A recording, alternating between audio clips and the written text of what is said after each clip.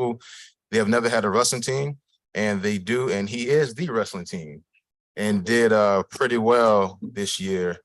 Also starting starting linebacker on the football team, as well as a honor student. So it's always a pleasure to highlight our young men, specifically our young Black men, when they do great things in the city and do great things for the city and are great ambassadors for the city. So we have one here today. We have a couple sitting behind him. So at this time, I'll just let Ty say a few words, and we'll go down and give him his proclamation. The floor is yours. I would like to say thank you for giving me this proclamation. And thank you for letting me be here today. And I'm glad that all my work was noticed by y'all. And I'm glad I was able to make my parents proud of today. Thank you very much. Thank you. Thank you. Mr. and Mrs. Watts, anything?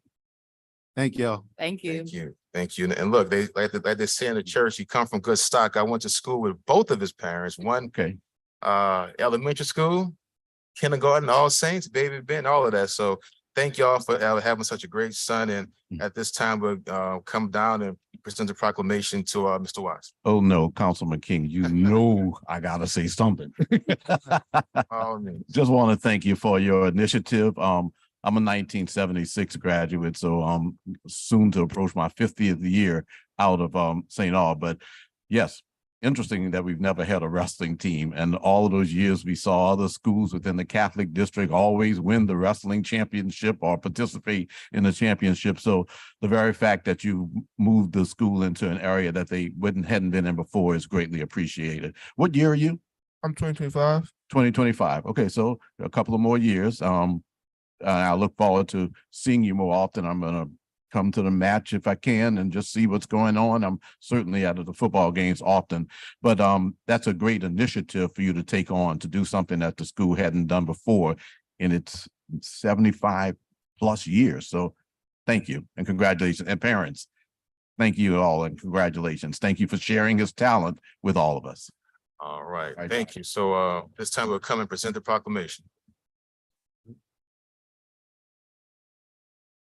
Y'all in front of me, facing this way. Who's going to hold it to let him say again? Who's going to let him get it? I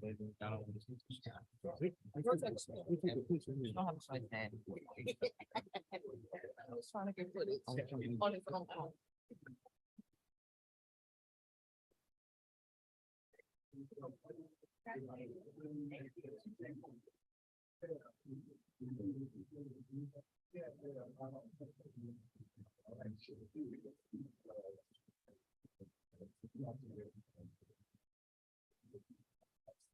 Got two phones, so let me take two. Three, all right. I'll send to you, Councilman. Yeah. All right. All right, that's yeah. One more. Okay. Scoot over a little bit for us. Everybody.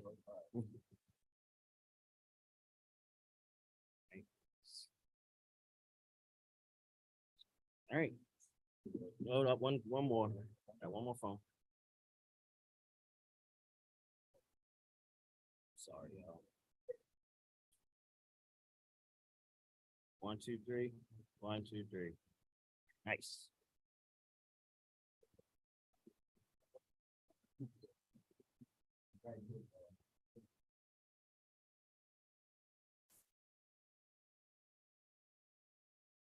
Congratulations. 2002.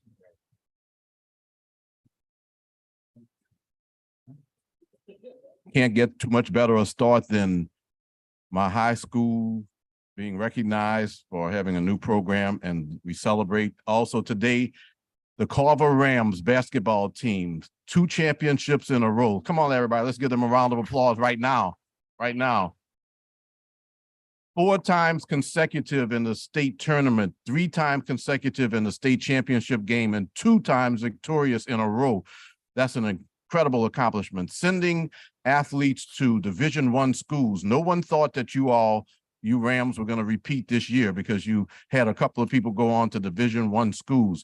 But it's not only just that. It's not only just a championship. Carver is a great institution, a great historic institution that means so much to our community. So today we celebrate by asking the athletes to come forward so that we can present you all with this proclamation. But I want you to know that it's more than just that. It's because you all are part of a great institution and you all are examples to all of our youth throughout our city of how to do this.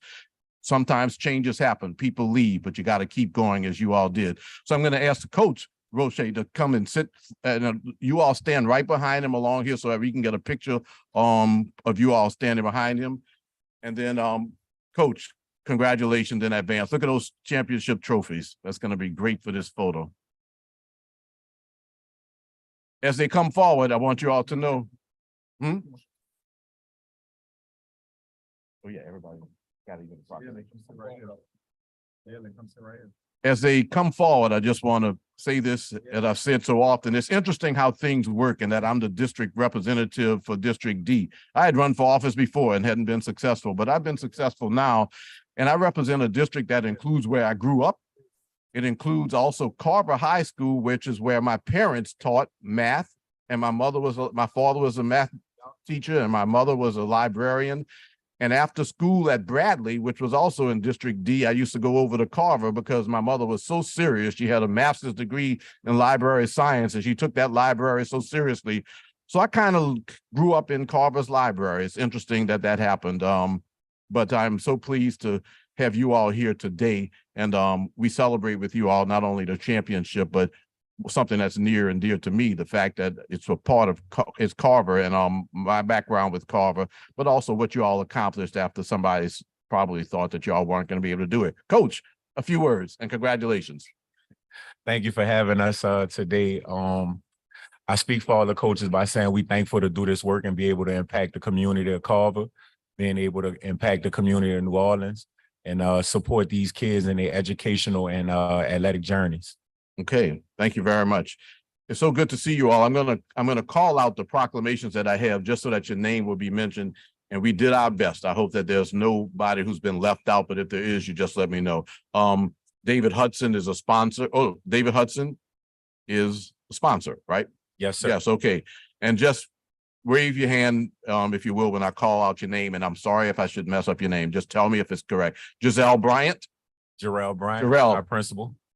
See somebody made it look like a Z. Chanel Roy, the statistician. Right. Romeo Brown. Good to see you, Romeo.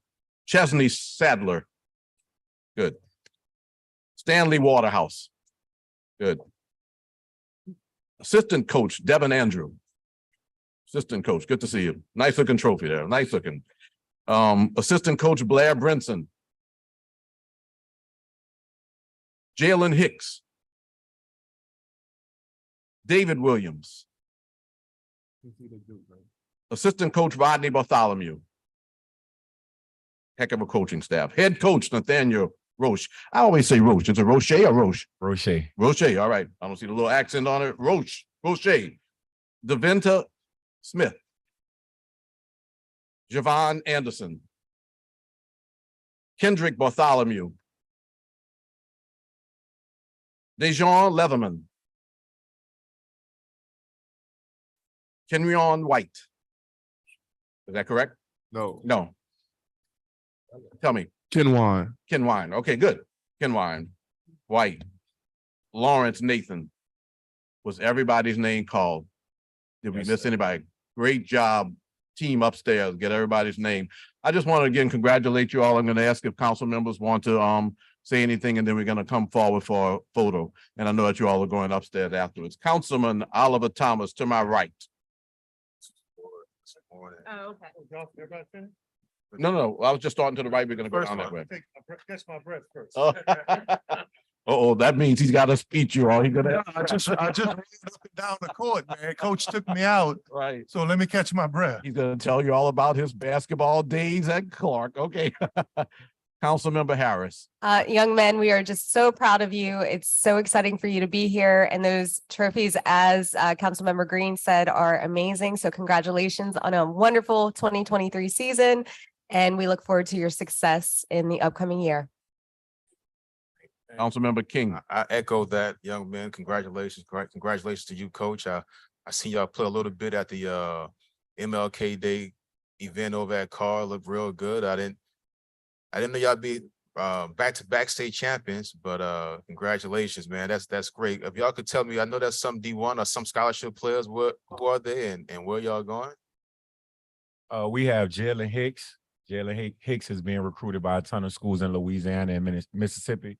We have Ken White. He's also graduating this year. He's going to be recruited by a couple of junior colleges and NAIA institutions, and they will be making a decision soon. Okay, all right. That sounds great. Again, congratulations on repeat, and hopefully that's a three-peat in the future. Yes, sir. All right. Thank you. Congratulations again. Celebrating two, but should be. But we'll let the other school have that, man, from the Ninth Ward, from Monticello Street all the way to Dubarel, and from Higgins all the way to Algiers Point, man. Just the pride that we have in with this group. Thank y'all, not just for representing the Ninth Ward, but for representing the city. And then, Coach, I wanna give you some credit, young man, because as great and wonderful as these young athletes are, the brilliance and the ability and the work to maintain at that level means that you see value in all of your players, not just the Solomon Washingtons, but the kid who's working hard at practice. But what it also says about you is that you're able to win with any level of talent. And you know, for those of us who you know, some of y'all look like some people I dunked on some years ago, but maybe that was y'all uncles or daddies. But I just want you to know, in shaping these young men and working with them, a lot of people can coach when they got stars and they got all the best, you know, from all around. But when you can take young men and bring out the best in them and do what y'all did this year, let me tell y'all something, guys. Everybody counted y'all out. What y'all did this year was bigger than just about any other win in the history of the state tournament. And nobody can ever take that away from y'all. But it also says something about what you did in life, which means there ain't nothing y'all can't ever overcome. So, Coach, thank you. Thank these kids. And masterful job. It's always good when you know how to coach and can coach anybody. Bless you, brother. Thank you. And fellow council members, in the quest to achieve this successful championship, you all beat the number 3, number 2, and the number 1 seeded teams in the tournament. And last but not least, it was so unexpected because last year you sent 3 players to Division I teams. Where did they go to school? Solomon Washington is at Texas A&M. Dorian Finister is at Kansas State. They're playing in the national tournament tonight. Willie Anderson is at Alcorn State University. They were the SWAC champs this year.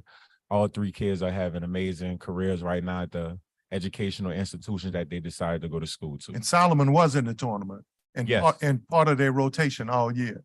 Absolutely. Unbelievable. Championships from Carver, the championships, and also participating in the NCAA tournament. What an outstanding job that you're doing, Coach Roche. We appreciate it. And guys, you're representing us so well here in the city. We're all so proud.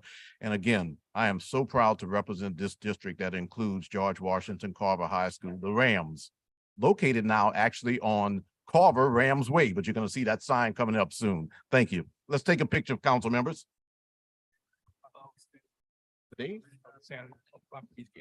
Hey, and I would like to ask everybody that in the spirit of New Orleans to recognize that on Saturday we have a parade in the Carver Desire area. So I'm going to make sure that we put it in our newsletter, the route for everybody, but put aside 12 o'clock and come on by and see the Rams pass us by in vehicles. Let's take a picture, council members. I see I'm in the nothing.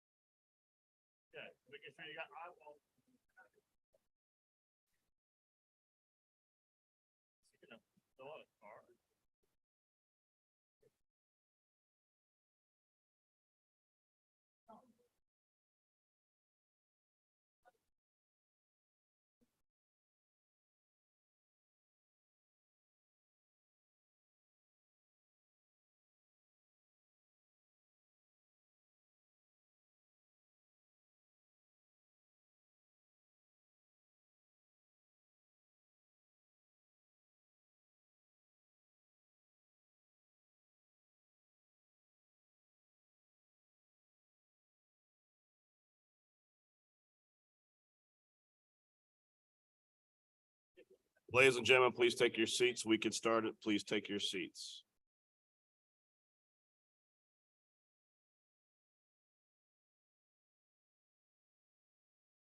All right, members, we are going to get started. We have more than a quorum. They're all in here. They're scattered about.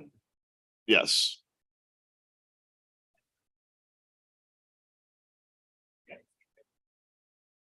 All right. So, Madam Clerk, whenever you're ready, roll call, please. Roll call. Councilmember Thomas. He's present. Councilmember Green. He's present. Councilmember Morrell. Here. Councilmember Moreno. Present. Councilmember King.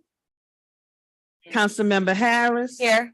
And Councilmember Jeruso. We have 7 members. We have a quorum. Thank you. We will begin today with the invocation from Senior Rabbi Daniel Sherman. I think Councilman Jeruso will escort him up as well as give him any introduction if introduction is necessary.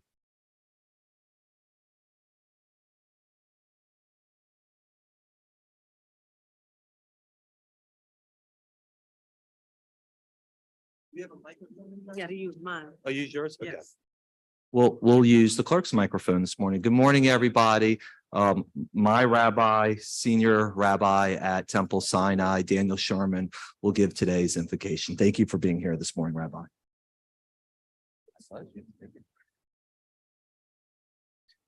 Good morning, Boker Tov. I am honored to be here. As we gather here today during this holy season, as our neighbors have begun their observance of Ramadan, as we're in the Lenten season, as we prepare for Passover, We have so much for which to be thankful. For this wonderful city which we love and for the people who make up our incredible community, we are grateful. For all those who have given of themselves to improve the quality of our city and of the lives of its citizens, we offer our heartfelt appreciation. For all of our blessings, we give thanks. We pray for all those who hold positions of leadership and responsibility here in our beloved city of New Orleans. Let your blessing rest upon them, and may they be guided by enlightened minds, caring hearts, determined wills, and strong hands. May our city ever be an example of justice, compassion, tolerance, love, safety, and peace. As we are taught, tzedek, tzedek tirdof, justice, justice shall you pursue. We ask you, O God, to bless all those who serve the needs of our city and its citizens, all those who give of themselves for the greater good of our community. Deepen our love for our fellow neighbor and strengthen our power of self-sacrifice for the welfare of our city and our community. And especially in these times, please protect and send your blessing to all those who serve and protect our city, state, and community. Bless us, O God. Bless our families, our homes, our community, our people, and our city with the blessing of your peace. Amen. We'll now begin with the Pledge of Allegiance. I pledge allegiance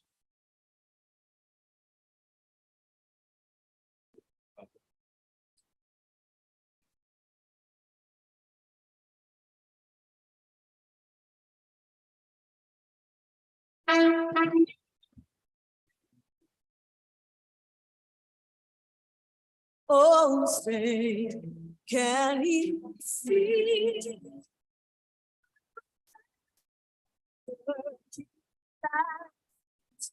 What's up?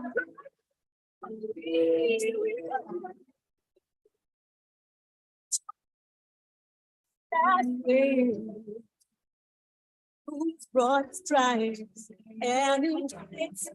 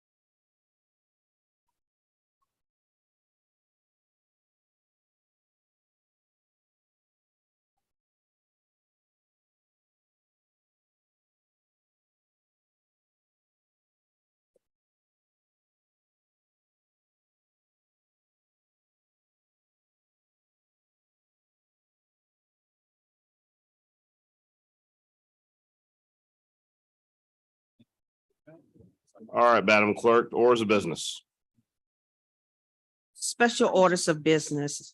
The first order of business is a presentation, Judge Edwin Lombard, honoring the career and retirement of Judge Edwin Lombard.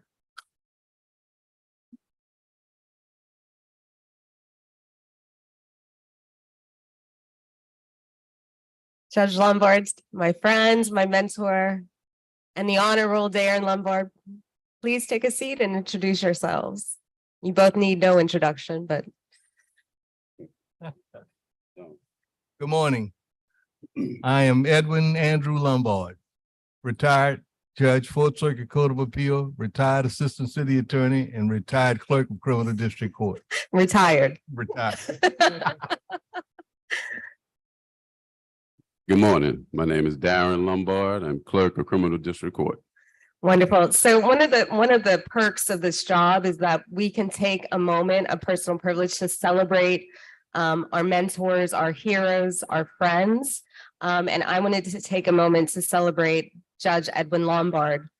There are 4 attorneys up here and none of us would be here but for you. So I just want to honor that and honor your legacy. I have some talking points, but I also want to give you a chance to speak. But for those who don't know Judge Lombard, he retired this year after holding elected office 49 years and was the first Black person elected to a citywide position in New Orleans in over a century. He served as the clerk of criminal district court from 1974 to 2003 for 29 years before being elected to the Fourth Circuit Court of Appeals, where he was on the bench for 20 years until his retirement. I will say Judge Lombard is a proud Algiers person, and I know Algerian. All right. That's Algerian, sir. There we go. Councilmember King's correcting me. And I know that you have represented Algiers well, you represented Louisiana well, you represented New Orleans well. And again, we are just so proud of you and wish you well on your retirement.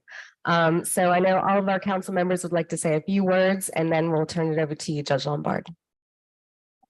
I don't know how to top what Leslie said. I knew you were in office for a minute, but I don't know that I realized it's nearly 50 years. Because I think my first experience with you was as clerk of court and knowing you as a very little boy through my family, who always and still does have tremendous work for you and your family.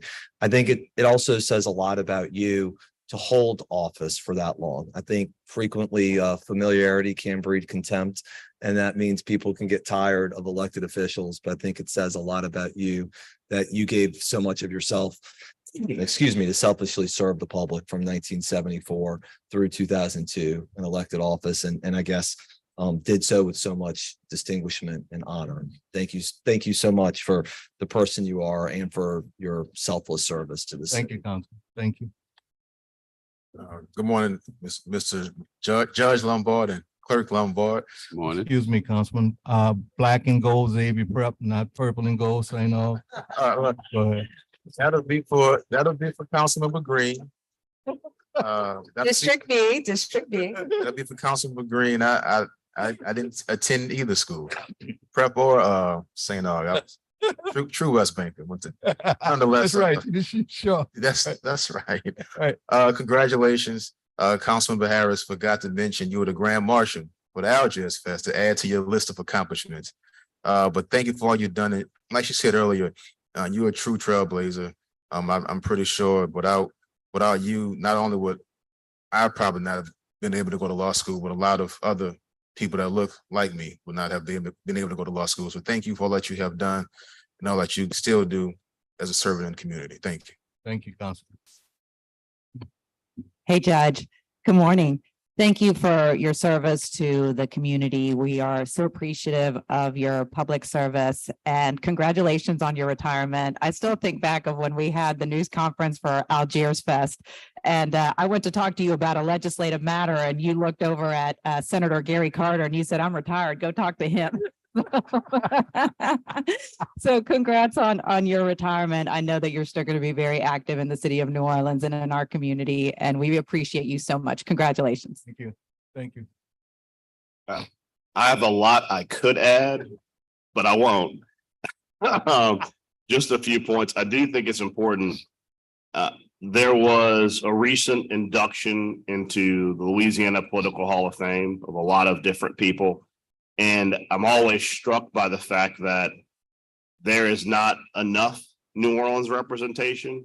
And as much as in the legislature, we celebrate people for their tenure and how long they have been in public office. I mean, Judge Lombard, you're like Alario level. You've been in public office. Like you've been in public office longer than almost everybody up here has been alive. Now, I don't mean to date you. Well, I do mean to date you.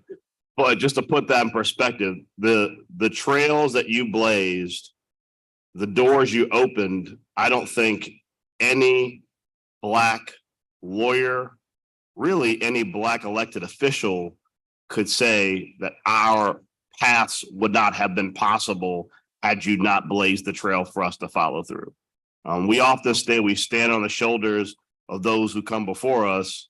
I mean, at this point, we've climbed up your back. We're probably standing on your head at this point over the sheer amount of work you've done. Now, I would be remiss if I didn't clown on Darren for a second. Darren, you have tremendous shoes to fill. You've got a Lombard and you've got a Morel. Because in between one Lombard, there was a Morel, then another Lombard. So we did break it up a little bit for you. But the sheer amount of work you have been able to accomplish in an office that was almost set up to not function and fail. So I know Darren and I spoke about this consistently. Criminal court is not civil court. It's rich dad, poor dad. And yet with the finances and the challenges you had and kept a functional office that was able to do its job. And I'm sure between you and the other guy that came in front of Darren, y'all can keep him in line and show him that you're gonna have to make $1 out of 15 cents. Yeah. But thank you so much for your service. Thank you so much for being willing, albeit not excited about us constantly calling you for advice, because though you are retired, you have learned more and forgotten more than we'll ever learn. Thank you. First of all, Judge Lombard, we can never pay you enough or thank you enough for your level of service to this community. You know this story because you know my relationship with your family. My brother and I met you through your brother. I met you through your brother. And because we went to Lawless, because we went to Lawless, I'll never forget my father having those meetings with Bo, with your brother, and saying from 8 to 3, they belong to you. And you always know powerful people are people of service and families that impact families and impact communities. And you've heard the story, you remember, and I wasn't a bad kid, but Mr. Yato wanted to put me out. And your brother said, don't put him out. Give him to me. and I don't know if I really liked that relationship back then, because back then you could use a friend to incentivize.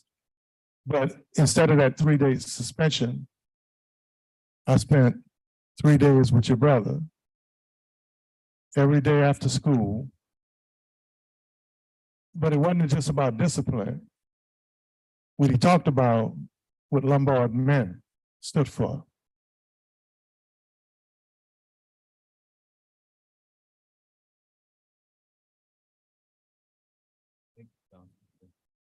Thank you. And what was expected of your family, and how he represented all of y'all, and how I should represent, and what kind of man I should be. And I'll never forget what he told Mr. Yato.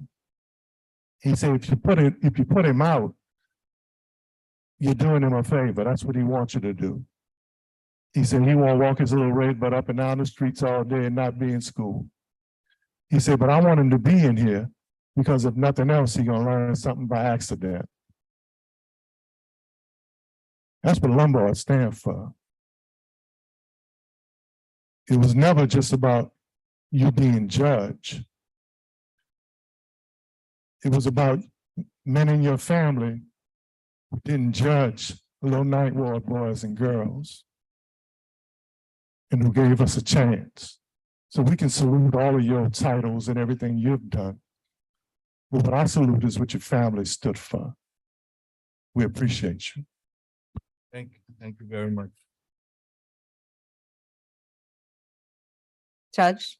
Well, I want to thank you very much for this honor, and I want to First of all, thank God for blessing me with this blessing. I want to thank my family, who's been my support from day one. I want to tell you, I was blessed with a great family with two brothers. One Oliver was talking about, and the other, Dr. Rudy Lombard, who insisted on some standards that I live with till today. I stand on the shoulders of others, like was said earlier, and I really had no desire or interest in serving in public office. It happened by accident. I was on my way to Howard University Law School. I'd been admitted after 3 years at Tulane. In the old days, you could go straight to law school after 3 years. And I went by and I told some of my friends I was going to school, and I get a call from lawyer Lolis Eli. He said, "You can't go. You got to do something for me. I got this grant, this voter education project grant to do voter registrations in wards 10, 11, 1, and 2. He says, very important because we cannot elect a Black representative in that ward because in those days they didn't have single member districts. You elected 4 at a time, 6 at a time, and we could always make the runoff, but we would never win." So I took the challenge, and I met people like A.L. Davis, Clarence Henry, Avery Alexander. They were my bosses, and my office address was 2700 South Claiborne Avenue, which was the ILA Hall. So here I am at this young 20 years old. I get to meet all of these great icons of the civil rights movement and work for them. And lo and behold, we were successful in that voter registration drive. And out of that drive came Ernest Dutch Morial, state representative, Dorothy Mae Taylor, Avery Alexander. And even the election is on Saturday for that very same seat. It's changed a little bit, but that was the cause of it. And that ignited something in me about public service that I've lived with.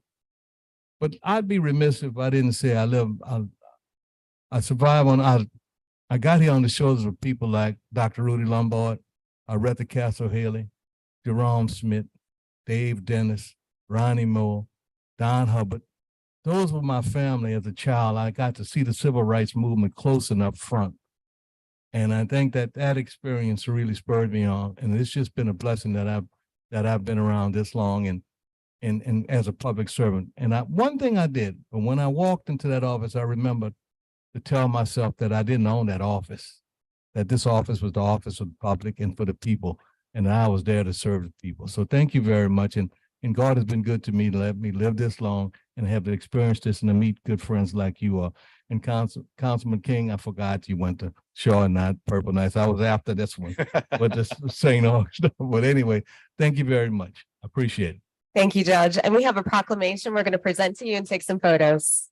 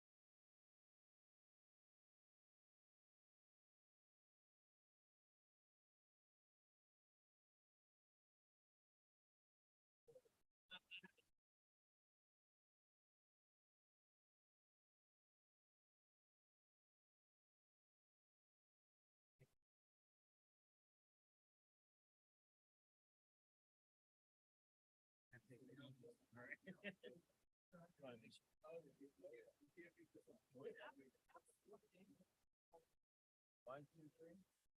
One, two, three.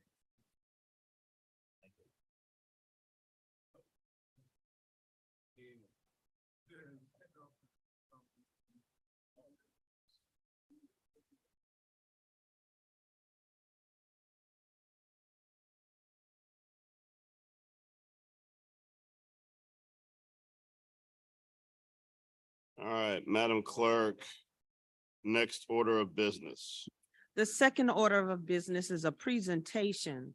Bishop Lester Love, Big Frida, and Kenneth Brazil, recognizing the late Mark David Brazil for his services to the community, various organizations, and churches in and around the state of Louisiana.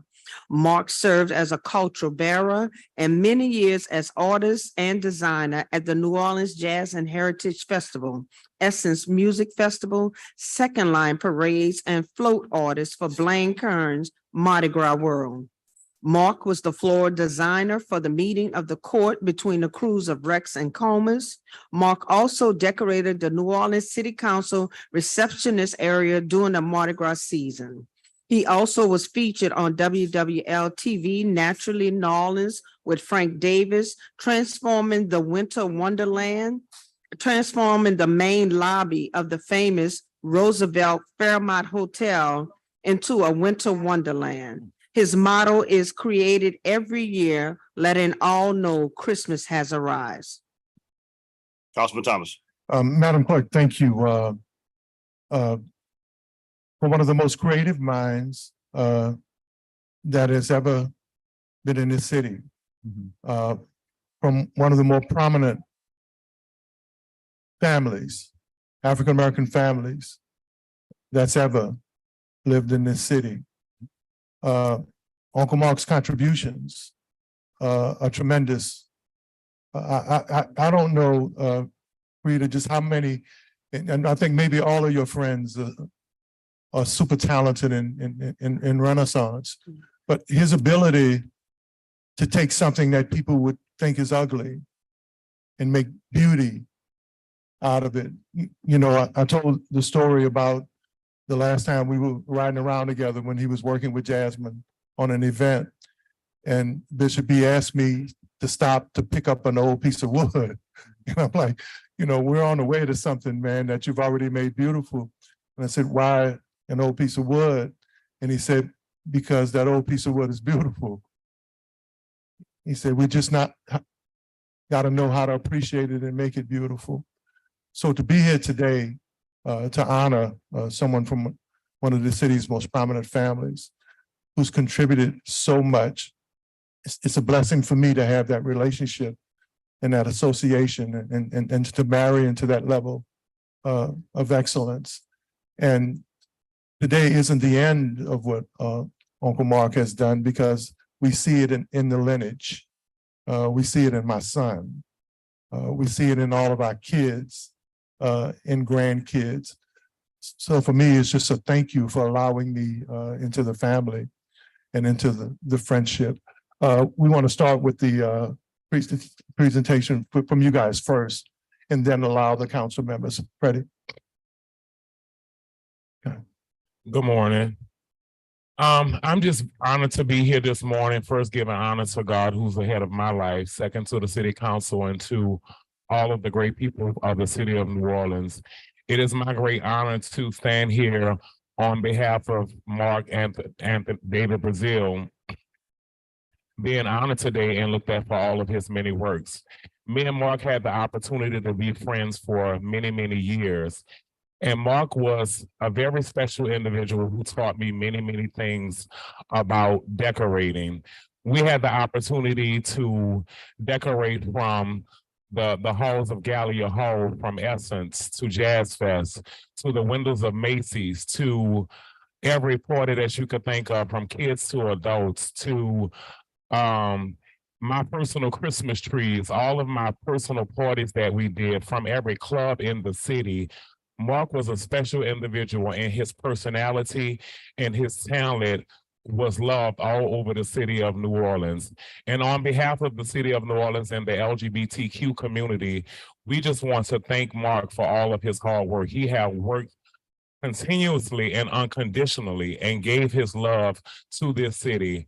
I stand before you and just to tell you all, thank you for this moment, for honoring my mother, Mark, because without Mark, I wouldn't even be able to be standing here. I stood on ladders and blue balloons from the time I was a young boy to currently now. And I just thank him for all the things that he taught me, all the things that he instilled in me, and really taught me a lot about just that world of decorating, you know, from the floats of Blaine Kern to the hotels, you know, floral arrangements. He worked for every flower shop that you could think of in the city. He even worked in California and was loved in California doing flowers. And our plan was, you know, next year for me to open my flower shop back again and to let Mark run it. I'm so sad that we won't be able to do that, but I still will be planning to open a flower shop again and renaming it Bazil's. Thank you. Thank you. Yes. So thank you all for this moment. And any other words? But pull the mic down. Mark's sister, Lucretia Bazille Phillips. And Mark is just a divinity to me now. You know, Mark did everything. I worked with him as well, decorating. But Mark was just a love bringer to everyone that he touched, and every child knew him from uptown to downtown. He was just a loving, giving person. And he gave all that he could until the very end. Thank you. And I thank you guys for this day for him. Any words? Yes, I'm Yolanda Booty, Mark eldest, one of his eldest sisters. And Mark was an inspiration. Whoever Mark was around, he was an inspiration to them. And he did a lot of things for me for his decorating and everything. And I really, really, really gonna miss him. I'm gonna miss him a lot. And I appreciate y'all honoring him today. Thank you. Bishop?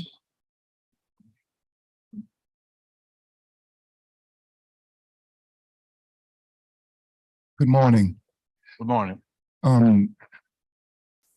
When Councilman Thomas mentioned the fact that Mark was very creative, it brought me to the book of Revelation that teaches us that there are 7 mountains of influence: spirituality, family, education, economy, government, media, and arts and entertainment.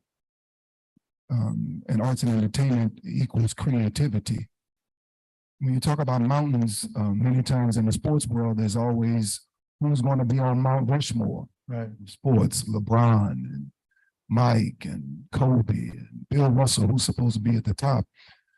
Well, we believe that if New Orleans had a Mount Rushmore for creativity, absolutely, through Mighty Grind, through all the things that Big Frida has mentioned, Essence, and how many people he touched and how many people he served, that Mark belongs on the New Orleans Mount Rushmore for people, for creativity in the city of New Orleans. Thank you first to you, Oliver, and to the rest of the city council for honoring Mark. What I would like to say is that let's not forget the culture bearers of this city, because although it's all about the politics sometimes or the love of the city, it's really about the people behind the scenes who make up the culture, the people you don't know. And I'm sure many of the council members may have not met me. You may not have met Mark, but I can assure you, you have seen his work. Absolutely. If you've ever been to Jazz Fest, if you've ever been to a party, if you've ever been to Gallia Hall, you have seen his works. Even though Gallia Hall might be 300 to 400 years old, every time he decorated it looked like a brand new building. And so I just want to thank you all for honoring him, but more importantly, continue to hold up the people who make the culture of the city what it is. As Frida mentioned, Mark was loved all over the world, California, but he never, ever, ever left New Orleans. And so it's just today you're honoring Mark, but really you're honoring the people who make up the culture of the city. And we just want to continue to hold up the culture of the city. We love it. And thank you all for honoring him. Thank you. Councilmember Jeruso. Well, I just wanted to say my condolences on his passing to the family. First of all, I saw also in his obituary that he helped rescue people after Katrina too. Yes. And I think that says a lot about him as a human being above his artistry, because for all of us who lived that, what a tremendous, painful time that was. And I think Frida said something that resonated with me the most is when you think about artistry, a lot of times, you know, somebody has a certain style and you see something, you go, oh, I know exactly who this is.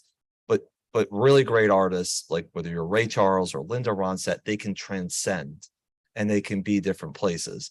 And so to be at Gallier Hall, to be at Essence, to be at Macy's shows you the amount of talent that Mark actually had. And so thank you all for being here and sharing his gift with all of us.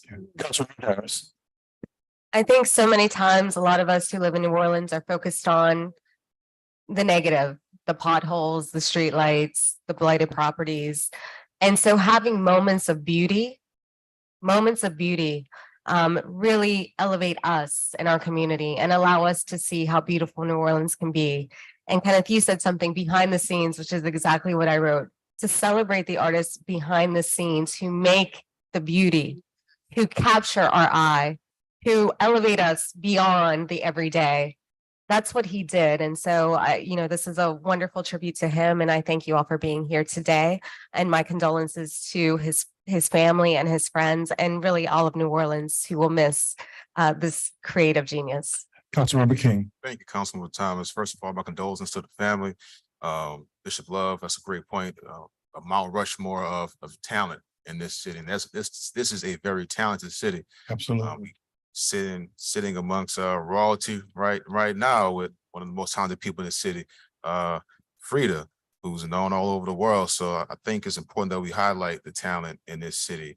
I wish we was able to give Mr. Brazil his flowers while he can smell them, but I know this council is doing a great job of doing just that, of highlighting the talent in this city. And Mr. Brazil was definitely one of those talented people. Again, my condolences, and I look forward to seeing that flower shop open in his honor. Councilmember Marino.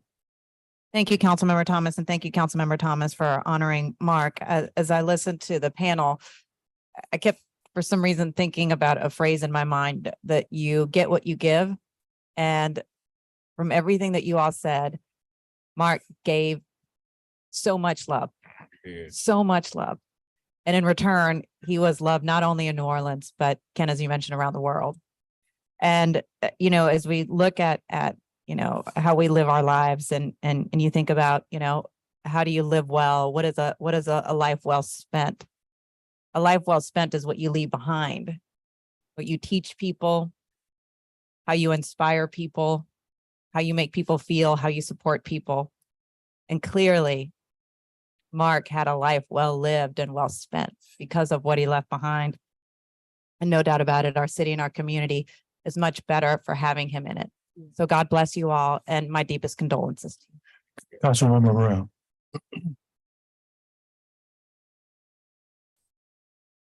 I think I speak for many in that I never met Mark, but I can tell you that I know that I have seen a tremendous amount of his works. Absolutely. And when you think about the city of New Orleans, something that we don't emphasize enough is the greatest product of this city is our culture bearers and those who perpetuate and continue our culture. When I think of all the works that I've seen of Mark, I think of his creativity, his imagination, his artistic contribution. And though we were not able to give him all the flowers as a council that he deserved when he was here, I think that what we've seen in the last year and what we'll see going forward is that a refocus on our culture bearers in particular.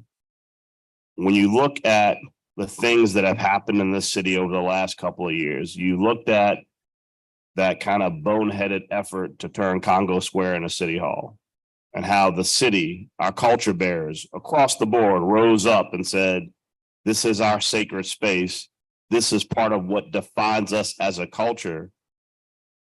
To do something of that magnitude, to contemplate putting a concrete park on top of it, really was, it was offensive on many levels, but to the people who spend their lives like you, Frida, going around the world, exporting and showing people our culture, and then at home disrespecting our culture, it hurts. It hurts because every day the people who live in this artistic mecca that is New Orleans, where you see so many people for centuries mimicking and copying what we do because we do it so well, but we as a city do not do enough to protect, enshrine it, and respect the people that are showing us every day the wonders that have existed in the city for generations. It's just a tremendous disservice. So I want to say today, I think I speak for many people on the council, as we continue to go forward, respecting our landmarks, respecting our people, and more importantly, providing the resources for the next Mark or the next Frida, because that's another thing that we fail to do as a city. You have so many talented young people who are not given the resources to foster that talent to become that next Mark or that next Frida. I mean, by the grace of God, with family support, some people are successful, but so many more, if they're not given those opportunities and those resources early on to develop and to grow into something that could be truly wonderful, they never get that chance. So as a council, as we fight to do those things, to protect those landmarks, respect our culture bearers, and foster the new ones, know that that is our way of giving our flowers to people like Mark, to say, we've respected everything you've done and we will learn from it. Thank you. Councilmember Green. I start with my condolences to the Brazil family. And I didn't have a chance to meet Mark, but in a way, Mark is the reason that I live in New Orleans. I've had a chance to travel. I've had a chance to go away to school. I came back to New Orleans because I truly enjoy our city and I'm motivated to do things that make it a better city. On Sunday, members of the Mardi Gras Indian tribes paraded as part of Super Sunday. And just to see the joy in the faces of those who were there and the excitement of those who were dressed out on that day reminds you of why New Orleans is so special. And Mark David Brazil and his work is an example of why New Orleans is so special. So I just want to thank the Brazil family for sharing him and his talents with us. And also I will just say that I agree that we need to do more to continue to promote and make resources available to those who do the work because they enjoy it and they enjoy living in our city. And to whatever extent that I can do so, I would certainly let you know that I want to be as supportive of the artistic community as I can, and I join with fellow members of the council who feel the same way. Give me a chance to dovetail a little bit and just mention to Frida, if you don't mind, District D needs a flower shop. We don't have one. Always working. They're always working.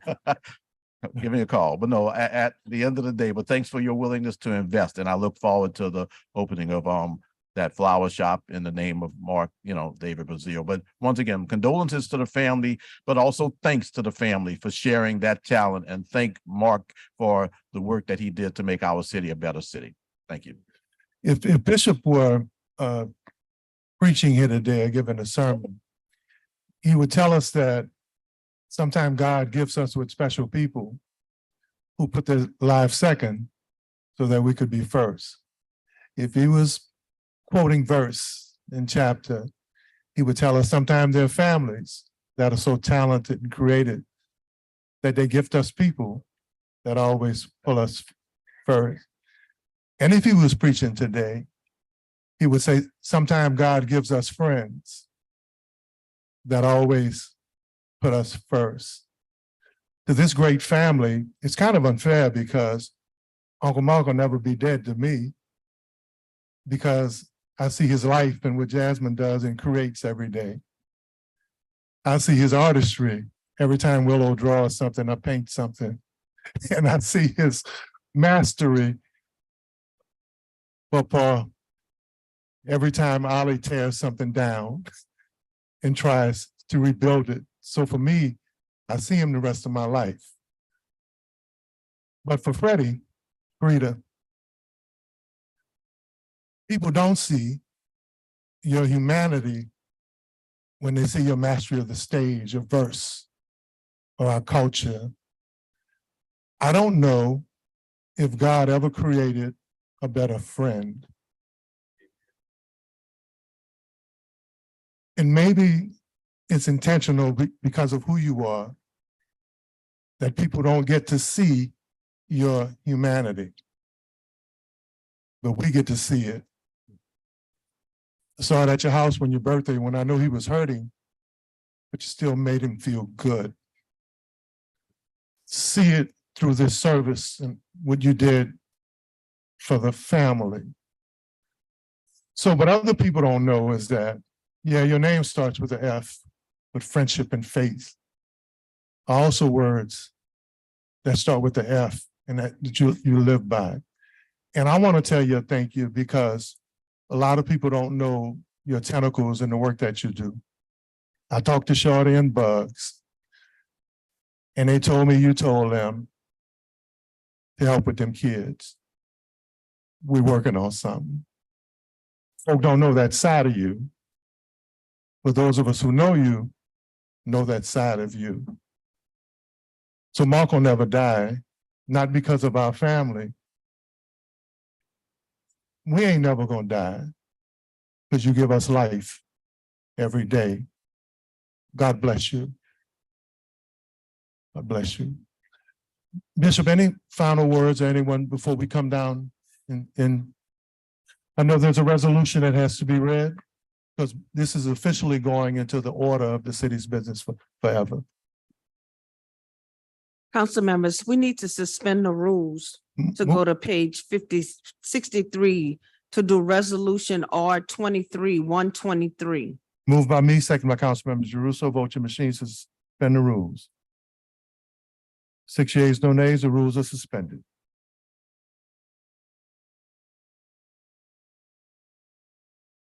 Madam Clerk.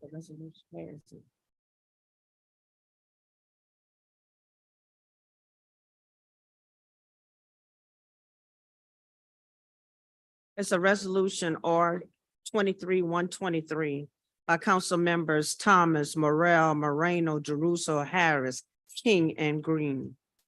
A resolution honoring the life of Mark David Bazille and expressing sincere condolences to his family upon knowledge of his passing on February the 4th, 2023.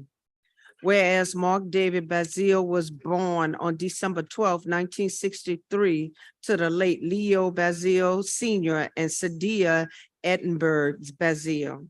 And whereas Mark David Bazille was a graduate of Joseph S. Clark High School and received a cosmetology license from Sidney Collier Vocational Technical School. And whereas Mark David Bazille affiliations included the Gospel Soul Children, Tyrone Foster and the Ark Singers, the Holy Hill Gospel Singers, Raymond A. Miles, Rams. And whereas Mark David Bazille served as a culture bearer and many years as an artist and designer at the New Orleans Jazz and Heritage Festival, Essence Music Festival, Second Line Parades, and as a float artist for Blaine Kern's Mardi Gras World. And whereas Mark David Bazille was the floral designer for the meeting of the court between the crews of Rex and Comas, and also decorated the New Orleans City Council receptionist area during the Mardi Gras season. And whereas Mark David Bazille was featured as WWL TV's Naturally New Orleans with Frank Davis for transforming the main lobby of the famous Roosevelt Fairmont Hotel into a winter wonderland. His motto is recreated every year, letting all know Christmas has arrived. Now, therefore, be it resolved by the Council of the City of New Orleans that the New Orleans City Council honors the life and legacy of Mark David Bazille and expresses sincere condolences to his family. Be it further resolved by the Council of the City of New Orleans. Oh, that part is not important. We'll make sure that the family. Move adoption, seconded by Councilmember Morrell. Vote your machines, please. 7 yeas or nays, and the motion is approved. Let's come take pictures with the family, please.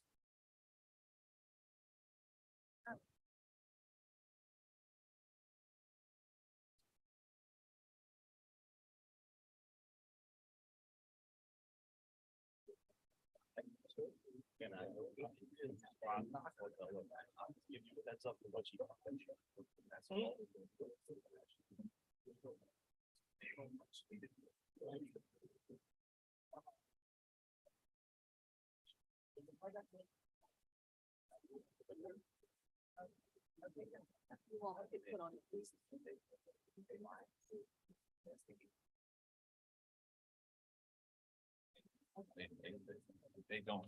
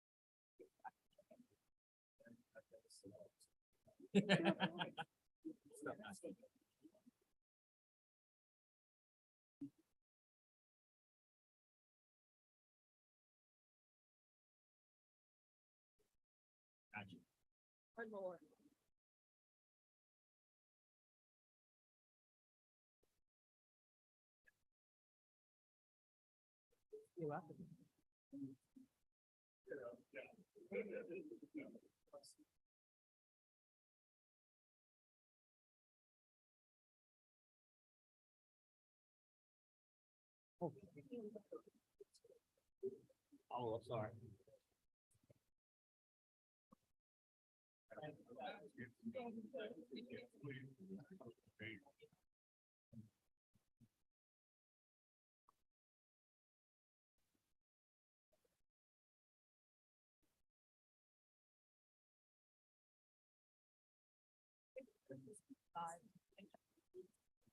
All right, Madam Clerk, next order of business. The third order of business is a presentation. Ms. Catherine McBride, Senior Director of Experiential and Operations of Essence Festival of Culture, the 2023 Essence Festival of Culture. Councilmember Harris. Thank you, Madam Clerk.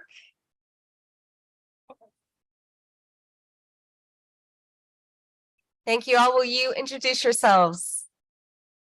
Thank you, everyone. Good morning. My name is Christine McBride. I'm the Senior Director of Operations and Logistics for Essence Festival of Culture. Hi there. Good morning. My name is Hakeem Holmes. I am the Vice President of the Essence Festival of Culture. Thank you so much. I know that Essence is back once again. Very excited. I was there last year and literally lost my mind when Lauryn Hill came out during Wyclef's set. So I'm looking forward to it again this year and all the celebrations. But will you tell us and walk us through what's going to happen this year and what's planned? Yes. So as we sat out there, I realized this is a really personable space. So I just wanted to start by sharing that I'm actually a native of New Orleans. So I'm really excited to be assuming in this role and being here and listening to how you guys sort of represent the community. And so I wrote down a couple of things. But first, I wanted to start by saying that a lot of you in your families have really indirectly shaped sort of the course of my career. I sat out there and I searched Councilmember Morrell's family, and his mother was my principal in middle school. So as you guys sit here, you have shaped sort of the course of my career. And I'm a proud graduate of St. Augustine High School. I can't make the I can't make it up. And where I carried out the legacy of my family, the Vilvasso family. So for me, I am really happy to be here, and thank you guys for having us. So I'm going to toss it to Christine to kind of walk us through sort of our initial plans, but we are working and moving in a direction in which we're planning annually. So Christine is the first full-time person who's joined me on this venture as we look to plan multiple years at a time. Great. Thanks, everyone. So Essence Festival of Culture is in its 29th year this year, and we are gearing up for our 30th birthday celebration next year. This year's dates are June 30th through July 3rd. This year, for the first time, we get the entire convention center. So we've moved a lot of our activations that we spread out across the city of New Orleans last year. We are now bringing them all back into the convention center. So we're very excited. First time in 29 years, we've been able to have the entire campus of the convention center. We'll also be at Gallier Hall, Sugar Mill, as well as the Toulouse Theater and the Superdome for our nightly concerts, the traditions. Wanted to thank you all for allowing us a few minutes of your time. Hakeem and I are both committed to working with each of the council members and their communities and making sure Essence just doesn't show up July 4th weekend, that we have a commitment year round. It's really important to the both of us. New Orleans is my home, not my original home. I'm Canadian. So maybe sort of a connection, but with the French Canadian. But New Orleans is my home, and I value the communities and the commitment that all of you have to your communities as well. So thank you. I would just add, we're also planning to activate at Armstrong Park this- on July 3rd. Yeah. Forgot about that. Family Day, Armstrong Park. Wonderful. That's super exciting. And thank you for having the majority of your events in District B. I'll go from Councilmember Thomas on down, and then we'll read the proclamation. You know, I'm often reminded of my age and how long I've been around. And as I think about Essence and serving on that very first committee that former Mayor Mark Morial formed, and to see it and what it is today, as much as it is a musical festival that people come, especially from the diaspora, they come from all over the world. The empowerment sessions, the meetings, the level of prominence when you talk about African-American intellect and art and commitment in the issues are just as powerful as the entertainment and the music. And as someone who will be seen at the convention center, other suites, sitting there listening to people who have a gift to share with the issues that affect our community, I have been, like you have been shaped. I have been shaped by this gift called Essence, and everyone who contributes and the power of what it does, not just for entertainment, but for everyone in the diaspora around this world, Black people in this country, and those in other countries, and the level of respect that's been elevated to because of what Essence stands for. And it doesn't mean that's not anything against anybody else, but it's nice to have something for yourself. Thank y'all. I remember 29 years ago when I was the head of economic development under the Morial administration. What I'm reminded of often, and I'll say it each time that I have an opportunity when you all come before the council, is how the community, especially the business community, was surprised by what they saw that year. They had no idea because it was the middle of the summer. People had decided for years that they were going to avoid the summer. They're not going to come because it was going to be too hot. There weren't going to be enough people there. The hotels were not prepared, and they'll admit that they weren't prepared. We like And the then- heat. We like the heat. That's right. They didn't know that. But then tens of thousands of people came in from throughout the country and came here to New Orleans for the first Essence Festival. And since then, the growth is tremendous. Just as you've mentioned, all of the venues, the entire convention center, the Armstrong Park and the other Gallier Hall. At the beginning, no one had any idea it was going to be like this. And I am just so pleased that you chose New Orleans, that Essence chose New Orleans. And I'm just so pleased that it continues to grow every year. It's a real testament to what you can do in New Orleans if you're focused on doing something very positive. So thank you all very much. And Hakeem, it's a pleasure always to see you. They think that I make these things up and I bring folks here. No, I don't. You're here, and that's another example. Yes, Purple Nights all over the place today. But thank you very much. You went away and you came back, and you're still here working for our city. This guy's going to say something about it next to me. Country Day, that's why. No, but look, I'm just pleased for the work that you all do. And I just want to end where I started. 30 years ago, the community couldn't have imagined that the Essence Festival of Culture was going to be today what it is. Thank you for the economic impact. Thank you for working with those businesses on a local level that participate and look forward to Essence. And thank you for what you do to bring people from throughout the country to our great city to celebrate throughout the world. And Councilman Thomas is exactly right. People come from throughout the world to come to New Orleans over the summer at a time when we thought that we would not be able to get people here. Essence really changed the way people look at New Orleans as a destination during the summer. Essence did that. And always remember that, because I was there, the head of economic development. I remember how people talked about not coming during the summer because of a variety of factors, some of which were made up. You would have thought that mosquitoes were going to be everywhere no matter where you walked. At the end of the day, they recognized through the Essence Festival's success that yes, you could relocate you can have your convention here. Thank you very much. Appreciate that. Thank you. Well, I was gonna make a Purple Knight comment, but since he makes 16 comments per meeting, I think in the essence of time, just insert St. Aug, mention too many time comment here.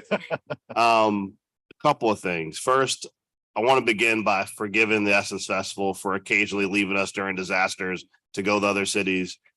I think it's healthy for y'all to go other places, realize they're not as great, and then come back en masse.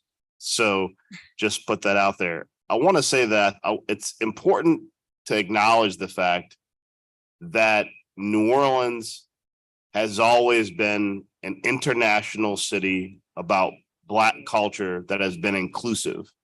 And I think that is why we've always been such a fantastic partner for Essence, because when you look at what Essence stands for internationally, it's really about educating people about Black culture.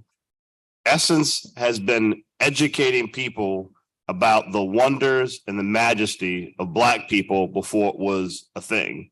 I say that because y'all know what I mean by that. Now it's the cool thing.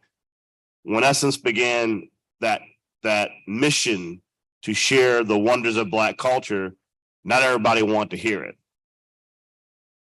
It has been an amazing partnership.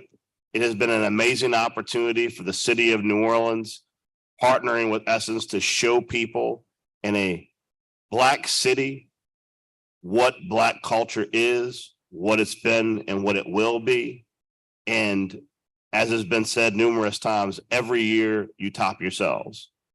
And I mean, it is important to note that despite whatever variable is out there, whether it be will people come back after COVID? Will people come when there's a recession or when there's the cost of gas is too high? Essence every year is bigger than the last year. And I mean, just pause for a second. There are very few things that are a sure bet. If you are a person looking for that sure bet, you can bet that next year's Essence will be bigger than the Essence before it. I cannot begin to express to you on behalf of the citizens of the city of New Orleans how humbled we are that Essence continues to choose New Orleans as its destination for its annual festival. I cannot continue to thank you on behalf of the citizens of New Orleans that we get center stage to participate in Essence and go to all the fantastic events you have, and anything that we can do as a city. And I'd even offer, because I know y'all occasionally have some issues with the state, we can do to help you with the state to make sure that Essence remains an annual celebration of Black culture internationally in this historic, wonderful, inclusive Black city. We are ready and willing to serve. Thank you. Thank you. Yeah, I'm going to echo the thank you. And I'm going to say that because every time that Essence happens, you all support the city of New Orleans in so many different ways. And I'm not just talking about obviously the tens of thousands of visitors that come in for Essence and supporting, of course, our restaurants and businesses. I'm not just talking about that. I'm talking about the way that you actually support our community by assisting many of the different nonprofits that we have here locally and partnering with them. I'm also talking about how when you all come here, there's always like several community projects that you all join the city to assist in as well. And every year your support to the city of New Orleans and to the nonprofits also grows.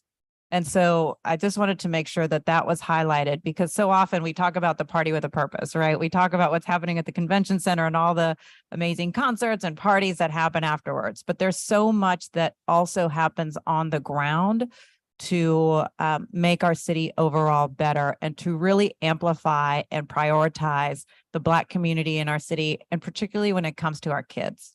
And so I think that that is like so key and important about Essence Fest. So, as Councilmember Morrell was saying, obviously, there have been years where you've had to go elsewhere, but we are just so grateful that you always come right back to New Orleans, because this is your home, as we've said repeatedly. And this is the commitment that you all have said as well, that this is your home, the city of New Orleans, for Essence Fest. So whatever we can do to continue to support you, the city council is here for you. I also agree with Councilmember Morrell, happy to work with you all on the state level for any additional support that you may need. And let's keep growing. Let's keep getting a bigger and better every single year. Thank you for putting us on a world stage and bringing tremendous leaders to the city of New Orleans to talk about how they will prioritize and amplify the Black community. I remember when you all brought presidential candidates in, you brought in not only Senator Harris, but at the time when she was senator, now of course vice president, and you brought out several other presidential candidates during Essence Fest. And I was like, look at this. They have all showed up because Essence is the place to be, right? And then, of course, bringing Michelle Obama and like so many others. It would be great to have her back, by the way. I'm just saying, if you're looking for guest suggestions, she's always a good one. But anyway, just keep doing what you're doing and we're here to help. Thank you. Yeah, thank you. Thank you, Essence, for choosing this city. It means a lot to this city. It's a huge economic boost. Not only an economic boost, it puts this city on the center stage, and it shows the world, again, the positive things that this city has to offer. And I appreciate that you all are doing more things year round, not just during that 4th of July weekend. And I appreciate the expansion, going to Armstrong Park, not just in the convention center or just downtown and Superdome, but branching out to other parts of the city. That's a big part, because a lot of people in the city don't have the means or the ability to travel. I just don't like to be in the big crowds downtown. So thank you for that. But if I could just make one suggestion, we can travel across the river to Algiers and bring a bit of Essence over there. That'd be greatly appreciated. But if not, I understand. But thank you for all that you do for this city year round. Thank you. Thank you. Thank you. Thank you. Well, I just want to thank you all so much for being here. And I'm going to echo a little bit about what others have said, but I don't know that they quite say it maybe the way that I will. First of all, I'm not old enough to remember like Oliver and Eugene did in your early days, but obviously I know what you've become. And as you all know, we are a city of festivals. We have a reason party for everything, po' boys, snowballs, whatever it may be. But we're obviously also known for our bigger events too. Mardi Gras, Jazz Fest, Super Bowl destination, Final Four. Essence is in the epicenter of that conversation. And I mean, I think that makes this so incredibly unique, is that almost all of those things have predated what Essence has done. And it's a testimony to the work that you all have done in order to grow it. It's not just about the concerts, it's about conferences and doing community work and doing outreach in the communities, as you said. And I think we really thank you for all of that. And again, you should be proud, as Leslie said in the last presentation, so many times we're focused on the negative or the things that aren't going well, but Essence has really become its own brand here in the city, and you're deserving of all the credit and your organization for that. Thank you all so much. Thank you, council members. And let me just wrap up with this. I've been in New Orleans for 24 years, since 1999, but I grew up in Ohio on the edge of West Virginia. I was born in West Virginia, and in a majority white community. And I remember having access to my grandma Harris's and my aunt's Essence magazine and seeing Blackness reflected back at me and Black womanhood reflected back at me. And so just having that spirit for a weekend where my friends and my relatives and my sisters can all be together communing with one another and seeing the beauty of one another is just so fantastic. And so in my 24 years of being in New Orleans, I can say that every year I've been an attendant at Essence Fest, including at the convention center. And so I look forward again to celebrating the beauty of the Black community, of Black sisterhood. And I'm so proud to have y'all in District B, although Freddie wants you over in Algiers too. Thank you all, and we'll take a photo.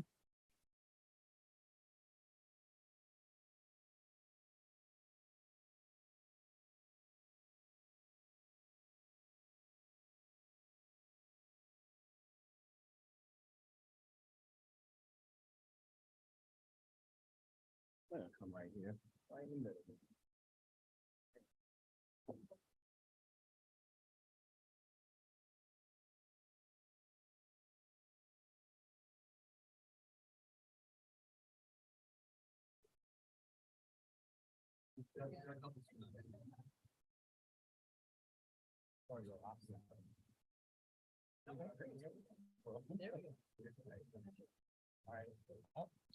Okay.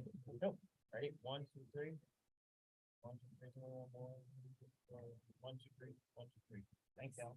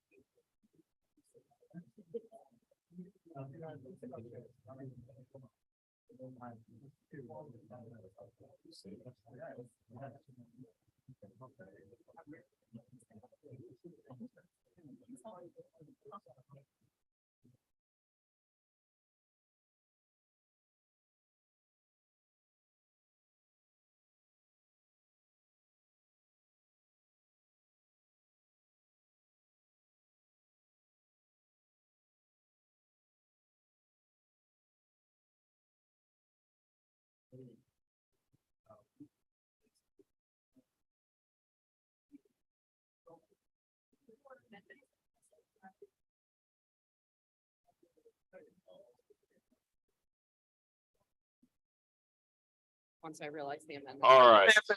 We're now ready to go to page 47 for our 11 o'clock matter. We have a legislative grouping. Ordinance calendar number 34,084 by Councilmember Moreno. An ordinance to amend and reordain section 70-462 of the Code of the City of New Orleans relative to Equitable Business Opportunities Program, reporting for contracts executed by the City of New Orleans and to provide otherwise with respect thereto. And there is an amendment to ordinance calendar number 34,084 by Councilmember Moreno. On page 3, after line 54, insert the following. C, the annual Equitable Business Opportunity Scorecard Program report shall be made available on the City of New Orleans website. D, the Chief Administrative Office, Department of Finance, Office of Supplier Diversity, and the Office of Performance and Accountability shall create an updated public-facing dashboard with information required in section 70-462. That is the amendment. All right, thank you, Madam Clerk. I'll talk about the ordinance first and then take the amendment. Members, this is just the corresponding ordinance to the motion that we passed March 9th that promotes greater transparency and accountability to the public when it comes to our Equitable Business Opportunities Program. As always, I do want to thank the group, the collaborative, that really helped to put all this together. So what today's ordinance does is it mirrors the motion that we passed on the 9th and codifies requirements impacting the offices of supplier diversity, performance and accountability, finance, and the CAO, who will work collaboratively to develop an annual DBE scorecard report as well as the creation and maintenance of a public-facing dashboard, which will provide an overview of city department and agency compliance with DBE goals and provide recommendations to enhance compliance. The report will contain letter grades for all city departments and agencies subject to the DBE regulations. And the amendments that I had, just clarify the reporting requirements and establish a public-facing dashboard requirement. Anita, do I have any public comment? Yes, we have one from the collaborative group. Okay, go ahead. This is Deborah Gould on behalf of the collaborative group. Her comment is, the group wishes to say thank you to the entire New Orleans City Council voting on the New Orleans report card. We support Councilmember Moreno's motion to follow the New York City model and simplify the reporting process by requiring the CAO, Office of Supplier Diversity, and Office of Performance and Accountability to develop the annual report. Working in conjunction with the CAO will allow the OSD and OPA access to all necessary data on annual spending with DBEs, in addition to the OSD's own data on contracts with prime contractors whose DBE utilization should also be measured. We also strongly support the creation of the Office of Performance and Accountability of a public dashboard based on the New Orleans DBE report card data. All right, thank you, Anita. So with that, I'll make a motion on the amendment. Oh, I'm sorry, Councilmember Green, I just saw your button pop. It's just important to emphasize the value that the city and our community gets by incorporating disadvantaged business enterprises into the economic mix. And I look forward to working with you, Council Member Vice President Moreno, and the collaborative to do everything that we can to enhance our city's economy by incorporating into it businesses that in the past may have not been incorporated, but if they were involved with our economy more, would make a tremendous difference throughout our city. And I think having a dashboard, a scorecard, and the like is such a good way to insist that we have accountability for the work that we do if we're going to be serious about the goals that we set as a city. So I look forward to working with you, and thank you. Thank you, Councilmember Green. All right, this is on the amendment. All in favor, please vote your machines, please. 5 yeas, no nays on the amendment. Now on the ordinance as amended. We're just waiting on the machines. I've moved, seconded by Councilmember Druso. All in favor, 5 yeas, no nays.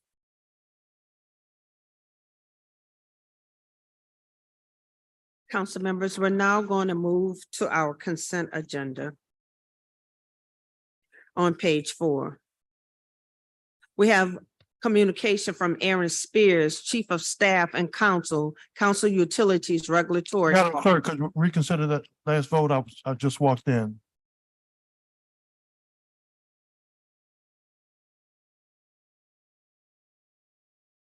I'll make a motion to reconsider the vote.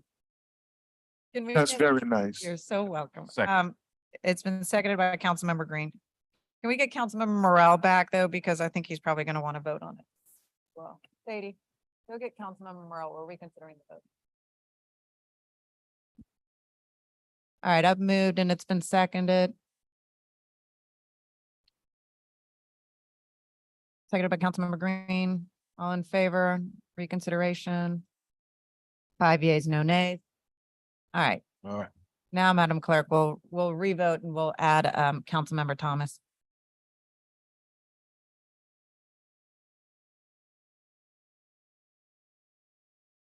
Yes. We're reconsidering the vote Yes. on the amendment No, and the ordinance, or the- just the, Ordinance as amended. The ordinance as amended, ma'am. okay. All right. I moved, seconded by Councilmember Thomas. All in favor? 7 yeas, no nays. There we go. Thank you.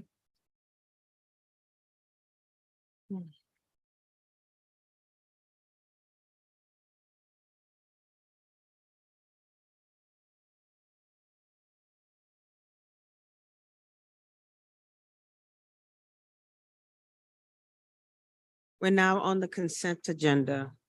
We have a communication from Aaron Spears, Chief of Staff and Council Utilities Regulatory Office. This should be marked received. We have a communication from W. Nicholas Deason IV, Dwyer, Cambray, and Suffering Law Firm, Representative Alexandria Land and Development LLC.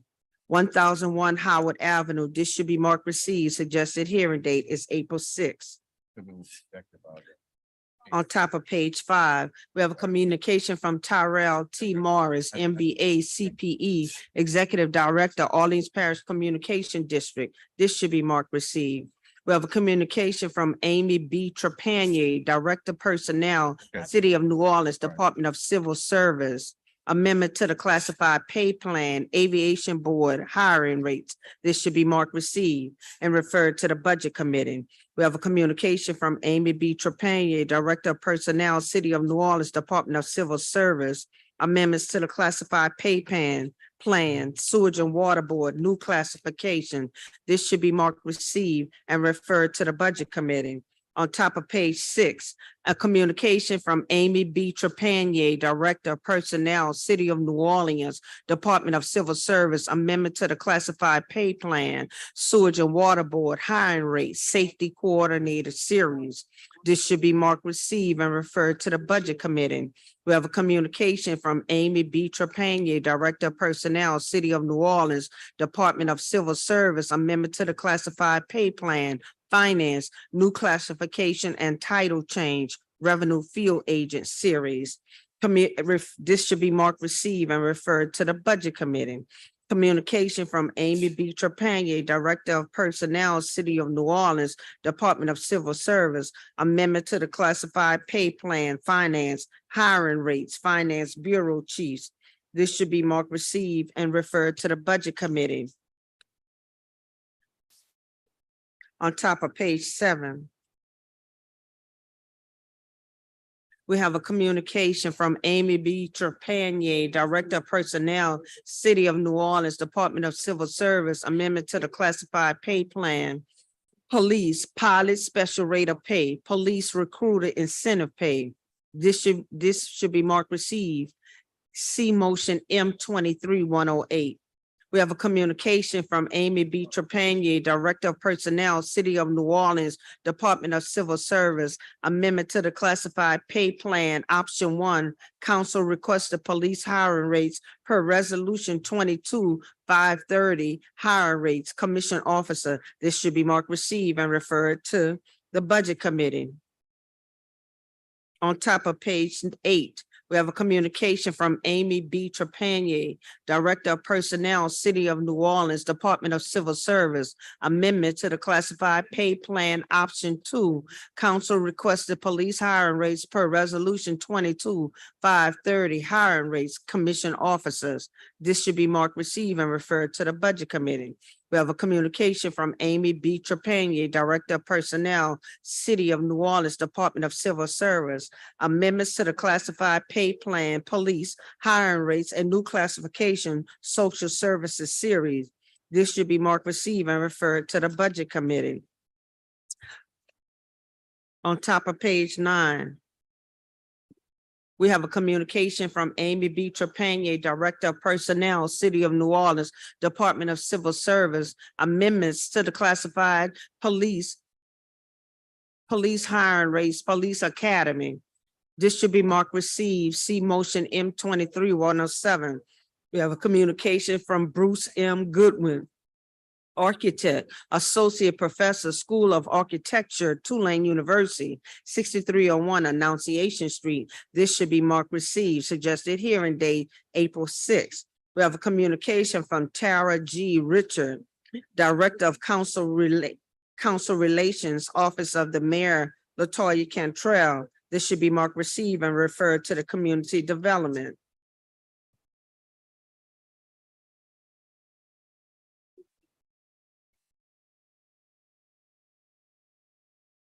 We have a communication from Tara G. Richard, Director of Council Relations, Office of Mayor, LaToya Cantrell. This should be marked received and referred to the Community Development Committee. We have a communication from Tara G. Richard, Director of Council Relations, Office of Mayor, LaToya Cantrell. This should be marked received and referred to the Community Development Committee. We have a communication from Darren P. Lombard, Clerk of Criminal District Court, submitted in collaboration with Council Green the following temporary polling location changes recommended to the city council. This should be marked received. On top of page 12, we have top of page 12. We have the report of the Executive Director of the City Planning Commission. This should be marked received. Suggested hearing date, April 6th. We have report of Anita Curran, Council Research Officer, New Orleans City Council, 2020 Calhoun Street, 231161 Demo Council District A. This should be marked received. We have a report of Anita Curran, Council Research Officer, New Orleans City Council. This should be marked received. On top of page 13, we have a report of Henrietta Brown, AAE, MBA, Deputy Director of Finance and Administration, Louis Armstrong, New Orleans International Airport. This should be marked received. Ordinance calendar number 34,083 will be removed from the consent agenda because it has an amendment. On top of page 14, we have motion M2387 by Councilmember Jeruso. This should be marked, the questionnaire was received. Governmental Affairs Committee recommended approval. We have motion M2388 by Councilmember King by request. The questionnaire was received. Governmental Affairs Committee recommended approval. We have motion M2389 by Councilmember Thomas. The questionnaire was received. Governmental Affairs Committee recommended approval. On top of page 15, we have motion M2390 by Councilmember Jeruso by request. The questionnaire was received. Governmental Affairs Committee recommended approval. We have motion M2391 by Councilmember Jeruso by request. The questionnaire was received. Governmental Affairs Committee recommended approval. We're on top of page 16, motion M2392 by Councilmember Thomas by request. The questionnaire was received. Governmental Affairs Committee recommended approval. Motion M2393 by Councilmember Jeruso. The questionnaire was received. Governmental Affairs Committee recommended approval. On top of page 17, we have motion M2394 by Councilmember Jeruso. The questionnaire was received. Governmental Affairs Committee recommended approval. We have motion M2395 by Councilmember Green by request. The questionnaire was received. Governmental Affairs Committee recommended approval. Those are all the matters on the consent agenda. Those are all the matters on the consent agenda.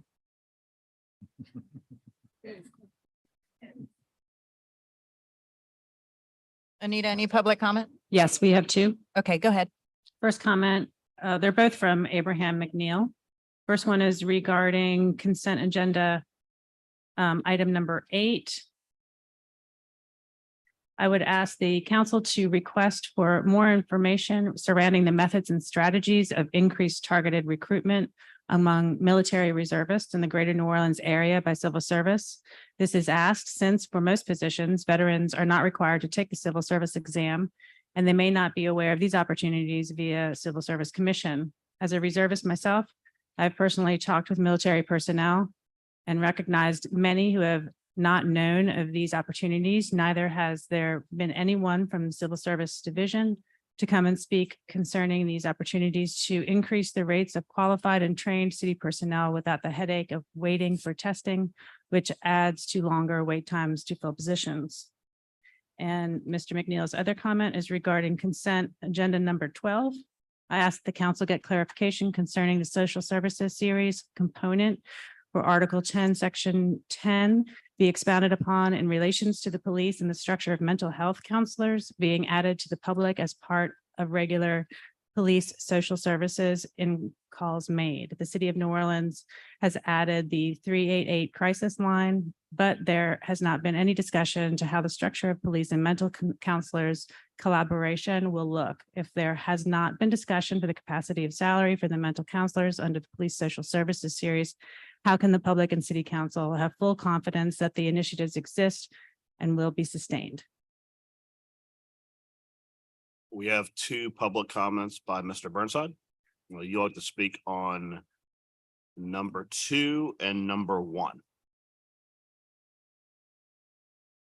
Council, in regard, hello, council.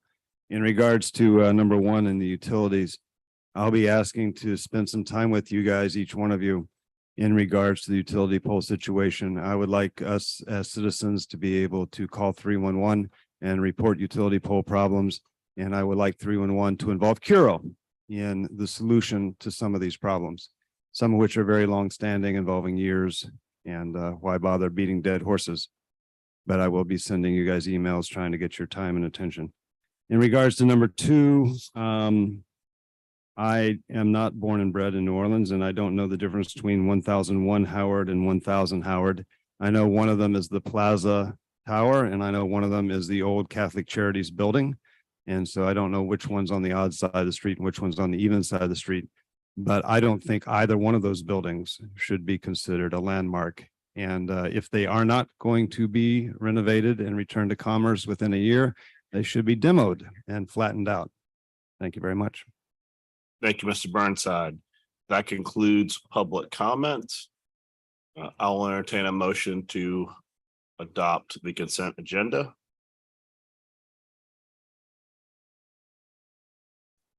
I move.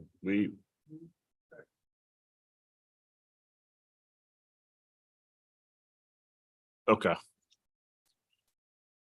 You'll be.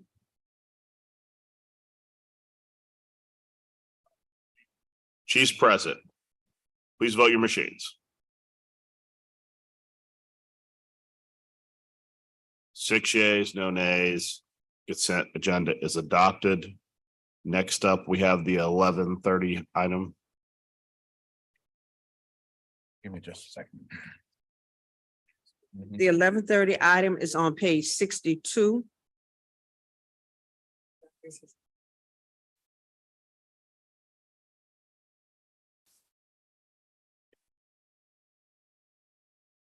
We have resolution R 23-119 by Councilmember Green, approving and adopting the locally preferred alternative for the BRT East Bank Corridor project set forth in the RTA report.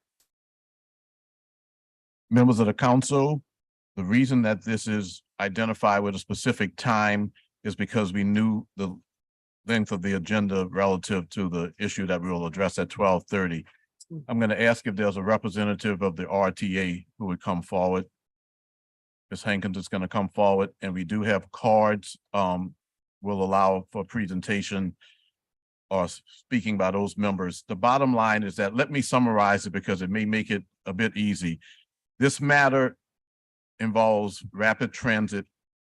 It was brought before the Transportation Committee at our February 14th meeting. The Regional Transit Authority gave a full presentation on their plans to implement a bus rapid transit system from the east to the West Bank corridors.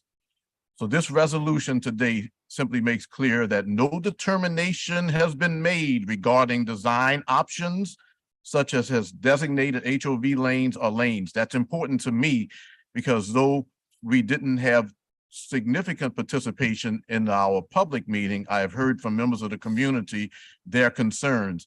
And also many of these plans precede my term as a council member. So I want to make it clear to the public that we are open for additional suggestions and expressions of concerns or support. So the Regional Transit Authority will engage in more community outreach before any final decisions are made. So this resolution approves the locally preferred alternative for the project. Lona Hankins, now the permanent chief executive officer for the Regional Transit Authority, congratulations. Thank you. At the vote of the board, is present. If any council members should have any questions, if you'd like to make a brief comment, and if there are any council members who'd like to make comments, that'll be fine. If not, I'll move for approval after we hear the cards. Do you have any comments that you'd like to make? No, sir, just a thank you. This allows us to move forward in the FTA's process to secure some of this federal dollars, one-time federal dollars that's coming to New Orleans. Okay. Councilman Green, I want to just make a comment. I want to first congratulate Ms. Hankins on being a permanent director. And also thank you for the conversations we had concerning this and fully explaining and fleshing out the concerns of several members of the West Bank, not just in Algiers, but on the excuse me, West Bank of Jefferson Parish, Plaquemine Parish, and beyond. So this has my full support. And again, thank you for that good conversation and allowing this to open up further conversations for improvement on transportation throughout the city. Thank you. Thank you, Councilman King. Let me, for the record, for those who are watching and those who are present, state that what we will be doing is hearing the comment cards that I have. I have 6 comment cards. I want to remind members, those who make comments, that you have up to 2 minutes to make a comment. At 15 seconds prior to the end of your comment time, I will say 15 seconds remaining. After that, we do have online comments, and I'll ask that we have 15 minutes of online comments, but I'll ask Anita to also recognize that for once you get beyond a minute on a comment so that we can have as many as possible, I want you to move to the next comment, okay? At this time, I'll bring forth Leah LeBlanc.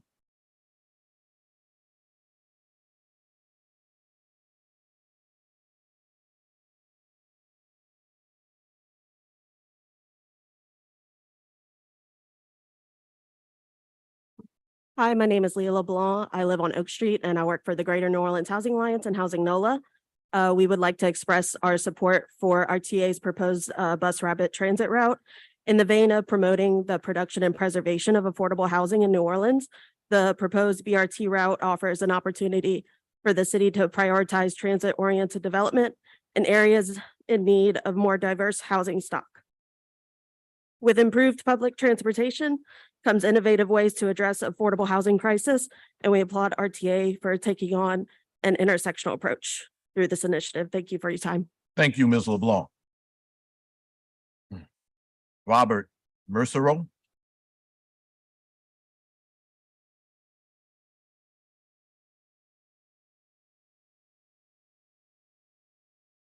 I'm here to express my support for the BRT project. I'm thrilled to see the opportunity for better public transit community with the community and a better opportunity to connect both sides of the river. Thank you.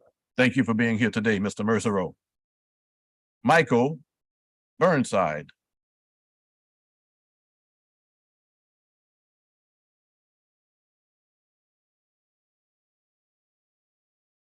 I would like to have this opportunity to express my opposition to the rapid bus transport. I personally prefer trolleys. I'm not a great big fan of buses. I do not believe that the one-to-one match means that we have to have $150 million worth of local money to do this is necessarily the best way to spend the money. And if we have affordable housing issues, we should put the people very near where they work instead of having them spend an hour on a bus. Thank you very much. Thank you, Mr. Burnside. Eileen Laspina.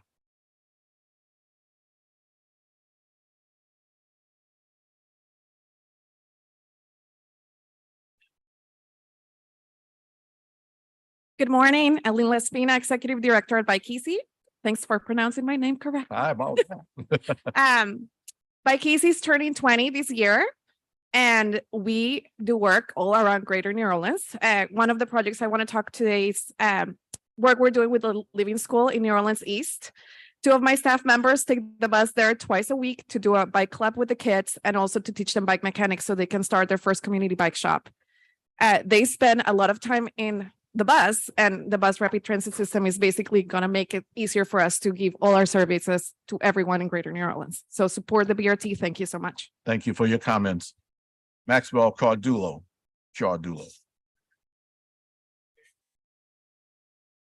Okay, thank you. Nellie Catzo.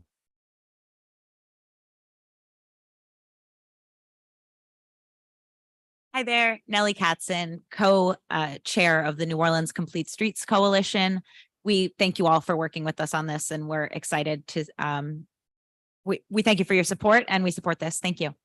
Thank you all, members of the public, for holding your comments within the time frame. So now what we're going to do is allot 15 minutes maximum. At 1 minute per comment, we'll move to the next comment and see how many we can get in within 15 minutes. So now we're going to online comments before comments of council members and then voting on the resolution. First comment is from Langley. I would like to express my support for RTA's Bus Rapid Transit Project. I took part of the Bus Rapid Transit bus tour in February with several Vietnamese community members. We are truly excited that RTA continues to create innovative ways to connect communities. This project will definitely enhance opportunities for people to be able to get around. I also believe the BRT will help bring economic growth to New Orleans East. Tyler Antrup says, I urge the council to adopt the RTA's preferred alternative for the New Orleans East to Algiers Bus Rapid Transit Project. New Orleanians are failed by our local government every day when we don't provide them with quick, convenient, and safe ways to get to work, school, and other opportunities. We'll never advance our economy, our social goals, our culture, or our climate goals by falling back on regressive ideas of traffic management. We must transform our bus system for the 21st century, even though we are already 23 years too late. Bob Payne says, I write to speak in favor of bus rapid transit. It's cruel to helping the working communities of New Orleans, especially Black residents, get to work for cheap and efficiently. I live in the French Quarter and see every day how much of a struggle it is for workers to get to work at the beautiful restaurants, bars, and tourist sites down here. They get dropped off by friends or family or take an Uber, drive around for half an hour for parking, or pay in a lot targeted towards wealthier tourists. Instead, if we ramped up BRT, then those workers could get to work efficiently and cheaply. Let's support the working people of the city.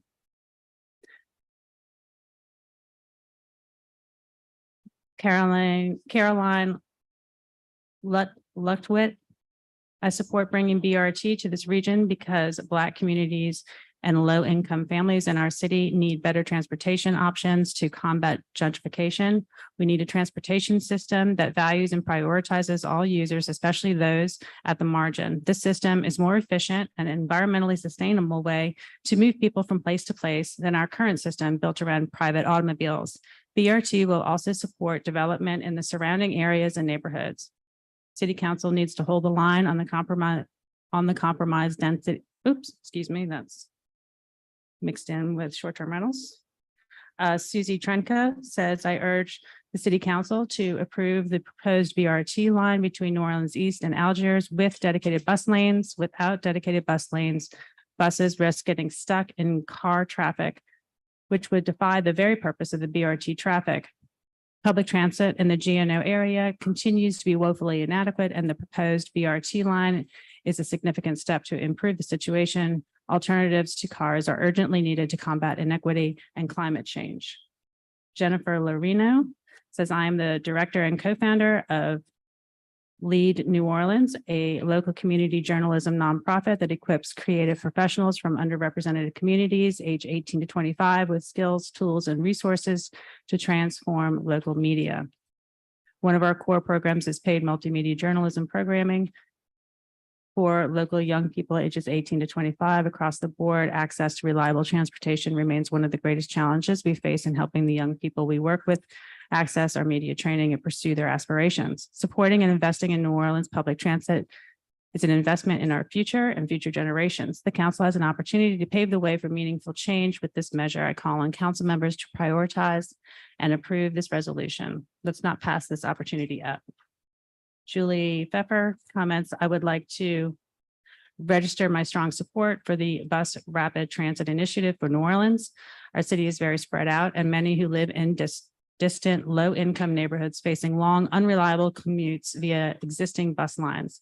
Their lives are made much more challenging by the wasted hours spent commuting, and their incomes often cannot support car ownership. Bus Rapid Transit will solve several problems at once, adding low cost and reliable transportation for residents of underlying neighborhoods, improving regional traffic congestion, and making those outlying neighborhoods more desirable.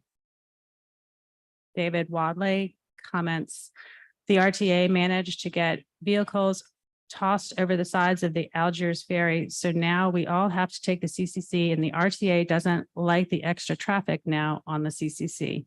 Don't let the RTA go further now and block both commercial and private vehicles from using the HOV lanes when there are multiple occupants in the vehicles. I know the RTA is simply chasing federal grants, but this is still our tax money. For my tax money, whether federal, state, or city tax money, I want to see this as a true addition of bus lanes across the Crescent City connection.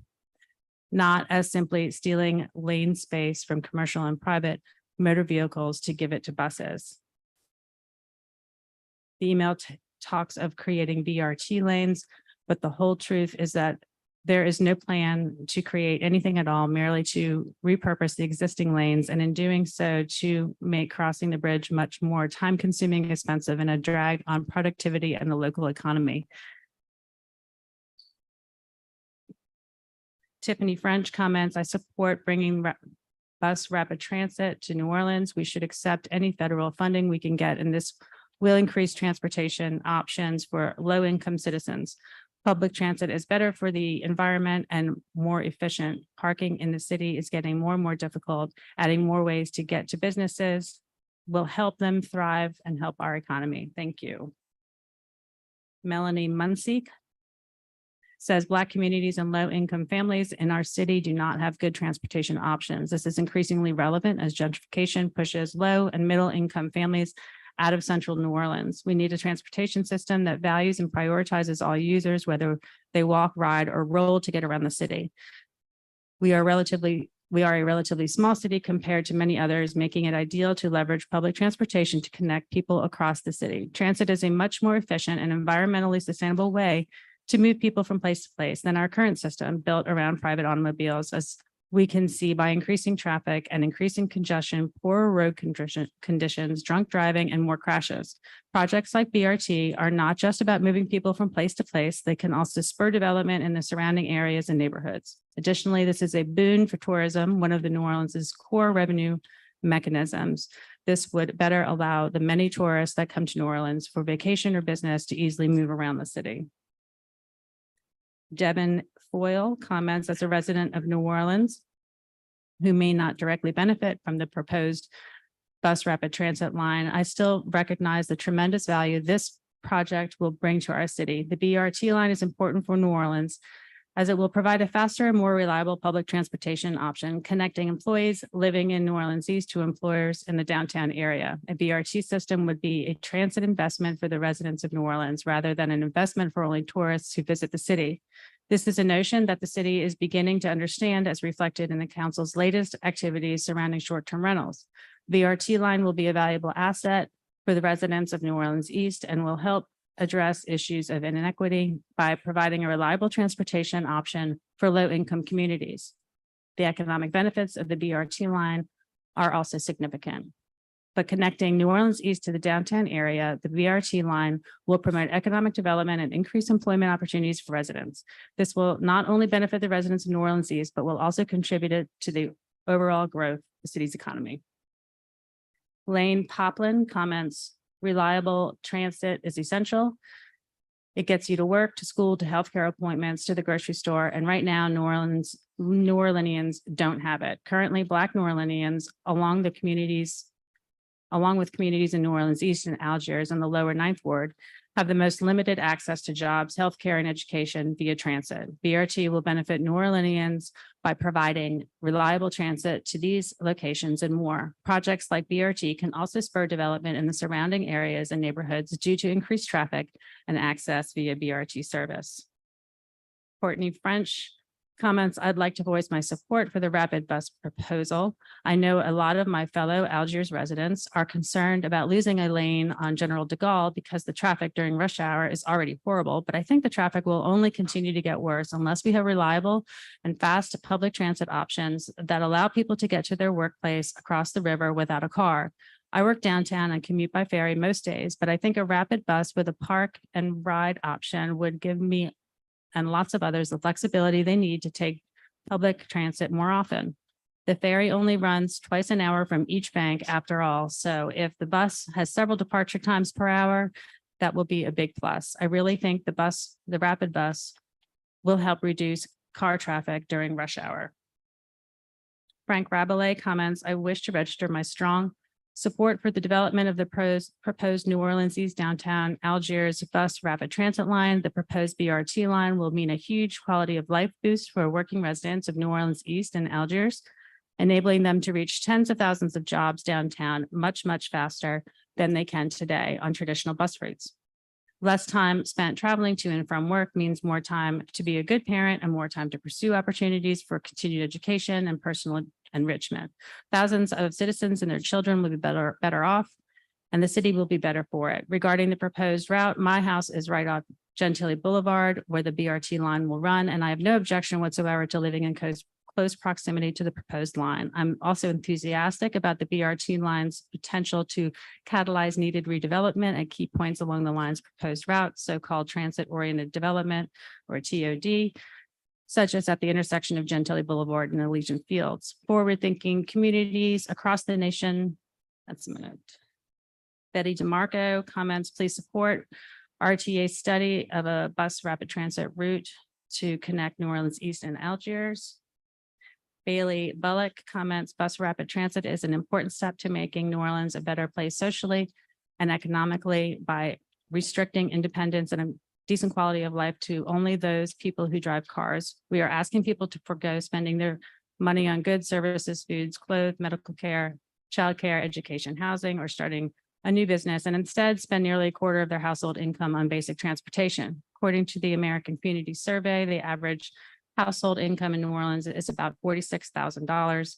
This month, Forbes Advisor ranked Louisiana as the 9th most expensive state in the U.S. for car ownership. In this state, the average annual cost of full coverage insurance is about $3,600, and the average monthly auto loan payment is $627. Before even considering registration, gas, and maintenance, those numbers add up to more than $11,000 a year, or nearly 25% of the average household income.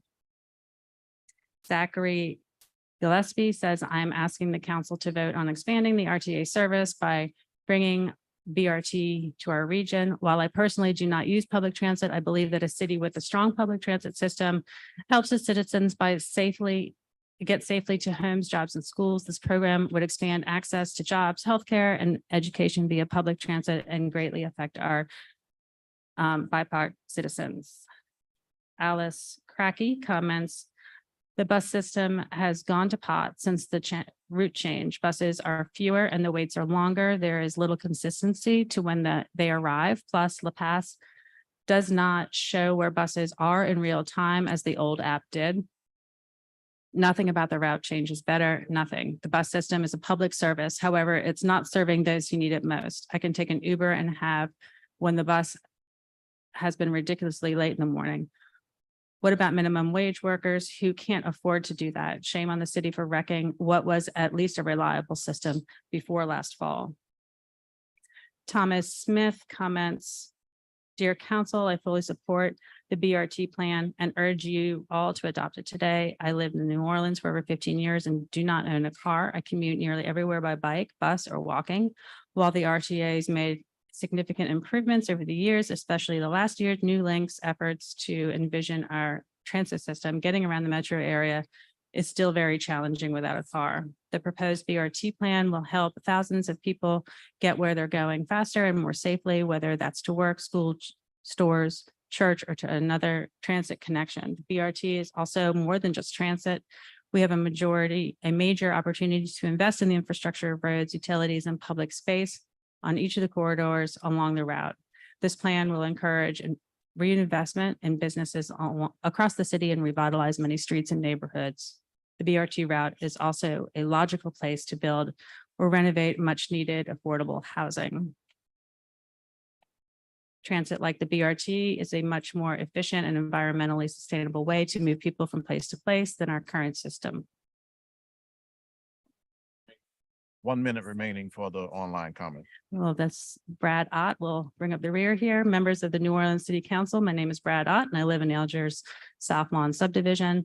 I heartily support the Regional Transit Authority's Bus Rapid Transit East-West Corridor Bank Corridor Project proposal and support Councilmember Green's Resolution R23-119. Before any amendments, the resolution seeks City Council's approval for continued public consultation and community engagement to address potential impacts to traffic and parking. The BRT proposal revives RTA Park and Ride lot on Wall Boulevard as the West Bank terminus for this route of the RTA BRT's West Corridor project. I have experienced using such public transport in Cleveland, Ohio, where they have several BRT lines.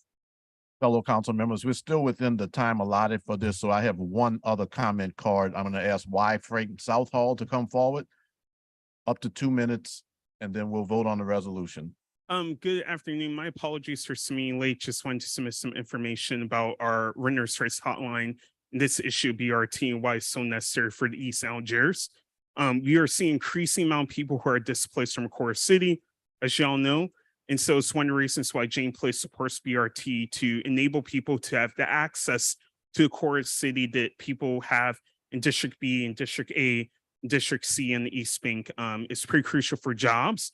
We are hearing from employers who can't find people because people are being displaced further and further. So we think BRT is a really good solution, and we hope that y'all support it.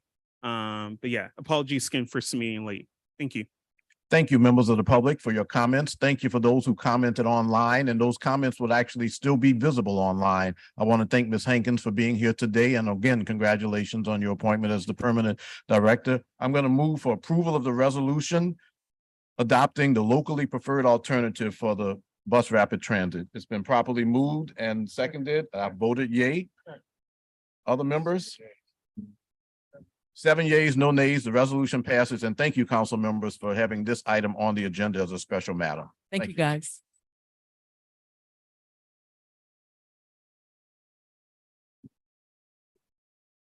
Council member, we're now on the regular agenda, page 18, the legislative grouping, the communication from Tara G. Richard, Director of Council Relations, Office of Mayor LaToya Cantrell, submitting a proposed agreement between the City of New Orleans and Microsoft, a completed contract summary form, and the related motion pursuant to Rule 57. We have motion M2396 by Councilmember King by request, adding the president of the council as a signatory to the contract between the City of New Orleans and Microsoft, and authorizing the president of the council to sign the contract between the City of New Orleans and Microsoft. Thank you, Madam Clerk. Are there any public or online comments? At this time, make a motion to adopt. Second by Councilmember Harris. 6 yeas. Councilmember? 7 yeas, motion's adopted.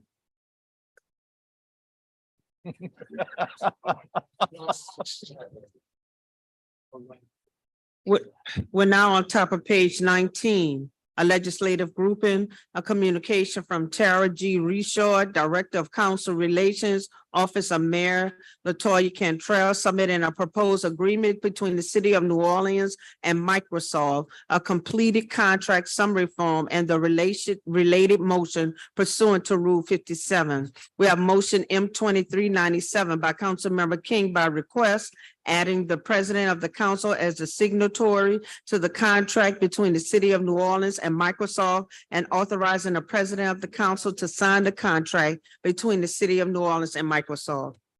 Thank you, Madam Clerk. Any comments? None. I make a motion to adopt. Well, motion's been made, properly second.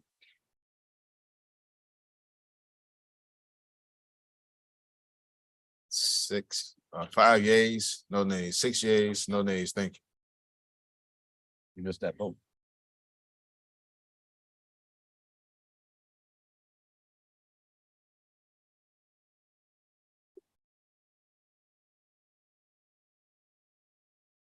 But now on page 20.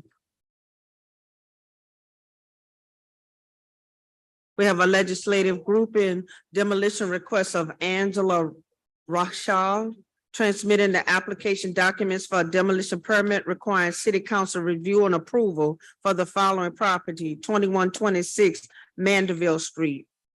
We have motion M23114 by Councilmember Green, approving the demolition permit for property located at 2126 Mandeville Street. Members of the council and the public, this is simply a request for approval of a demolition of a property at 2126 Mandeville Street. The single-family home, which I've been by, is no longer structurally sound due to damage from Hurricane Ida. The owner has applied properly for a building permit to rebuild a single-family home at the existing location. I've seen those plans, and I look forward to that new structure. I move for approval of this request for demolition. It's been properly moved by myself and seconded by Council Member President Morrell. Please vote your machines, members. We have 7 yeas, no nays. Thank you very much.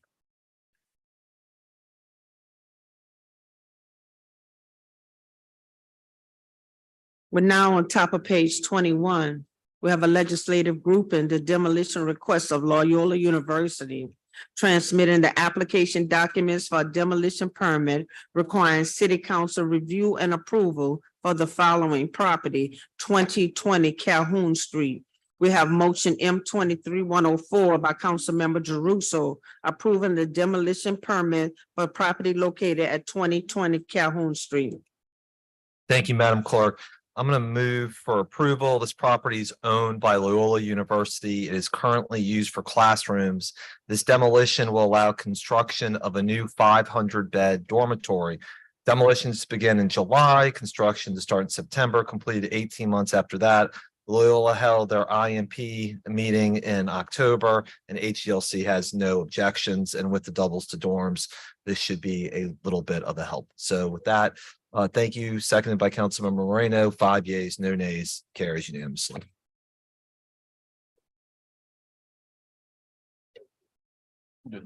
Seven yeas. At the bottom of the page, the legislative grouping, the HDLC appeal of 900 South Peter Street has been withdrawn per the applicant's request. That goes also for motion line over M 23L has been withdrawn. The VCC appeal of 1009 Burgundy Street has been deferred to April 20th. We have a legislative grouping, University Area Parking Interim Zoning District Appeal of Zach Smith, owner, Zach Smith Consulting and Design, requesting to appeal the University Area Off-Street Parking Interim Zoning District for property located at 2616 Joliet Street.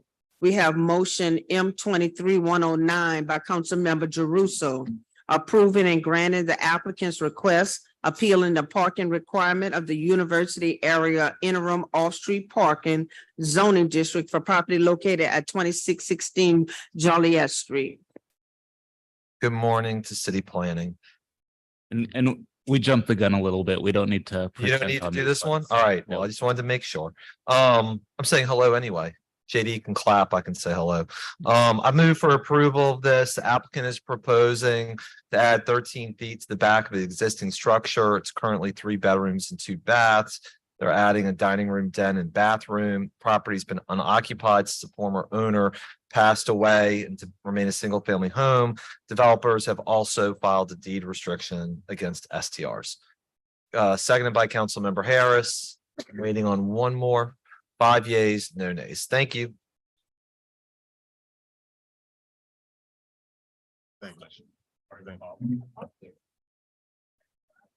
At the bottom of the page, a legislative group in University Area Parking Interim Zoning District Appeal of Kristen Pocorn Construction, Inc., requesting to appeal the University Area Parking Interim Zoning District for property located at 3025 Delachey Street.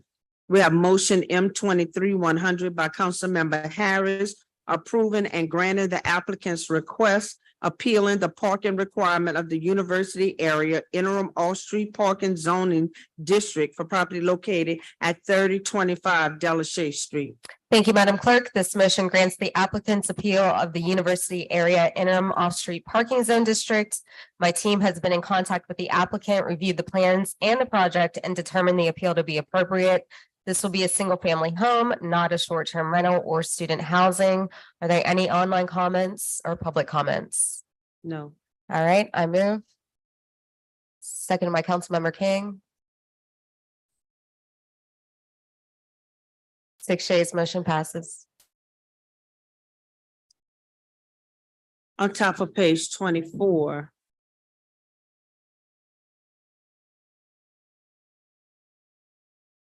We have a legislative grouping, University Area Parking Interim Zoning District Appeal of Kristen Pocorn Pokhorn Construction, Inc., requesting to appeal the University Area Parking Interim Zoning District for property located at 3027 Delashea Street.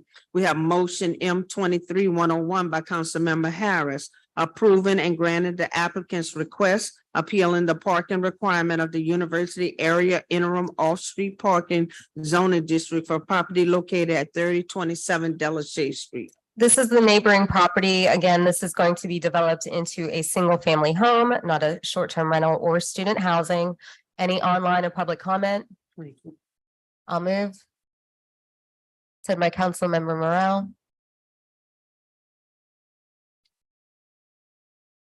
Six yeas, motion passes. On top of page 25, we have a legislative grouping. We have the University Off-Street Parking Interim Zoning District Appeal of Gregory J.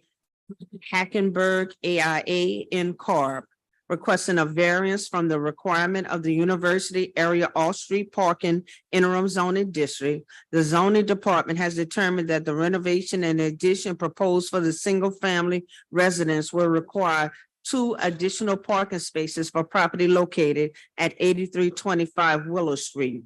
Motion M 23-110 by Councilmember Jeruso, approving and granting the applicant's request, appealing the parking requirement of the University Area Interim Off-Street Parking Zoning District for property located at 8325 Willow Street.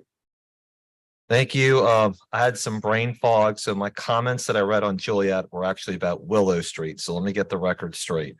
Willow Street is an applicant to add the 13 feet and has been unoccupied, has a deed restriction. Joliet is a project for the reconstruction of a back building demolished in 2013. The owner lives on the first structure of the property. The new structure will have 2 rental units at 2 beds and 2 baths each. Both have deed restrictions against STRs and both seek the same relief. So I move for approval. Seconded by Councilmember Thomas. 6 yeas, no nays. Thank you.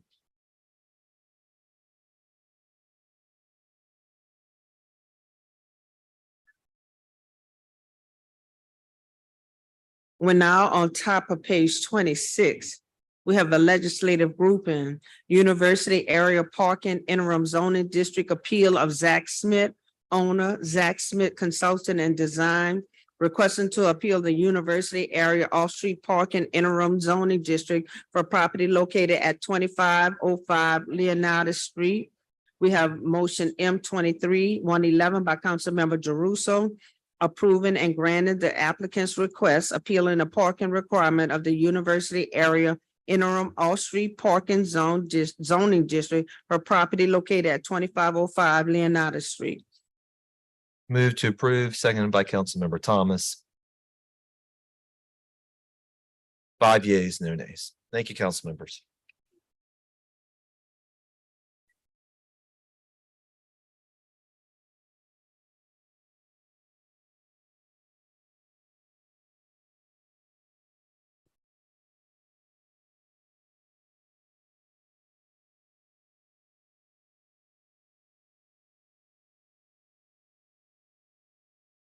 Next.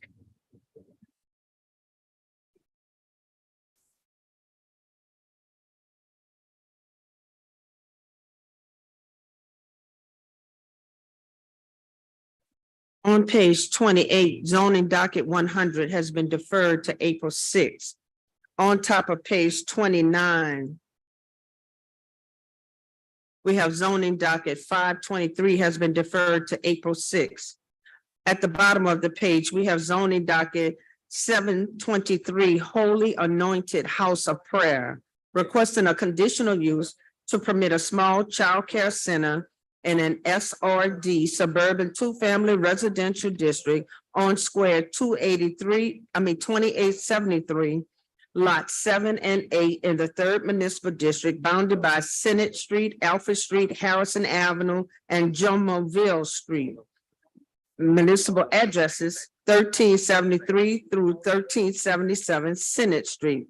The recommendation of the City Planning Commission being for approval, subject to 4 waivers and 6 provisos. And on top of page 30, we have motion M 23-115 by Councilmember Green, approving the applicant's request for properties located at 1373 through 1377 Senate Street, subject to 4 waivers and 6 provisos recommended by the City Planning Commission. I am pleased that there is yet another proposal to do daycare business in District D. That's a good sign. People are supportive of our children and also see opportunity for the future. So this motion is going to approve a conditional use permit for the small child care center at 1337 Senate Street, subject to waivers and provisos, and Stephen Kroll of the City Planning Commission will give us more information.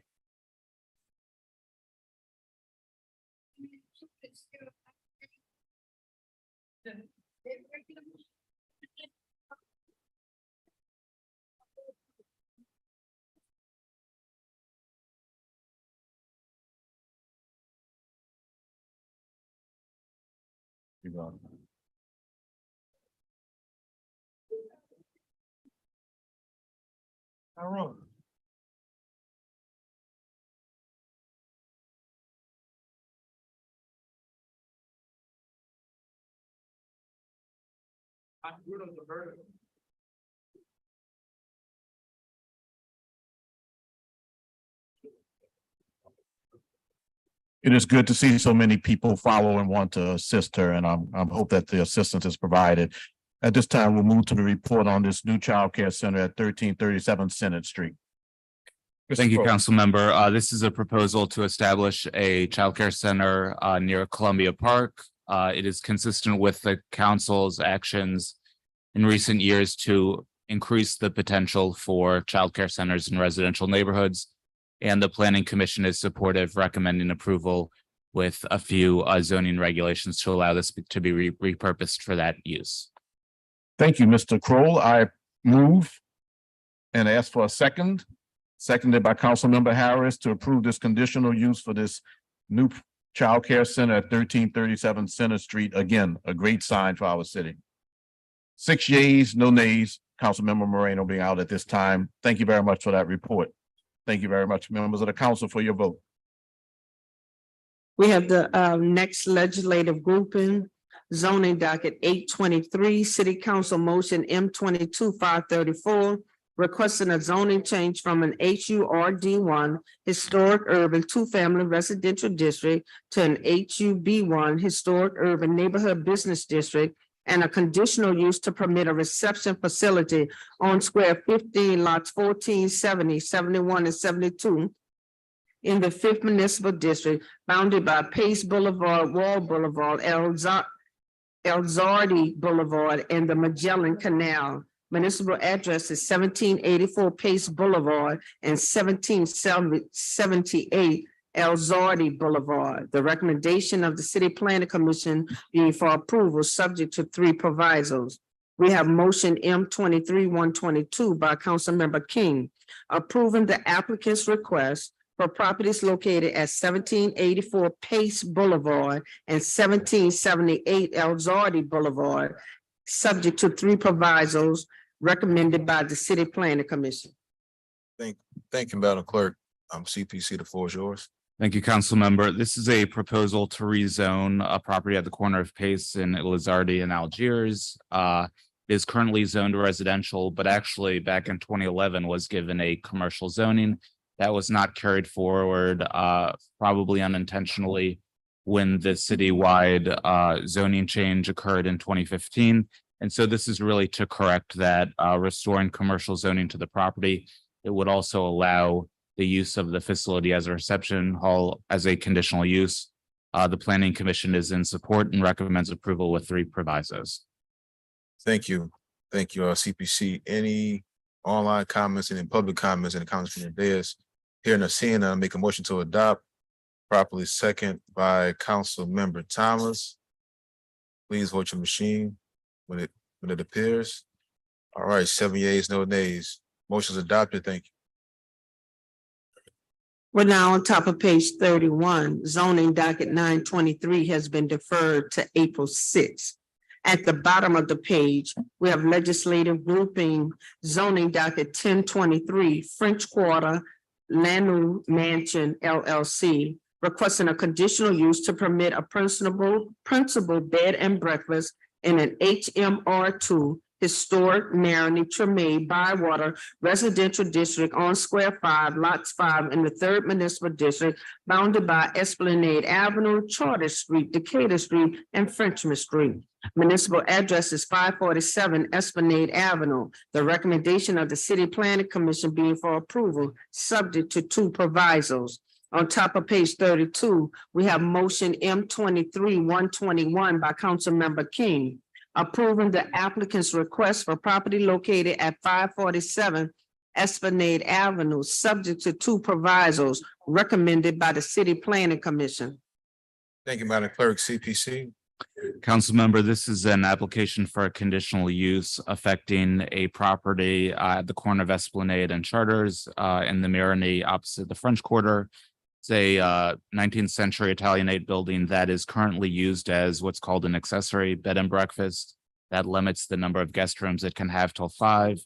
The applicant is proposing to increase the number of guest rooms from 5 to 7. That requires a jump in classification from accessory to principal bed and breakfast and approval through the conditional use process. Given the scale of the building, the absence of other bed and breakfasts on the block face, the Planning Commission finds this to be approvable and recommends approval with a few standard provisos. All right. Mr. Allen Johnson, Burnside, any comments, questions about this one? Save it all for. You're gonna save it all for a couple minutes. All right. I make a motion to adopt. Second by Councilmember Thomas. 7 yeas, no nays. Thank you.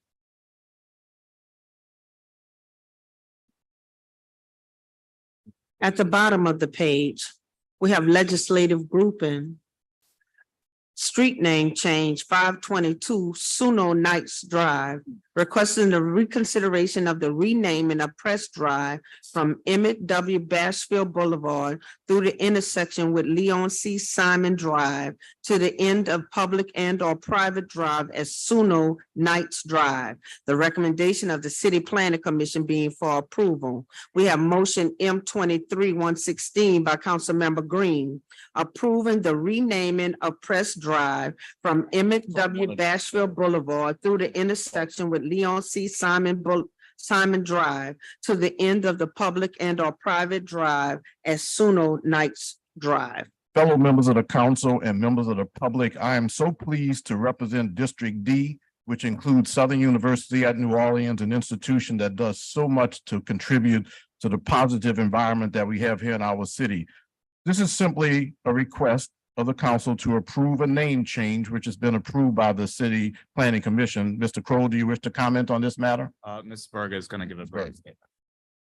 Street name change 522 is to consider the renaming a portion of Press Drive from Emmett W. Bashfield Boulevard through the intersection with Leon C. Simon to the end of the public and/or private drive as Suno Knights Drive. The entire length of Press Drive is approximately 1.8 miles, and an approximately half-mile section of Press Drive is proposed for renaming. This is adjacent to Suno, which is the only development that adjoins it. The street name change was heard at the November 15th, 2022 City Planning Commission hearing, and again at the February 14th, 2023 City Planning Commission hearing, where it was recommended for approval. This official name change would promote pride in the university in time for the system's 143rd Founders Day, which is being celebrated this month, and Suno's 67th Founders Day in September. I've been in contact with members of the administration, with the alumni at Suno, and this is something that would perpetuate a name that they are very proud of. So, members of the council, I move for approval of the changed name from Press Drive to Suno Knights Drive. It will affect an address, which is just Suno's address. Properly moved and seconded. Members of the council, please vote your machines. 7 yeas, no nays. Suno Knights Drive is a reality. Thank you, members of the council. We're now on top of page 33. We have a legislative grouping.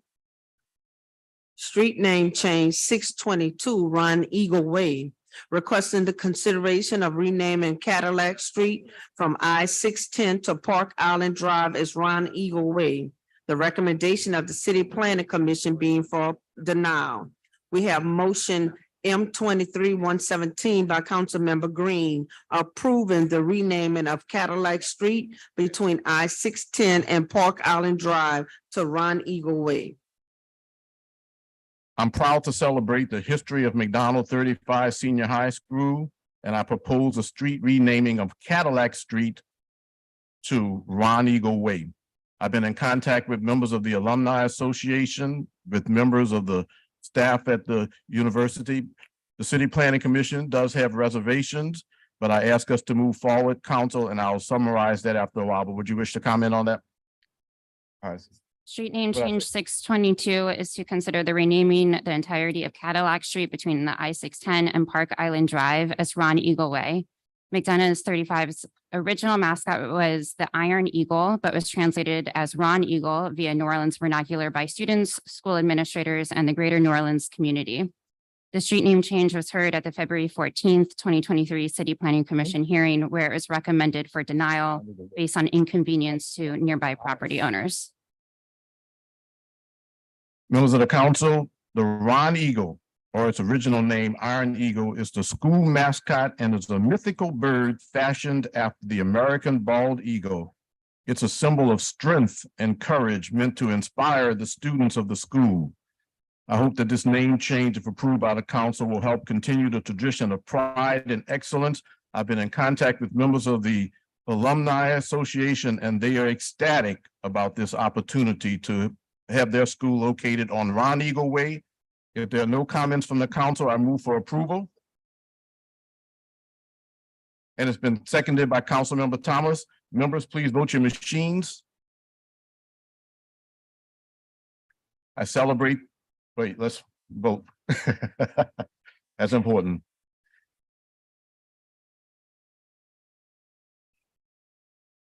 Seven yeas, no nays. I celebrate today Ron Eagle Way, and I celebrate with the alumni and all those who are associated with McDonald 35, that historic high school. I look forward to visiting Ron Eagle Way in the near future. Thank you, members of the council and the public. Let's have a round of applause for the Ron Eagles.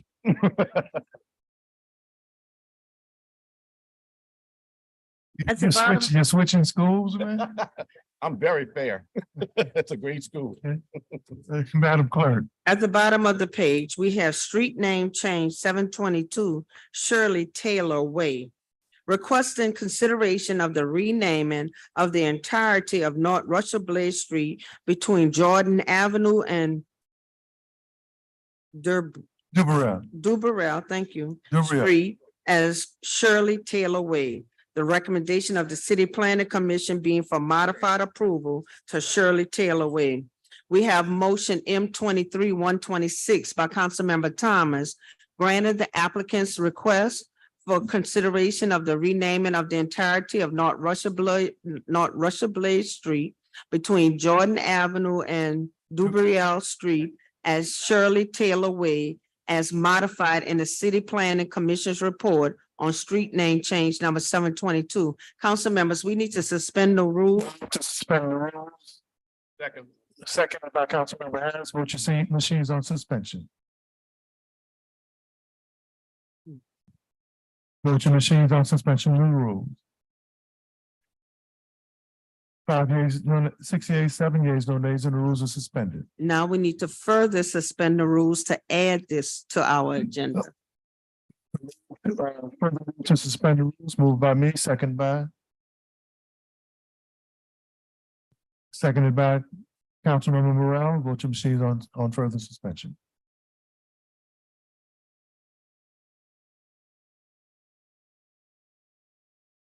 Madam Clerk, okay, there we go. 7 yeas, no nays, the rules are further suspended. Now CPC can give their report and then you can vote on it after. Yes, ma'am. City Planning Commission. Sure, I'll just briefly say that this would affect North Rocheblave Street in the lower 9th Ward, and the Planning Commission's modified approval recommendation is to Shirley Taylor Street rather than Way, just to be consistent with the use of street else on other streets in Lower Ninth Ward. One of the great educators, we do have Pythian alumni, of which I'm one here represented. We have a card from Mr. Darrell King. Darrell, you still, you president now? Okay, no, well, that's right. I know who the president is. He still is, but Mr. King, please. Good evening, council. My name is Darrell King. I'm the community liaison for the Alfred Lawless Alumni Association. Go Mighty Pythians. Sorry, St. Aug. All right. We have asked for your consideration to adopt this proposal and approve this street after one of the greatest educators in the city of New Orleans to us and from the Lower Ninth Ward, Ms. Shirley Taylor. Not only was she the principal of the Lawless High School, she was also the surrogate mother to thousands of minority students that have went on to become educators, police officers, elected officials, retired NFL players, retired NBA players.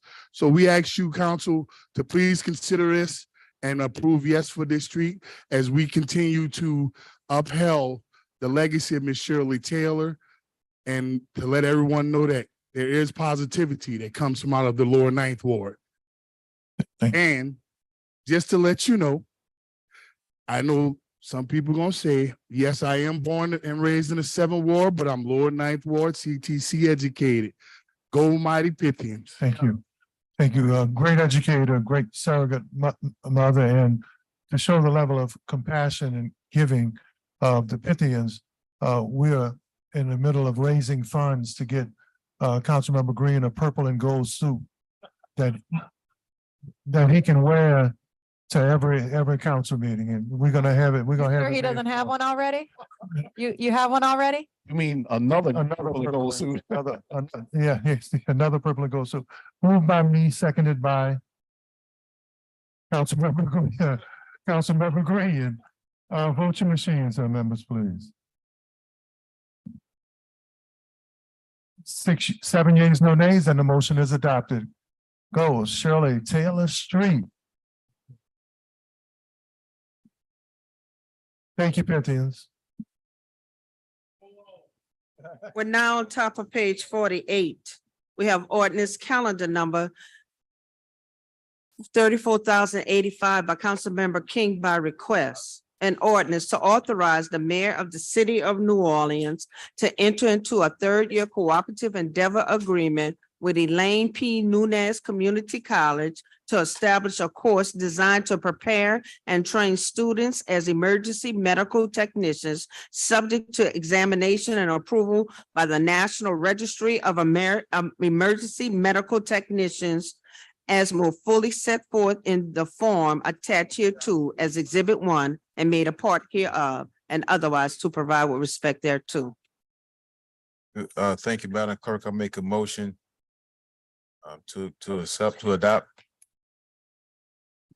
Second. Second by Councilman Thomas. Please vote your machines. 6 yeas, no nays, motion is properly adopted. Thank you.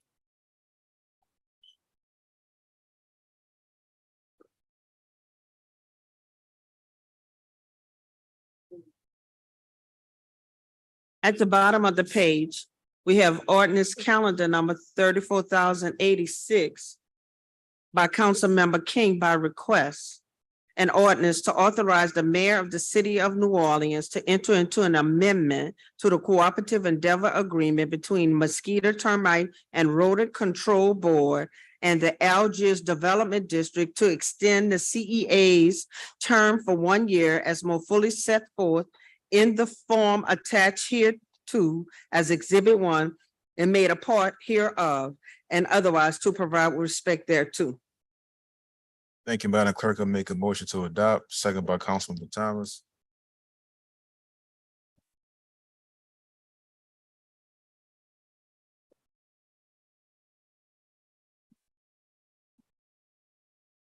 Vote your machines.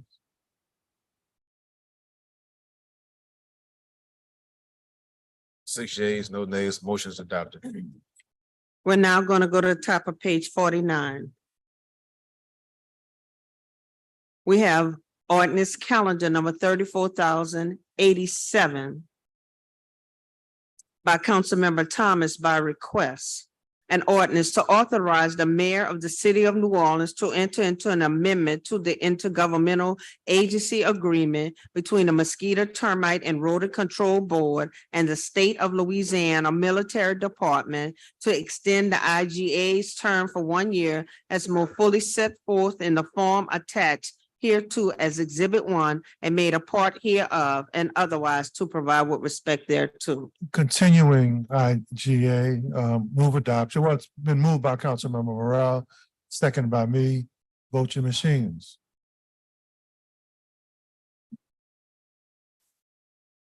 Six yeas, no nays, and motion's approved. At the bottom of the page, we have ordinance calendar number 34,088 by Councilmember Thomas by request. An ordinance to authorize the mayor of the city of New Orleans to enter into an amendment to the cooperative endeavor agreement between the Mosquito, Termite, and Rodent Control Board and Texas A&M Ag Life Extension Service to extend the CEA's term for 2 years as more fully set forth in the form attached hereto as Exhibit 1 and made a part hereof and otherwise to provide with respect thereto. Moved and second. Can we get a motion in second? Moved by me, second by Councilmember Morrell. Vote your machines, please. 7 yeas, no nays, the motion's approved. Now we on top of page 50.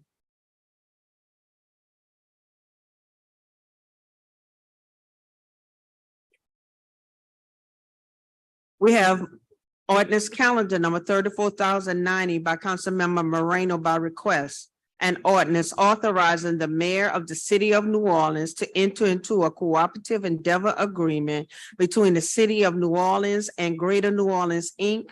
for a term greater than 1 year for the public purpose of promoting economic growth and prosperity in the city for all its citizens in the city of New Orleans, as more fully detailed in the cooperative endeavor agreement form attached hereto as Exhibit A and otherwise to provide with respect thereto. All right, thank you, Madam Clerk. Members, previous to this, the CA was with NOLA BA. The agreement was, and now it's with the city to allow for more accountability and transparency. I move adoption. As soon as the machine comes up.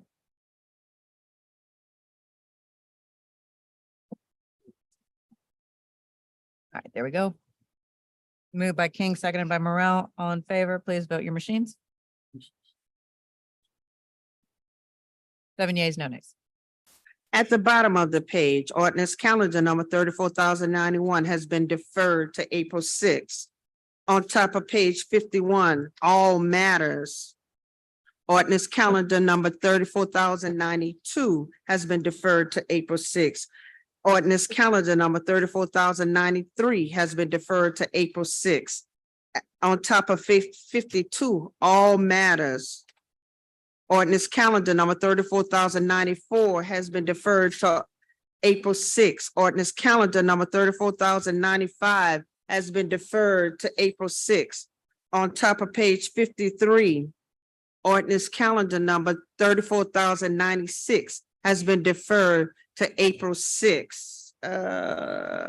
Let me do this last one and then we'll go to the short-term rentals.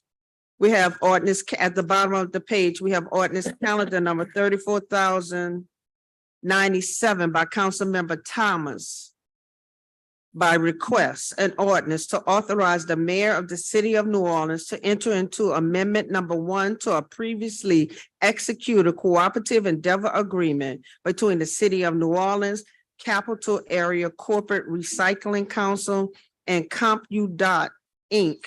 for the valuable public purpose of providing electronic waste removal and recycling services, reducing dumping fees, reducing electronic waste in landfills, and providing greater access to technology to extend the term thereof for 1 year and to increase the maximum aggregate amount of compensation as more fully set forth in the amendment number 1 form attached here to as exhibit 1 and made a part hereof and otherwise to provide with respect thereto. So moved. Second by Councilmember King. Vote your machines. 7 yeas, no nays, and motion's adopted.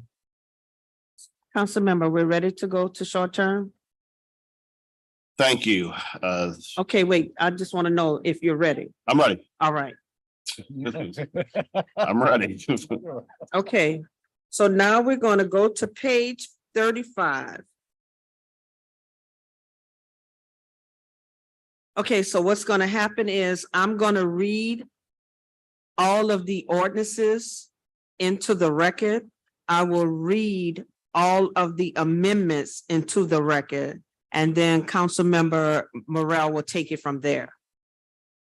Actually, before you get started, can I make a couple of comments just so I can give everybody the run of show so we know what's going on? As the clerk said, she's going to read the ordinances that are being discussed today, as well as the proposed amendments.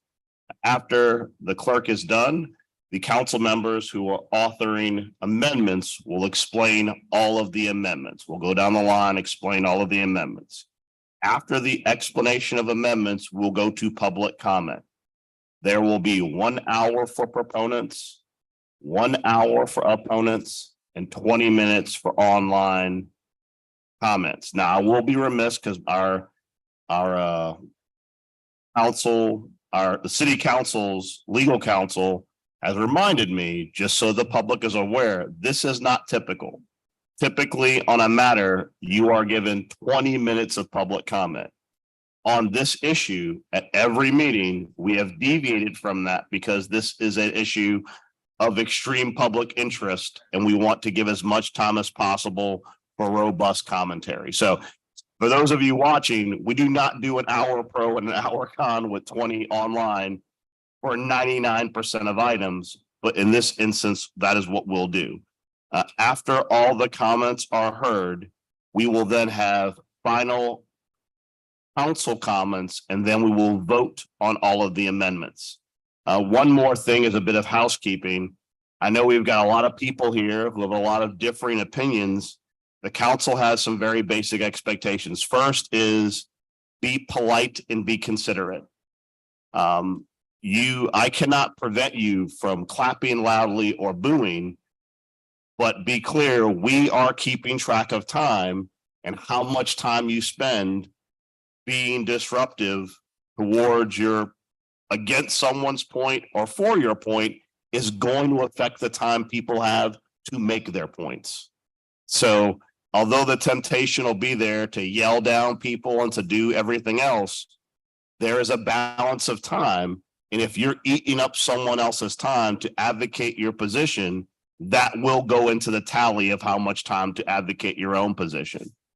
Also, many people have the habit of when they fill out a card, not clicking for or against or putting for information only when they are not for information only. Just so you know, you speak once.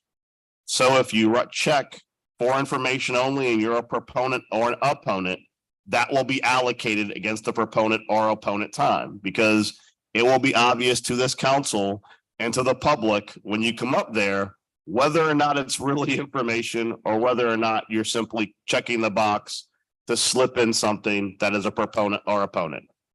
Our job right now today, my job, is to make sure that this entire meeting goes as fairly as possible. And I take that very seriously because many of you took the time to come down here today. I want to make sure everyone possible has the opportunity to be heard. That is all I have. Madam Clerk, you may now go to what you need to do. Okay, so I'm going to read in order ordinance calendar number 34,082 and the amendments that go with it. Then I will read in order ordinance calendar number 34,083 and all of the amendments.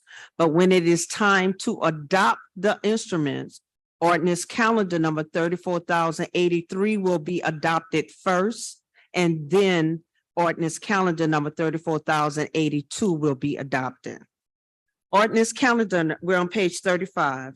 Ordinance calendar number 34,082 by Councilmember Moreno. An ordinance to amend and reordain sections 26-613, 26-614, 26-615, 26-616, 26-617, 26-618, 26-619, 26-620, 26-623, 26-624, 26-625, 26-628, and 26-629 of the Code of the City of New Orleans, and to ordain section 630 of the Code of the City of New Orleans relative to short-term rentals, to establish application procedures, permit types, and fees, operating regulations, enforcement perimeters, penalties, and to provide for effective date, and to provide otherwise with respect thereto. Since amendment number 1 is a lengthy amendment and it is on the agenda, I will just read the brief description. Amendments 1, renumber section of the Code of the City of New Orleans upon effectiveness of this ordinance. Number 2, add a definition for noise monitoring device and clarifies existing definitions. Number 3, it clarifies that any permit issue is non-transferable or assigned. Number 4, implement an operator card replacement fee. Number 5, denote that a dwelling unit subject to the city's affordable housing requirements shall not be eligible for a short-term rental permit. Number 6, require that floor plans for non-commercial short-term rentals include the bedroom or bedrooms reserved exclusively for the use of resident operating. Number 7, exempt non-commercial short-term rental operators from having to include a noise monitoring device as part of their noise abatement plan. Number 8, establish that any incomplete permit applications relevant to this article shall be denied. Number 9, require that renewal applications must include any IRS forms, 1099, other financial reports or documents provided to owners or operators by any platform related to rental activity. Number 10, allow for the permit length and cost to be prorated to facilitate the establishment and consistency of the lottery and or equitable distribution system. Number 11, clarify that co-owned properties require only one owner permit if an applicant has secured all necessary approvals from the other owners. Number 12, provide examples of documentation to establish ownership as part of a permit application. 13, create platform reporting requirements. 14, identify short-term rental public-facing dashboard requirements. 15, provide for limitations on issuance and renewal. 16, clarify suspension and revocation procedures. And 17, otherwise to provide with respect thereto. We have amendment number 1 to ordinance calendar number 34,082 by Councilmember Green. Amendment. Number 1, in Amendment 4, delete the words usufruct, or in the inserted language and insert the following at the end of the inserted sentence. Usufruct, okay, shall be deemed an owner for purpose of this article. Number 2, in Amendment 27, insert the following at the end of the sentence. When the owner is usufructuary, approval of the naked owner shall not be required, provided that the usufructuary certifies that he or she has requisite legal authorization necessary to use the property as a short-term rental. Amendment number 2 has been withdrawn. Amendment number 3 by Councilmember Harris. This amendment is also on the agenda. I'll just read the brief description. An amendment to require completion of a short-term rental course to be provided by the Department of Safety and Permits as part of any renewal application for a short-term rental owner permit and short-term rental operator permit.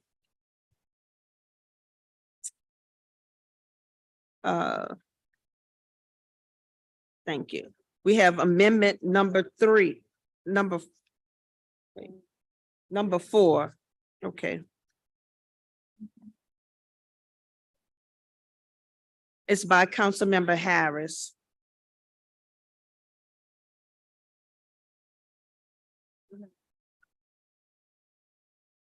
We have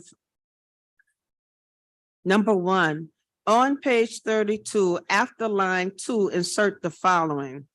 Section 4, the Council of the City of New Orleans further ordains that should any section, paragraph, sentence, clause, phrase, or word of this ordinance be declared invalid or unconstitutional by a court of competent jurisdiction, such invalidity or unconstitutionality shall not affect any of the remaining words, phrases, clauses, sentences, paragraph, or sections of this ordinance, as they would have been enacted by the council without the incorporation of any such invalid or unconstitutional word, phrase, clause, sentence, paragraph, or section. This amendment is used to clarify that the provisions of this ordinance are severable.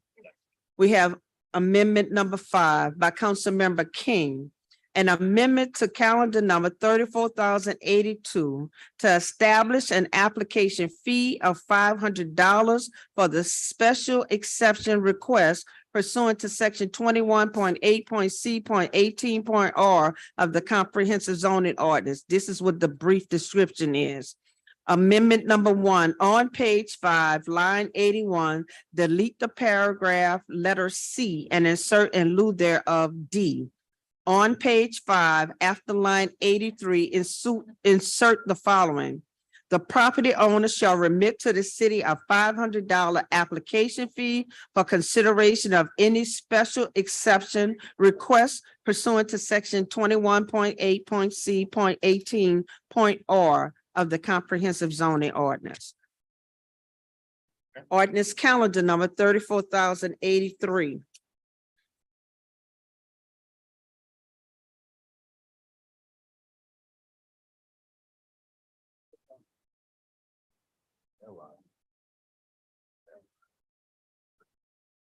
One minute, please.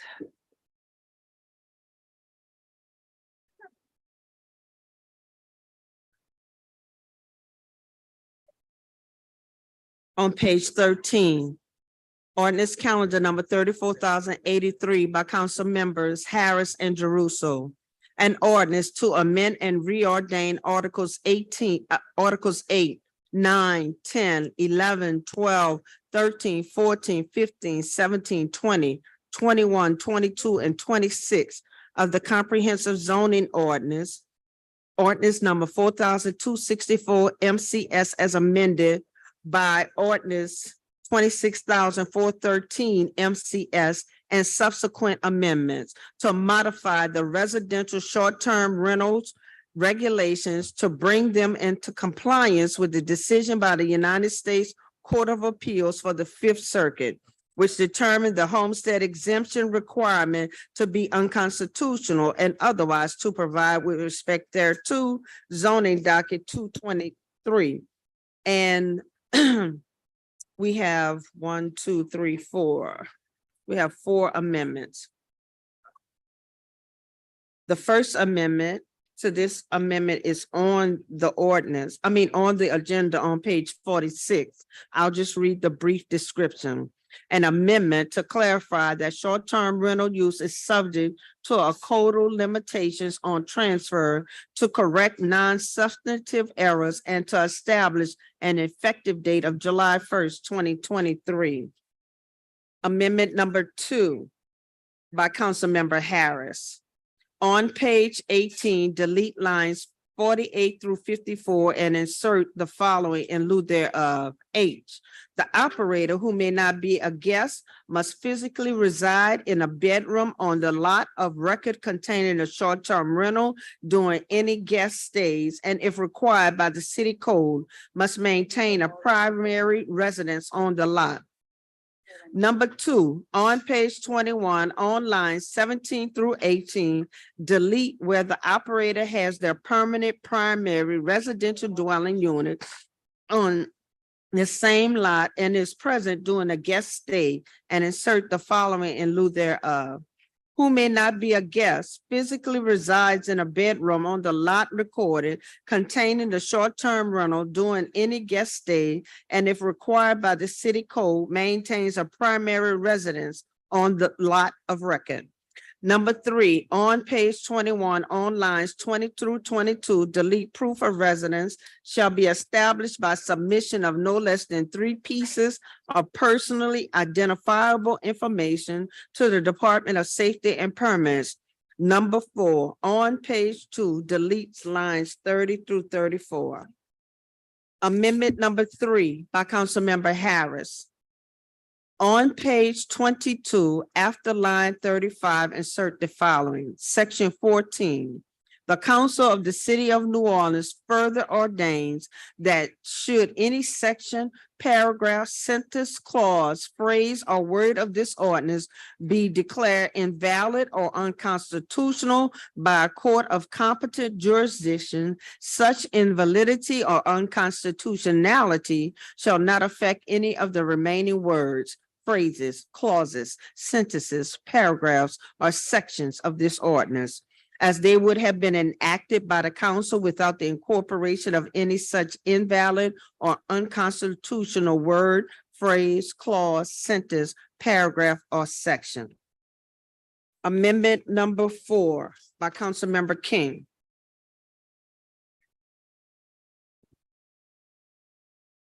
In section 11, on page 119, on line 65, delete the word only and insert the words except.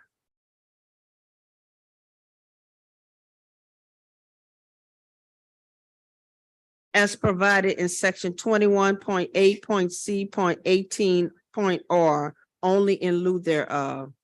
Number 2, in section 11 on page 20, after line 87, insert the following, or any property owner may request a special exception from an applicable block limitation, provided that no more than 2 special exceptions may be in effect within any block at any one time. Prior to submitting said request, the property owner shall provide written notice of the application on a form developed by staff of the City Planning Commission to all residents and property owners whose properties share a property line with the subject property, as well as the district council office and any neighborhood organization that is registered with the Office of Neighborhood Engagement and whose geographical purview includes the property as shown on the Office of Neighborhood Engagement website. Said request shall be submitted to the Executive Director of City Planning Commission, who shall review and make recommendations to the City Council relative to the special exception request. The City Planning Commission staff shall render its recommendation within 60 days of receipt using the following review standards. Is the requested increase compatible with the surrounding land use and structure? 2, are there unique geographic considerations which would mitigate the impact of an additional non-commercial short-term rental use within the block? 3, are there unique use conditions in the surrounding areas which would be well served by or mitigate the impact of an additional non-commercial short-term rental use within the block? 4, will the additional non-commercial short-term rental use increase traffic and safety hazards? 5, will the additional non-commercial short-term rental use create parking issues around the block or in the surrounding areas? 6, will the additional non-commercial short-term rental use impair the health, safety, and welfare of the neighboring properties? The council shall have 60 days from receipt of the recommendation to approve, deny, or modify the special exception request by motion. The granting of a special exception shall not entitle the applicant to a short-term rental permit unless the applicant otherwise complies with the permitting requirements set forth in the code. A special exception granted pursuant to this subsection shall lapse in the event the holder of the permit transfers the property subject to special exception, or if the owner's permit is revoked. In the event the council denies a request for a special exception within a particular block, the applicant may not reapply for a special exception for a period of 2 years. Those are all the amendments for both of the.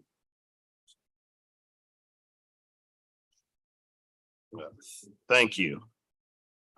As all the amendments have been read, I will give the opportunity at this point for any authors of said amendments to make comments if they would like to do so. Please press your machine so I can know which order you want to go in. All right, Councilman Harris. All right, so I'm just going to make some general opening remarks for the CZO ordinance. The motion that corresponds with this ordinance was passed at the March 2nd special council meeting. Since then, we have all had the chance to hear from STR owners, neighbors, and other stakeholders. Because of those ongoing conversations, my colleagues and I have a few amendments to consider, as you've heard.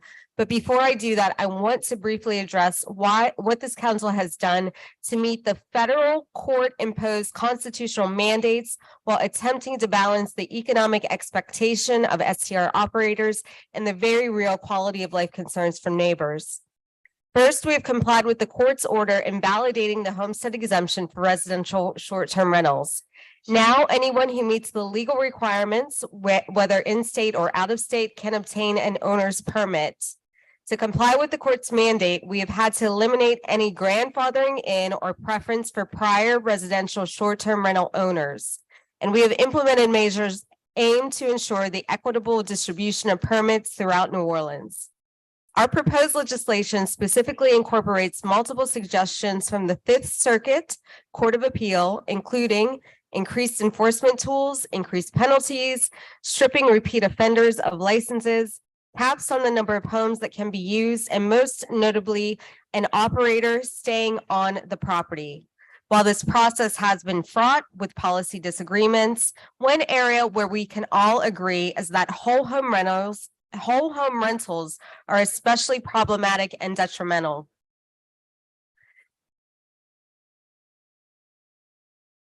To address this issue, the code will require the operator of the short-term rental to live on the property full-time. The operator does not have to be the owner, but they must be present and available during guest stays. We are not inventing the wheel with this kind of requirement. Indeed, the Fifth Circuit embraced such a rule in the Hignell-Stark ruling, and Santa Monica, California also has a similar requirement, which the Fifth Circuit cited favorably. Some will argue, and we've heard this, that we could achieve the same results with stepped-up enforcement or by requiring a non-resident operator. But I want to make very clear on the record why I disagree that mere enforcement will check the dangers of short-term rentals as effectively as an actual operator residing in the short-term rental. First, while this council is charged with protecting every part of New Orleans, our residential areas where residents live and raise their families are particularly important part of our city and are vulnerable to the negative effects of tourism. We've seen that. Quality of life in neighborhoods cannot be understated, which is why we limit things like bars, restaurants, and hotels in residential areas. Recognizing the importance of neighborhoods, we want to do anything that we can to ensure that we are protecting neighborhoods from the secondary effects of tourism. And to that end, it seems indisputable that someone who makes their home on a lot, who has to look their neighbors in the eye every day and live in an immediate proximity to the STR will be more engaged with the short-term rental and better positioned to enforce quality of life rules that we are opposing today.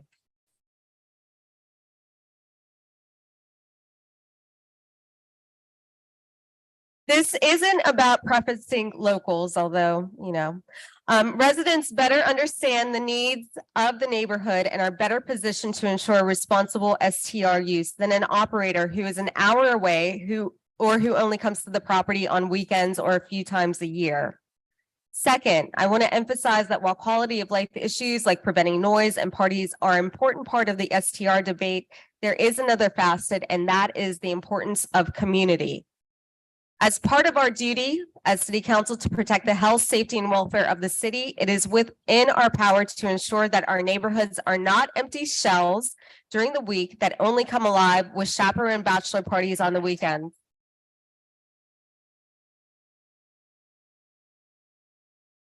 New Orleans is unique in America because of its people and because of its community. Because of people who live in our neighborhoods, and all of the enforcement in the world will not matter if no one who lives in community is there to participate within the community. There is a term for property where the owner gets paid to allow brief residential stays, but where nobody actually lives, and that's called a motel. And in my view, it's vital that we do not transform our residentially zoned property into ghost towns of unoccupied hotel pop-ups. The resident operator requirement incentivizes neighborhood investment as engagement and helps to maintain our most visited residential neighborhoods as real neighborhoods. Otherwise, again, we will permit tourism to destroy the authenticity that tourists come to experience. The benefits of owner occupancy do not end when the short-term rental ends and the guests leave. The operator will remain on the property, thereby discouraging the negative effects that we associate with unoccupied lots, including crime, vandalism, and blight. And it also encourages the community spirit that defines so many of our neighborhoods. STR owners bring tourists into our neighborhoods. However, it's not too much to ask them to bring neighbors as well. And with that, I have several amendments. Some clarified language, that's amendment number 1. Number 2, adjust the owner operator occupancy language a little bit. Number 3 is the severability clause, which if any portion of this is invalidated by the federal court, which is going to review what we do today, then that provision deemed unenforceable or unconstitutional will be severed from the CZO. And then I'm withdrawing the first come, first serve permits, but I am asking the City Council to consider a course that any operator or owner of an STR will have to take to renew their license. And that's all I got.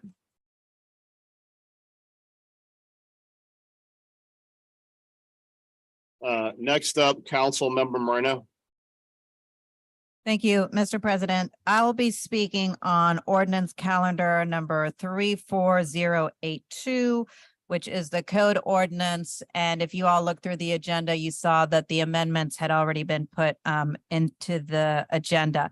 So what this ordinance does, it actually puts in place the significant restrictions to the operators that we're going to be hopefully moving forward with today.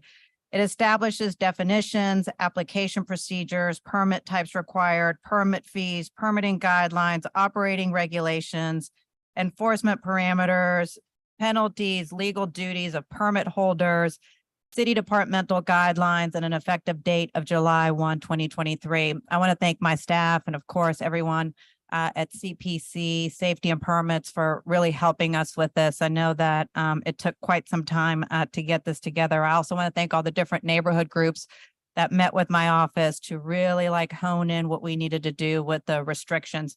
I'm going to walk everybody through what my ordinance does so that you have full understanding of all the different steps that that the restrictions will accomplish. So first, it requires owner permit and on-site operator. It simplifies permit types, establishes 2 types of STR permits, 1 non-commercial, which is type N, and 2 commercial, which is type C. It equalizes all the fees for all permits. Okay, the next piece I think is really important. It requires permits to be held by natural persons. I think this piece, hang on one second. Let me finish. I think that this piece is critically important. And I get it, you know, we've already been threatened with a lawsuit on this one. But this is one where we really absolutely cannot retreat. And whether, you know, there's legal action that is taken against the council on this, we will stand firm. And we believe we've got very strong, secure legal footing to stand on this. Because at the end of the day, I think if there are going to be STRs in residential neighborhoods, then they should be operated by people who live in the neighborhoods. And I think another important point to make clear on this is, remember, when a corporation is holding a permit, remember this, corporations can very easily be manipulated and changed.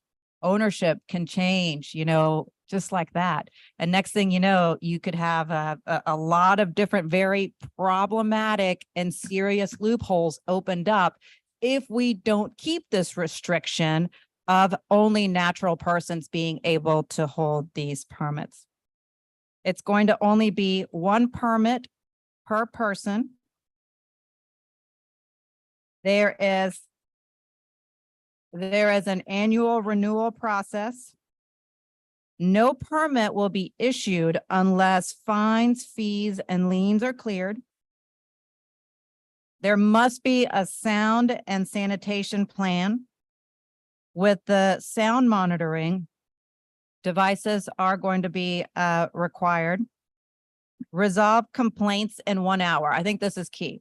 If there is a complaint from the neighborhood, whether it's all of a sudden, you know, it's a noise issue, it's a complaint coming in, that complaint must be resolved within an hour. It isn't that someone has to, you know, show up to the property within an hour or to try to fix it. No, it has to be resolved within an hour.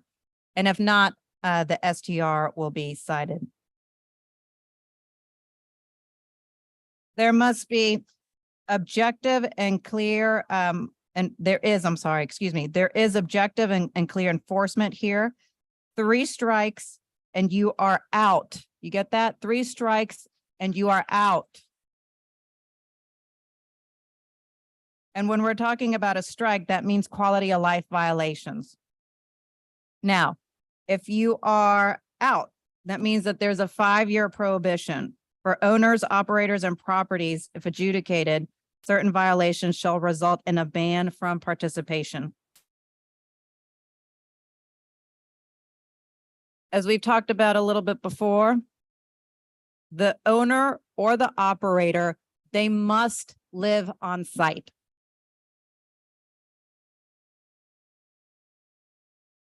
That means that if there's an STR in your neighborhood, you will know exactly who to go to if there happen to be any issues, because that person lives there and is also your neighbor.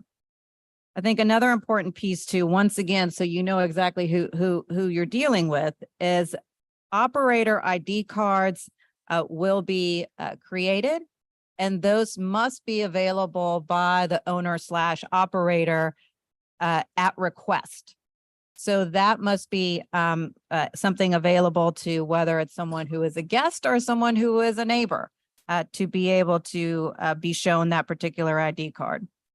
Next is a public dashboard. I think this is really important. So you truly understand like what's happening around the city throughout different neighborhoods.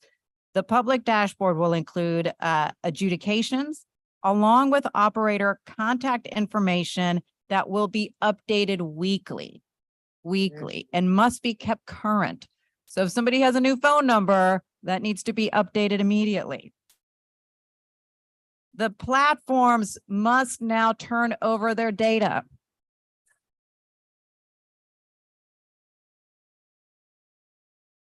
And let me say this. This is something that we have been working toward for such a long time. Constantly, threatened as to why we couldn't do this or why it would never work or why it wasn't possible. But we don't believe that. And now we've actually seen that other cities have been able to have the platforms turn over the data to them. Therefore, we're just now following what other cities can already do. Therefore, there should be no legal issues with turning over the data to the city of New Orleans as well. So those are the majority of the major restrictions that are being put in here. Once again, this is all about making sure that if they're going to be STRs in residential neighborhoods, that they are being run in a fair, proper way by neighbors who who you can go to, who if there are problems with, you all can deal with. I think for so many times that we've heard in these council meetings that, maybe there's not so much of an issue with some of the mom and pop type of STRs, those that, that your neighbors may be operating correctly, maybe a back room that they rent out. And so at the end of the day, let's have those non-problematic type of STRs, and let's make sure that the restrictions are right so that that's exactly who we have in the neighborhoods. That's all I have, Mr. President. Thank you. Councilmember King.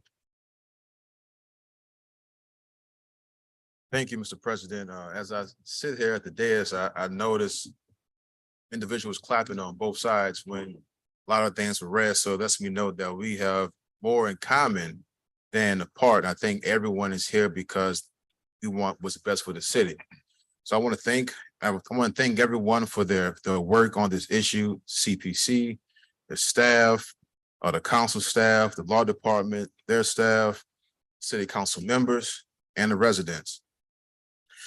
Through listening to our residents, many regulations were added. Already stated, no whole home short-term rentals, no short-term renters, no short-term rentals owned by LLC or by a corporation, only owned by a real person, one per person. And we all agree that enforcement is needed. More enforcement is needed. Also, after listening to those same residents through emails, multiple neighborhood association meetings, multiple phone calls, I decided to draft legislation that would give those who do not win a lottery for a short-term rental the opportunity to legally own a partial short-term rental. It's also been known as a safety valve amendment. That will cost $500 to apply, $500 per application. And it would only allow up to 2 additional partial short-term rentals per square block. So there will be a cap, and that cap is the 1 per square block with an additional 2. So at the most, it would be 3, again, partially owned short-term rentals. That's somebody who is renting out a spare room in their back in their house, renting out the other side of their double that they live on. It's not, again, a whole home STR. And it is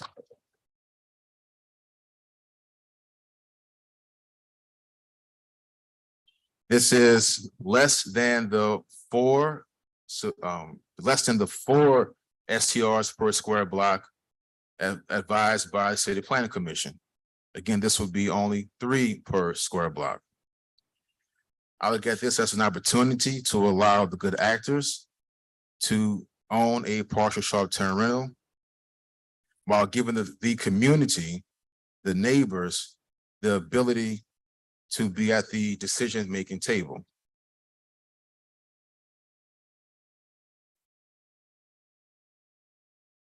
To give an example, Miss Julie Jones in Bywater, you were concerned about a large development behind your house.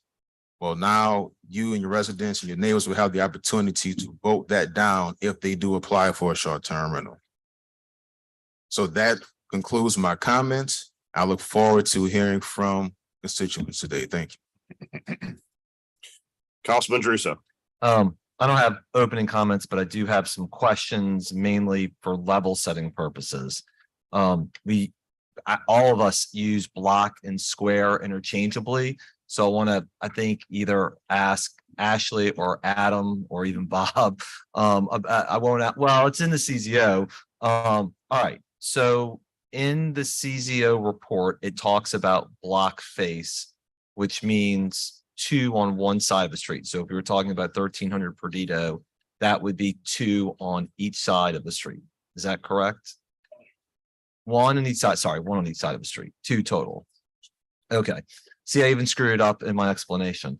Then for purposes of what's in the ordinances and amendments today, when you see block, it really means square, which is 4 sides. Is that correct?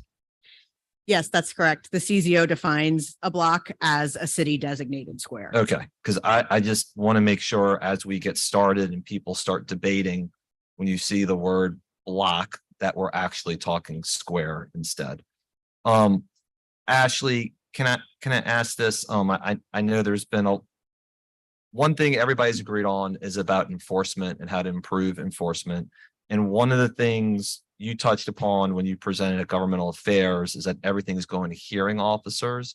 Are we precluded from sending things to municipal court, or would that have to require additional changes in the future? We are not precluded from sending things to municipal court in general. That's something that we would reserve for a more serious case because doing so would require more resources and would require us to engage the law department for assistance. Okay, well, that kind of bleeds into my next question. The person who was litigating this case for the city is Daniel Smith. He's gone. Is there a replacement for Daniel on the law department side now? Not as of yet. All right, I think one of the things I do want to talk about after this meeting is to your point, how do we find somebody, and I realize you're in safety and permits and not in law, how do we find somebody in the law department to help Dan McNamara and others defend this case? Because Councilmember Harris is right. The lawsuit is coming tomorrow.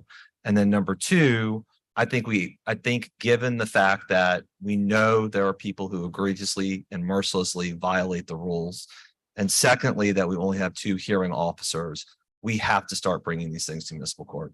And we need to start having people in a black robe telling people that they have violated the rules and the law. So I will say right now, I fully support any efforts and additional money necessary for both the law department, safety and permits, potentially city planning to make that happen. Thank you. Thank you, Mr. President.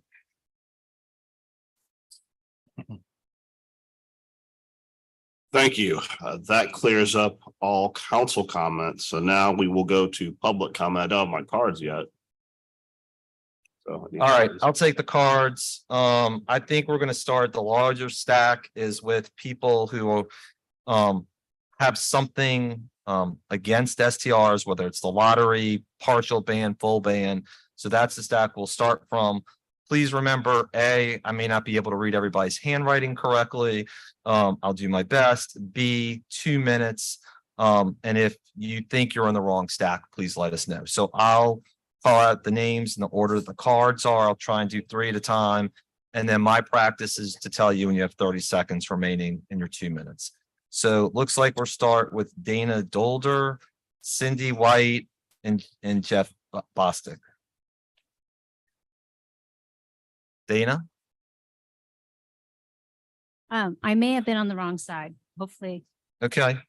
Well, let's see. Let's see. Okay, so my name is Dana. I'm part of Mr. King's district. And I am against, like everyone, empty houses on the street. No, and I think a lot of your solutions have been great. And I know you've been put in a difficult position by this lawsuit. The only thing I want to comment on is the lottery system. And and two things. One, I didn't plan on, I do have an STR partial unit. I did not plan my mortgage. I can afford my mortgage. What has happened is my taxes have doubled. In fact, they just went up another $290 a month, and we have insurance costs doubling. So I think allowing individuals and residents to have some extra income as these costs keep going up is important. But also I share a block with a retired woman who that retired woman on the, that's her only income is she rents the first room in her house. And neither one of us, we're all neighbors, we're all friends, want this to go away from her either. So I just wanted to say, I understand no one wants empty neighborhoods. We're all friends. But I do think with the rising costs, you know, taking that income away is hard. Thank you. Thank you. Cindy White, Jeff Bostic, Grace Lewis.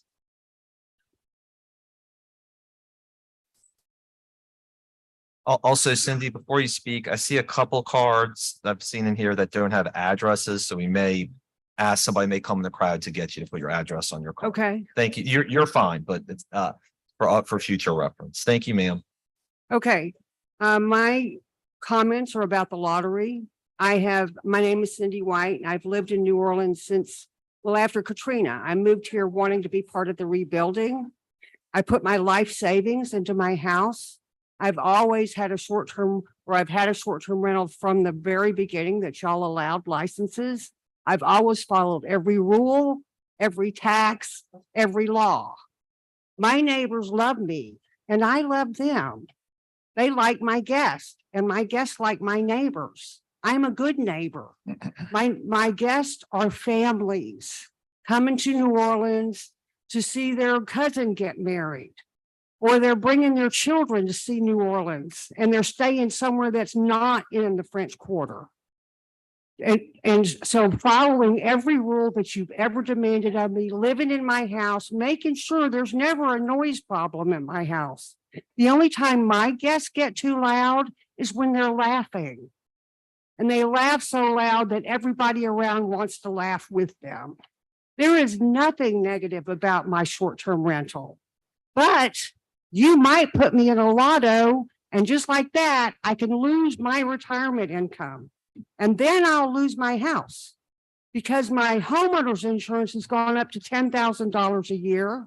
My taxes are $10,000 a year. I can't afford to stay in my 30 seconds. If I have to go back to long-term rental, I will have to sell my house. And I have been a good neighbor and a good New Orleanian. Thank you very much. Thank you, ma'am. All right. Jeff Bostic, Grace Lewis, you have two cards. We'll count that as one for the president's instructions, and Mark Lewis. Hi, my name is Jeff Bostic. I was born and raised in New Orleans. I live currently in the Uptown Central City area, and I've been there for about 20 years or so.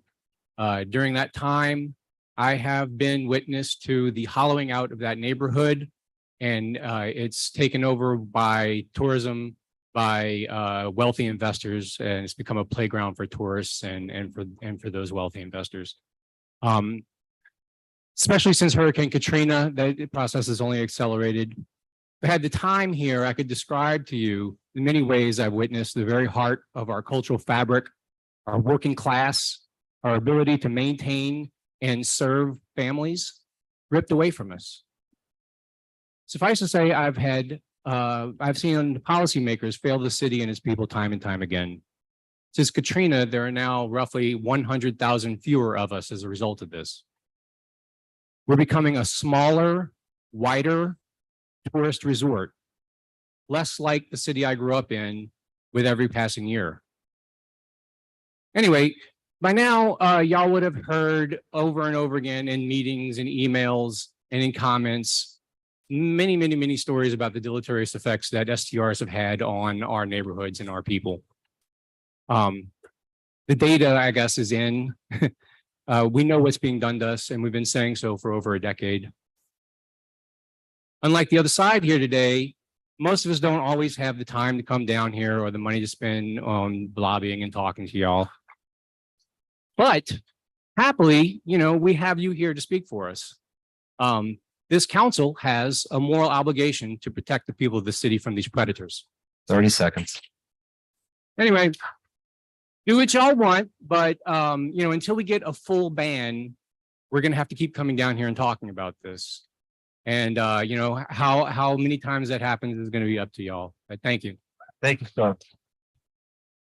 All right, Grace Lewis, Mark Lewis, and then Stephen, looks like Curie. Hey, Grace, go ahead. Me? Yeah, Grace. Okay, hi. Yeah, yeah. My Hey. name is Grace Lewis. I live at 1523 Maroney. And I've spoke to you guys a lot, so I'm gonna speak to you guys in the red and the black, because there's some things that I think you're missing here. Miss Grace, two things. One, the mic is not near you, so we can't hear you. Copy that. All right, Okay. sweet. So there's some things I think y'all are missing here. There are 7,000 STR listings in the city, right?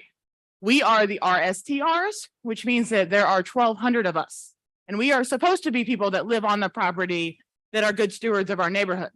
That's what the rules already say. So everything Councilmember Harris says was in the old rules. They just didn't enforce it. There's 3,500 illegal Airbnbs in this city, and today you're not changing that. You're just taking away my part of my house. And I am a good steward, so that's the problem here. Y'all have been misinformed as who you're fighting. So your t-shirts are free. Do you know who paid for them? You did?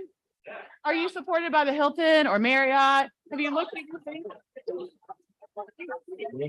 Okay, so we'll go back to, it seems like you are, Please direct the comments to us. because you're not looking at who you're affecting. Oh, that's a you gave it time. I am a service industry worker and I bought my house by being a. All right. Okay, so back to the Thank things that could be done here.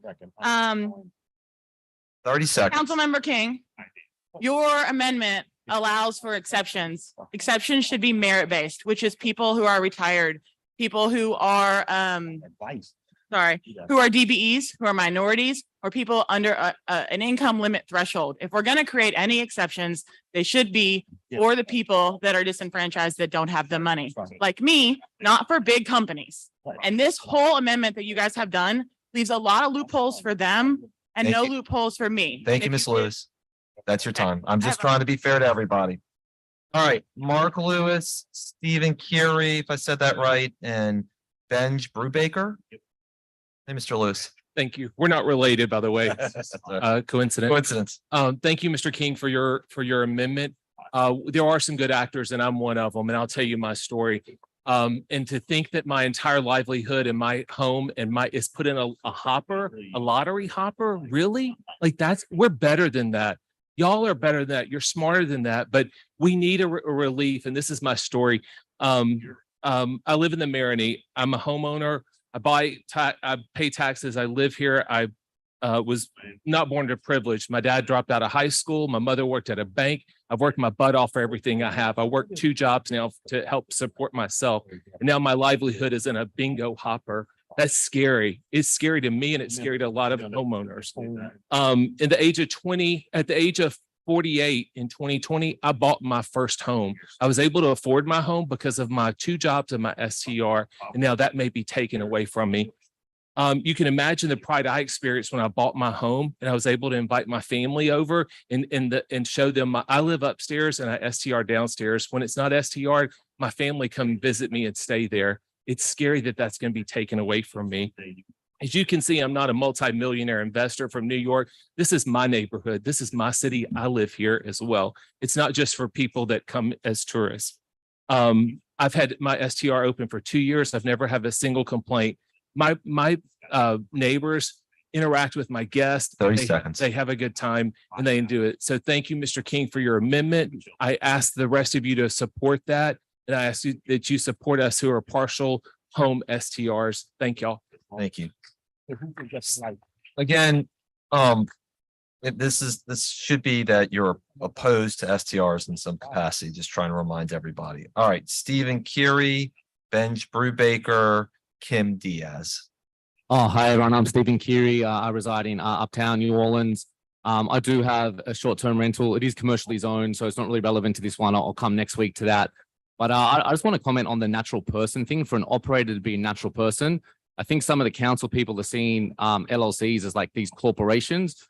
But most people, if you're going to manage a property to do it in your own name, you're going to get sued. I don't know if you're seeing all the signs of Morris Bard and all these lawyers around, like it's a pretty litigious area. So to make people have to, in their own name, operate an Airbnb, I think you're introducing a real liability on them, and that could be very dangerous. I really think that should be reconsidered. Thank you very much. Thank you. I've been reminded by the clerk's office that even though I'm reading the name, please, when you come to the microphone, say your name and your address, and we'll start your time after you've done that. So the next cards are Benj Brubaker, Kim Diaz, and it looks like Devram Hayes. Okay, so Frank, I'll put it just right to the side. And if she comes back, we'll go to Kristen Hanley next. Good, sir. Hi, I don't use sir. Hi, Councilmember Eugene Green. I'm here, Benji Brubaker, 2300 block of Mendez Street. I just want to make sure you saw me, Councilmember Green, because the last time I submitted an online comment raising concerns about the sexual violence in NOPD, I was told that that comment didn't count because I wasn't here in person. So I took today off to be here in person, putting myself at great risk for COVID because I have long COVID. I'm a teacher with United Teachers of New Orleans. I have seen the damaging impact of short-term rentals across the board over the last 10 years. I have sympathy, right? My sister runs a partial home short-term rental. I have friends in here who are advocating, right, to be able to use half of their house as a short-term rental. And I see that, but then I also see people who can't afford to live in our communities, right, that have been gentrified, that have displaced Black working class people who make New Orleans what it is, right? And so while I have sympathy, because we're all out here struggling, like we're all struggling financially right now, unless you just already have $1 million in the bank, my sympathy goes with the people who are living under the bridge right now. My sympathy goes with people, right, like there are ways to make other income, and let's not even like forget the part that you actually have to have some generational wealth most often to even buy a home and own a home, right? And so with Wait, yeah, all right, come on, guys, 30 seconds, go ahead. So I just want to say that, you know, not only is it important to ban short-term rentals wholesale, because all of this, it continues to happen, people continue to find loopholes, we need to ban it wholesale. But I also just want to lift up that we need to be doing more to push for affordable housing, right? And not just for cops, not for NOPD. Our teachers need housing. We have a teacher shortage. Our teachers need housing. They shouldn't have to operate a second job and run a partial short-term rental just to be able to like own a home, right? That's your time. That's all I have to say. Thank you. All right.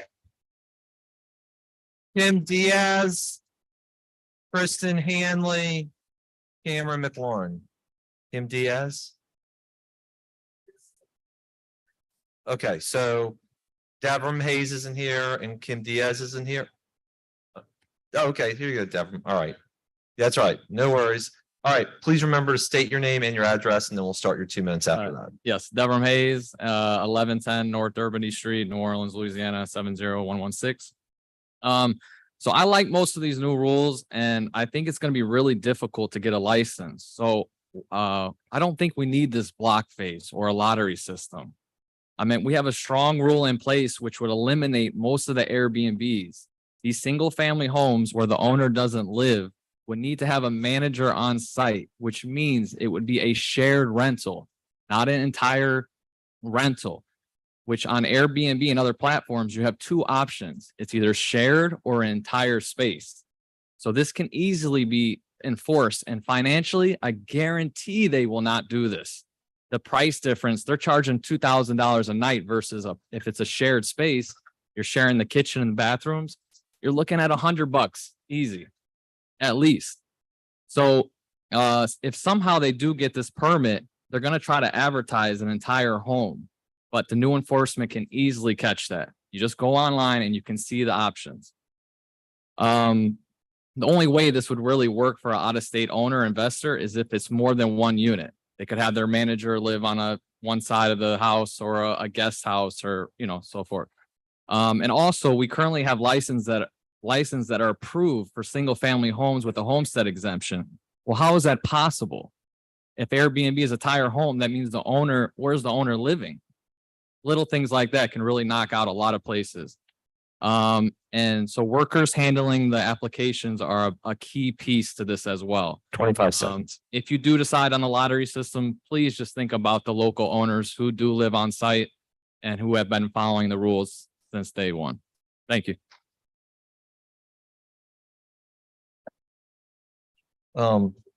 Mr. President, at some point, I may ask you for a point of how we proceed, because it seems like some of the people are actually pro STRs who are speaking, and it may be time to start deducting from their time. If that happens, I don't want people gaming the system.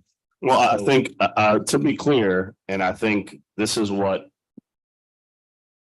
at the onset of the meeting, I was extremely clear. If you are someone who would like to speak in opposition, I think it would be more useful to all of us if you would say, I waive until the opposition. Because what's going to happen is that when we get to the opposition and we deduct the time and you don't have the full hour, there are going to be people in opposition who are going to say, that's not fair. I didn't get a chance to speak. And it'll be because other people that were in opposition camped in the proponent category. In order to be fair, in order for this to be transparent, where people can clearly see who is in opposition, who is not, that is why I laid out at the beginning of the meeting that was the way we were going to proceed to make sure it was fair. So I will sit up here and I will keep time so that Mr. Druso can continue going. But if you come to that table in opposition during the proponent time, we're just going to take the time off. Which here's the challenge, and I think everyone is kind of failing at it. I think that you're talking about whether you're I think we're talking about whether you're in opposition to the ordinance or not to the ordinance. And I think the confusion is people hear opposition to Airbnb or pro Airbnb. So I was not paying attention when Mr. Druso began making the comment. Were you clear on that? I thought I was clear about where. Why don't you restate so that everyone knows, so it's clear? My understanding is the way that we've written out this particular situation is right now, the people coming up should be the ones who are in opposition to the ordinance. And the people on the second half are the people who are in support of the ordinances. So just there you go. It's clear now. If you're coming up right now, if you're someone who is for the ordinances, as in, for the most part, for the ordinance, as in you're a person who is an operator who likes the ordinance and thinks it's adequate, or if you're someone who's in the opposition who thinks that that is an appropriate way to curb Airbnbs. The whole idea is we're not here to debate the merit of short-term rentals. We're here to debate the ordinances. So either you're for the ordinance, like you like the ordinance, or most people in opposition don't think the ordinance goes far enough. So if that gives some clarification, I hope that clears it up. Typically,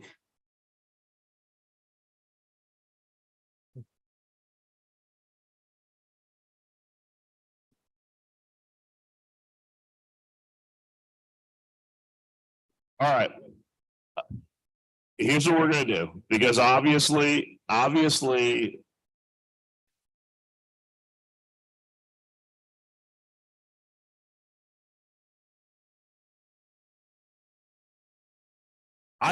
cannot predict what a person in a shirt, what their position is going to be. But what I will say is this, Councilman King brought up an excellent point. Why don't we just do this? Because obviously this has become overly complex. We're just going to say 2 hours flat. Everybody just speak. There you go. Thank you, Councilmember King. All right. So what we're gonna do, what we're gonna do is, if it's gonna be 2 hours, I will go with the first 4 or 5 cards, that maybe stack of cards, and then we'll reorder it based on what we got. Shuffle the deck. So yeah. So we'll shuffle. Here you go. And then I guess wait. We are now We are about 15 minutes through 2 hours. Okay? So we're keeping the time about where we are. All right. Compromise. Next up, is Kim Diaz here? Is Kim Diaz back? Still all right. Thank you. All right. Thank you. Thank you, Mr. Southall. Kristen Hanley. Is Kristen Hanley here? No. Cameron McLaurin. No. Wash Fields. No. It looks like Madison Bernstein. Madison. No. Okay. Bianca Galindo. Not speaking? Okay. Thank you. Note that you're here. Carolyn Broussard. There we go.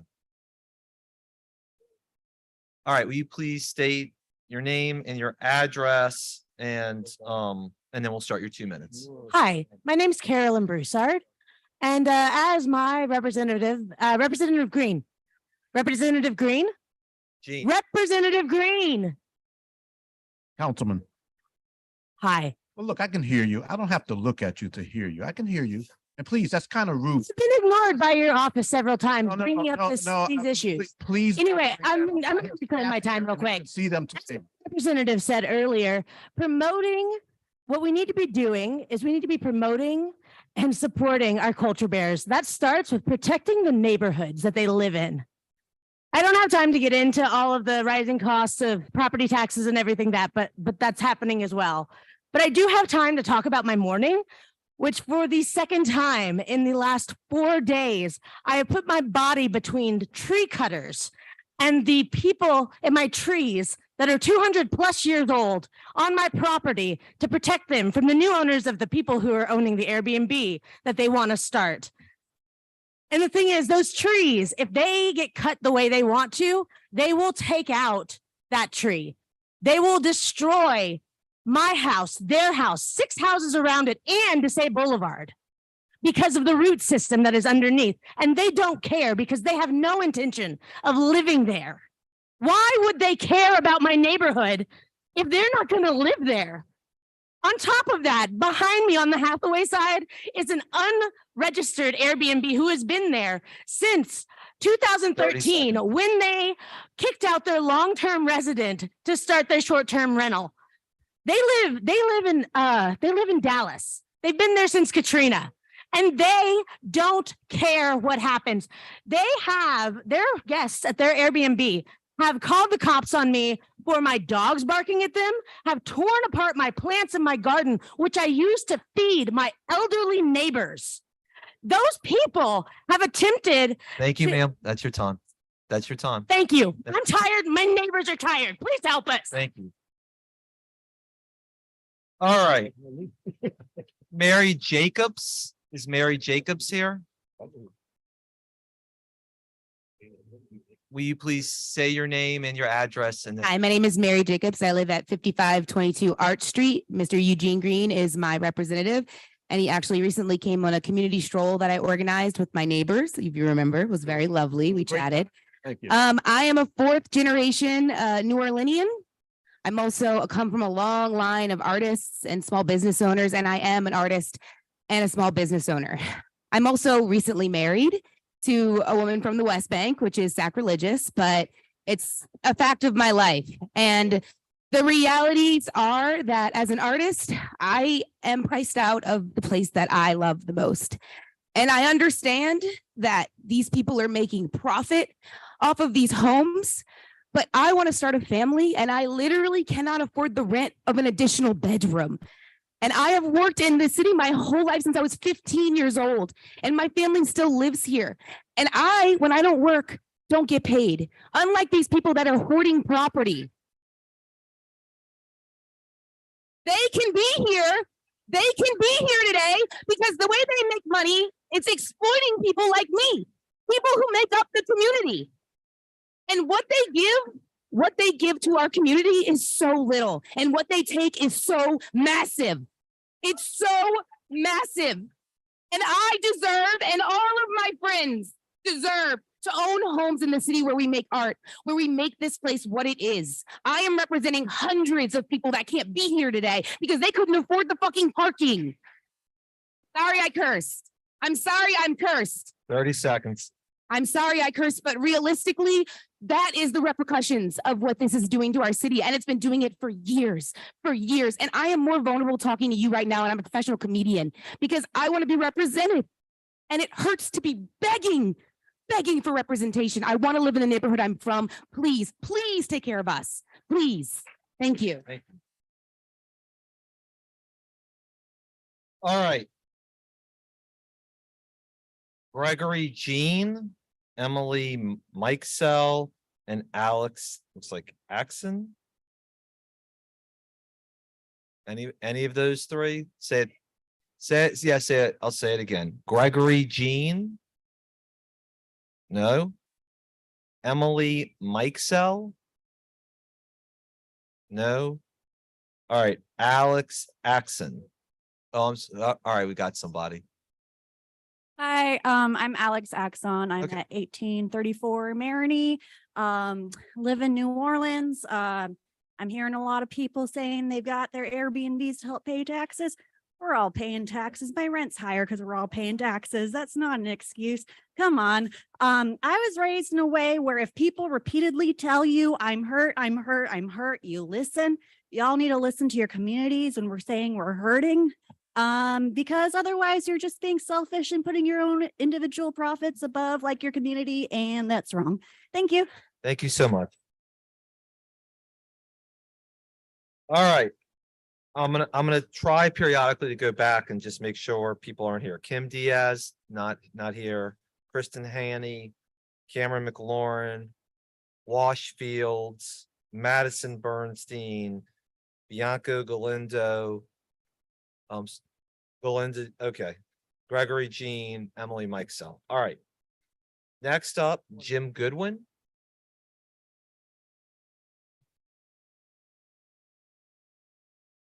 Jim Goodwin, 537 Verrett Street in Algiers Point. I want to state support for the 1 per square. I'm much relieved that that's held because there were fears that would not hold true.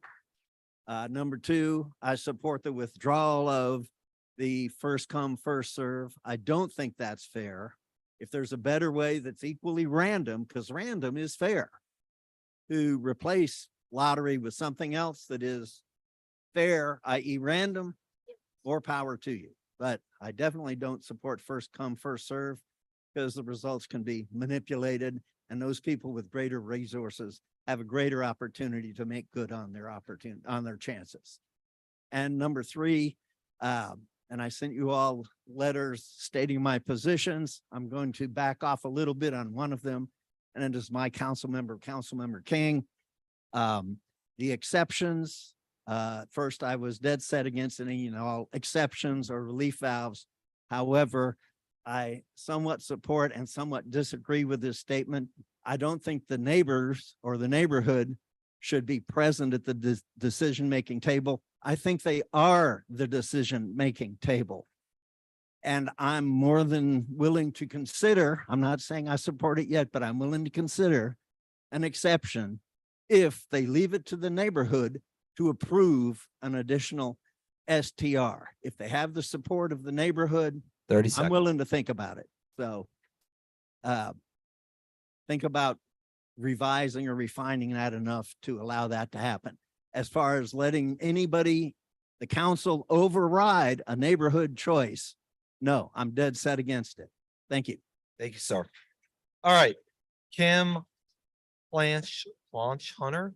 Kim Hunter.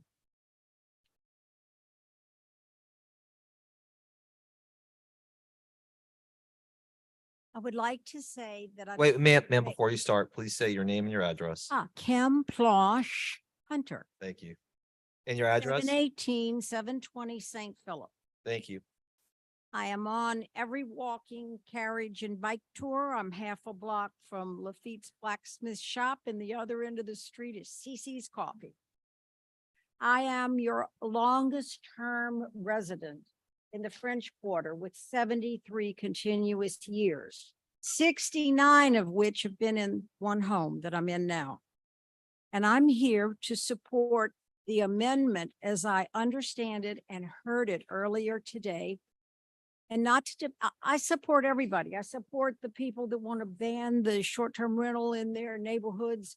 But I'm here because as a 73-year-old little old lady, I'm running out of money to stay in my house. And just like they're concerned about their ability to stay in their rental properties, I'm concerned about staying in my house because of the costs that have gone astronomically insane. So I would like to say that just like the French Quarter Lanai mansion was just put in here, I'm 2 blocks from there. The difference is I'm in the French Quarter. And I would like to see Councilman King have the variance capacity that if we meet the criteria as outlined in the ordinance, that I be given the ability to have either a short-term rental or a whatever you want to call it. You've 30 seconds. You've excluded the French Quarter. I'm 2 blocks from where you're not excluding, and I want to understand why I can't do that to stay in my home, or I'll have to sell it. I thank you. Thank you. All right. Arsene Delay with Waterwise Gulf South.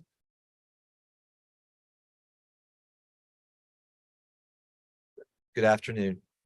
Good afternoon, y'all. Will you please say your name and your address? I will. Yeah, thank you. It's going to do it to everybody so we get it.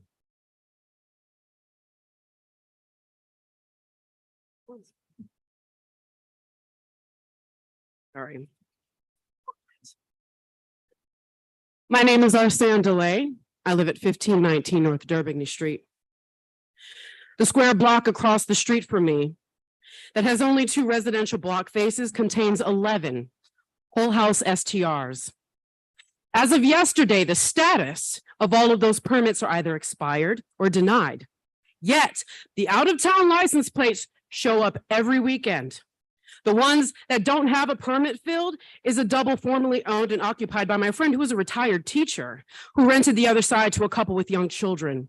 And as a last straw, after months of weekend ragers thrown at the dual rentals on the corner of D'Aubigny and La Hoppe, involving all-night DJs and a fair share of shots fired, she sold, and the family was yet displaced by another entrepreneur wanting to ride the gravy train. Now, many of you on this council know that my family has been in this neighborhood for well over a century. The hotelization of my street is wreaking havoc on our aged sewage system. It exacerbates our pre-existing environmental issues and is a severe public health issue, because I do not understand how 11 STRs are able to exist in a square block when an entire tent city of working poor continues to grow under the bridge just blocks away. Many who have jobs but don't get paid enough to break the trauma loop that poverty guarantees.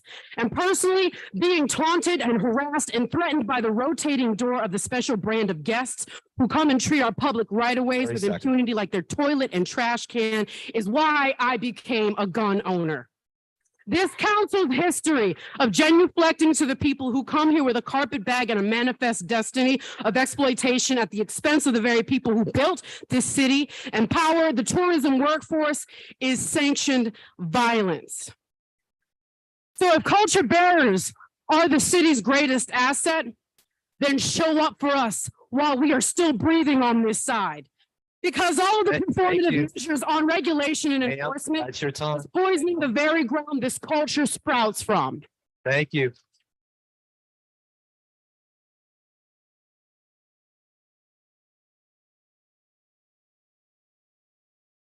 All right, Calvin Lopez. Calvin. Okay, thank you.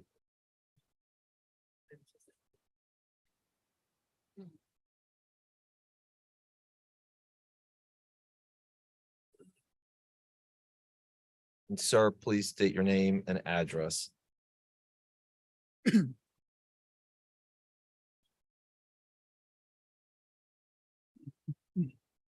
Good afternoon. My name is Calvin Lopez. I reside in East New Orleans at 7450 Mayo.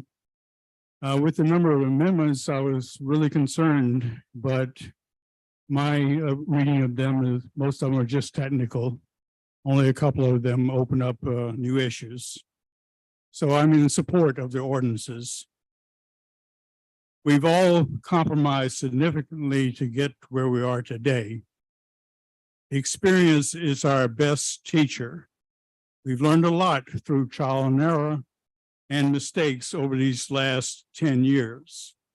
As an example, the live person provision will help us a lot because we tried and failed many years ago with the licensing process via an internet platform. We must not repeat that mistake. I'm asking you, and I agree with you, to retain the non-commercial density to 1 per square. Keep the live person requirement. An owner designated operator may only have 1 license. And last point, no exceptions or bonus licenses. Licenses issued by exception really are conditional use. The Director of City Planning has warned you many times to avoid conditional licenses. I ask you to pay attention to that point. 30 seconds. Thank you very much. Thank you, sir. All right. Trevor McQueen. I see you. So it looks like we're a little bit past the 30-minute mark now. Hey, y'all. Hey. My name is Trevor McQueen. I live at the 800 block of Bungalow Court. I am not a paid actor. As a tour operator, my stake in this issue is 50% of my clientele now books through Airbnb experiences. Now, what if I told you I had the investment opportunity of a lifetime? After World War II, Japan suffered a food crisis. America provided the Japanese public with this wheat flour and encouraged them to bake bread with it. Now, a man named Momofuku Ando believed that wheat flour should instead be used for noodles. He said, if you change your diet, you are in effect throwing away your traditions and cultural heritage. Imagine po' boys with hot dog buns. Ando saw ramen noodles as part of Japan's national identity, like gumbo is to New Orleans, right? So he invented those instant ramen noodles that you see at every grocery store. That's the guy. Their success goes without saying. Now, he fought the hunger crisis, employed thousands of people, and fed thousands more, and all it took was a simple investment in what made his people so special. I would say the New Orleans version of these ramen noodles is Yakiman, right? Old sober. But we also have jazz musicians, Creole cooks, and talented artists. I'm pretty sure we established that early this morning. These people make New Orleans special. They are the reasons tourists choose the Big Easy, and they are the investment of a lifetime. I agree with today's regulations, but I do kind of see them as a false compromise. And at the risk of losing half my income, I would still propose a complete ban on all short-term rentals. Though I know it's never that easy, but locals need those roofs. As a flight attendant might say, secure your own mask before assisting others. And bottom line, my wife wrote this. Every short-term rental gained is a long-term neighbor lost. Don't get the spread, make noodles instead. All right. Thank you.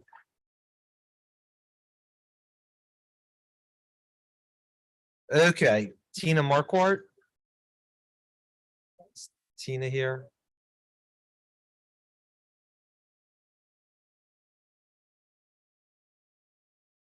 And just again, friendly reminder, please say your name and address. Tina Marquardt, 5219 Hawthorne Place -5221 for the fact checkers. I'd actually come here just for information. I wasn't here to talk about the for or the against. I think we've all heard everybody's values in that. But what I would like you to do is consider my story when you consider allowing neighbors to have input on someone's permit and also how to validate complaints. My quality of life-seeking neighbor to my left blocks my guest leaving from the property with his truck to harass them and hopefully provoke a worthy photo op. He collected signatures from the neighborhood under a disguise to address parking issues. But he submits the signatures attached to a cover letter saying, all these signatures attached agree with me that Ms. Morcourt has brought crime and violence into our neighborhood. Nothing about parking issues. Heckles and harasses us and our guests by hollering obscenities from his backyard and occasionally grabbing his man thing, hoping to provoke a photo op. Yeah, it's laughable. You're right. We built taller fences and we installed 24 18-foot holly trees to curb his harassment. It has not. My quality of life-seeking neighbor number 2 that lives on the other side of me interfered with the only eviction I had to pursue, whom I caught myself within 45 minutes and initiated the eviction process. 30 seconds. But these neighbors met them at the street and encouraged them to resist, and they did. That's when I had to enlist NOPD. These are the bad actors. These are the liars. So I warn you, no doubt they are your big voices. They only want the bad behavior that they do, not ours. Thank you. All right, next up, I know where Mr. Burnside is, so. And then it looks like Dalkany Jones and Lila Griffin. Mr. Burnside? It's a strange thing. Wait, name and address, like everybody else. Michael Eric Burnside, 2215 Felicity, the second smallest legal home in New Orleans. You're welcome to come see if you want. So I was homeless 8 years and I own my property. I had a friend in Philadelphia, an older lady who did Airbnb 1-bedroom that her husband cleaned and kept neat. She mostly rented to parents who came to see their children at the nearby University of Pennsylvania. It's a strange thing to stand here because we aren't not talking about commercial short-term rentals.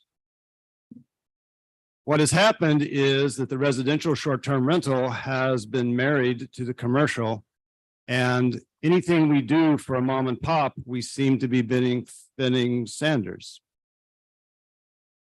Because I liked my friend and I liked her little stories of the general from the Turkish army who came to spend the night in her bedroom so that he could meet his child. And I have no need to hollow out a city and make it unaffordable to myself and others. I live on $700 a month.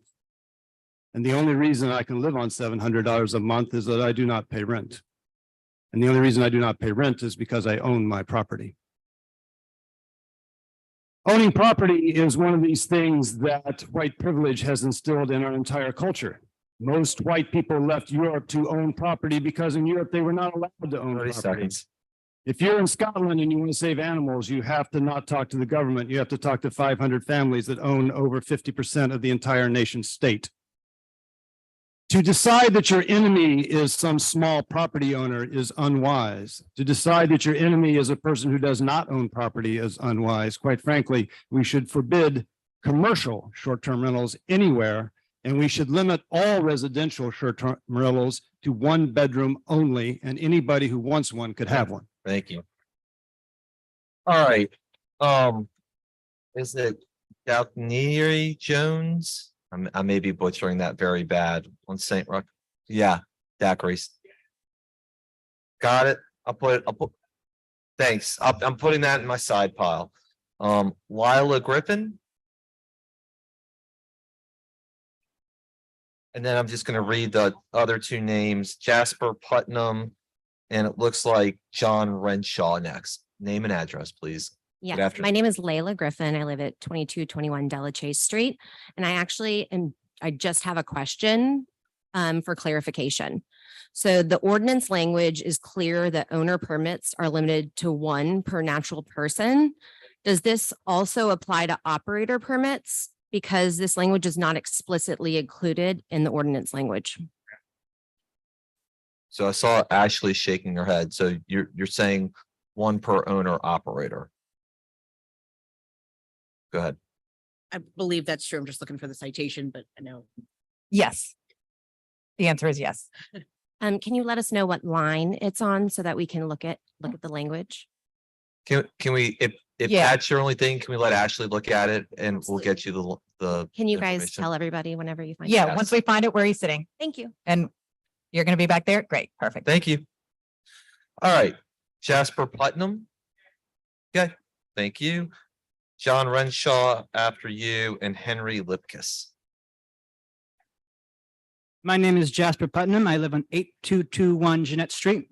I address the city today over specifically the unhinged and deleterious nature of STRs. This appeal is not made in pursuit of my own self-interest or gains, but in realizing we have common interest and out of a refusal as part of the common citizenry to stand by and allow every bit of honest living to fall prey to short-term opportunism. Countless locals agree with me when I say these short-term rentals only raise the cost of living to an unsurvivable standard and replaces hard-working citizens with often inconsiderate and unruly tourists. Furthermore, STRs hardly benefit regular people. They are an endeavor dominated by corporate and out-of-state actors. We call our council to oppose monopoly, a monopoly that is visibly contributing to the homelessness, the likes of which we see under the Claiborne Bridge. A monopoly ran by corporate interests, not unlike early robber barons, that has contributed to general instability and the crime that accompanies poverty. At least, the least you could do is limit STRs to 1 per block. Let us keep our families together and let the hotels be accommodation for tourists and work to keep the commercial away and separate from the residential. That is all I have to say. Council. Thank you. John Renshaw. John Renshaw. No? No, that's okay. Henry Lipkiss. Followed by Brian Alexander. And then Colin Myers.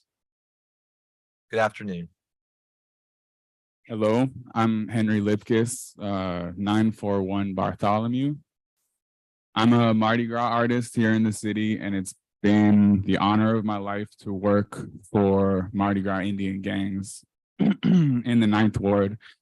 And over the 10 years I've lived here, I've commuted further and further away to meet with Indians and plan suits and draw out sticks and rifles, and come Mardi Gras Day, commute to the neighborhoods that they've grown up bearing this culture in and seeing tourists on their portraits, taking photos, stomping down the streets that they can't afford to live on anymore. And it's horrible. And we've all talked about supporting the culture bearers in any way we can.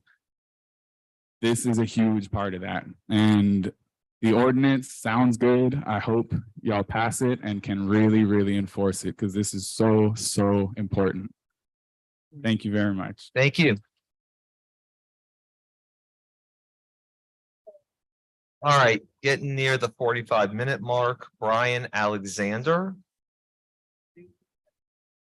No, right?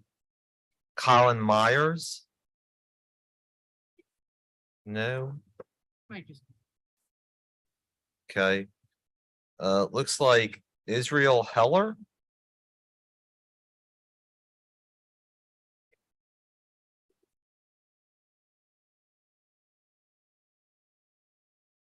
Again, please just state your name and address. Hi, Council. My name is Israel Heller. I live on 2144 Esplanade Avenue, and I'm here today to speak in favor of the ordinances. I've lived on Esplanade for about 3 years now. I moved back here after doing a service here just before the pandemic. And in 3 years of living on Esplanade right near the flagpole, I feel like I can count my neighbors who I know live in the area on one hand, maybe two, and the rest is noise. The rest is loud, unaccountable tourists who are what we all have instead of the actual neighborhood and the community that's there. I actually grew up in Brooklyn in New York City. I know what happens when none of my friends who I grew up with in Brooklyn still live in Brooklyn. They're all scattered. That whole part of the city doesn't exist anymore. I've seen what it looks like when it happens there. It really shouldn't be happening here as well. and for a minority of people who take all the gains and the city and all the communities lose. That these ordinances seem to be in a direction of stopping that reality and pushing back in favor of the community and the people. And I feel like that's what we should be doing. Thank you. Thank you.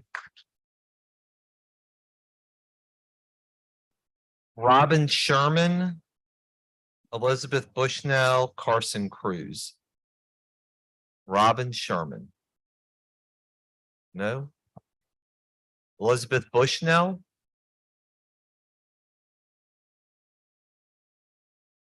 Afternoon. Yes. I'm Elizabeth Bushnell. I live at 1423 Mandeville Street, and I particularly wanted to say I really appreciated Council members Marino and Harris's opening statements.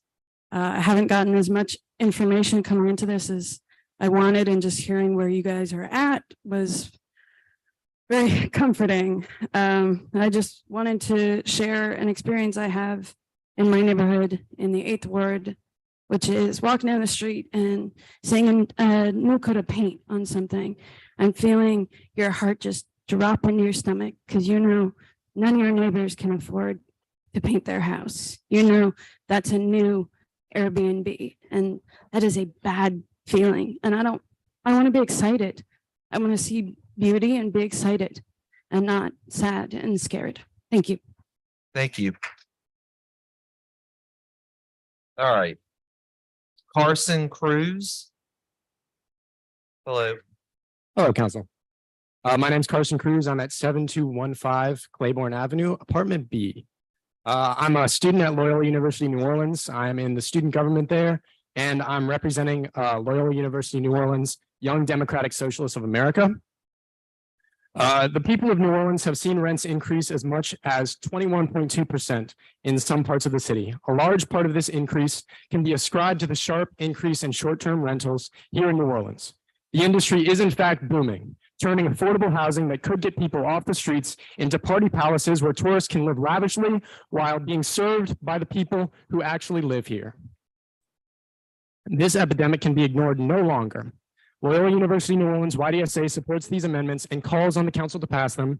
However, a full ban is necessary, and the whole house STRs ought to be converted into Section 8 housing for the unhoused. Thank you, council, for your consideration. I appreciate it. Y'all have a good one. Thank you. All right. Kristen Hamilton. Kristen. Looks like Raphael Zimmerman. Raphael Zimmerman. Adam Sibby on Kentucky Street.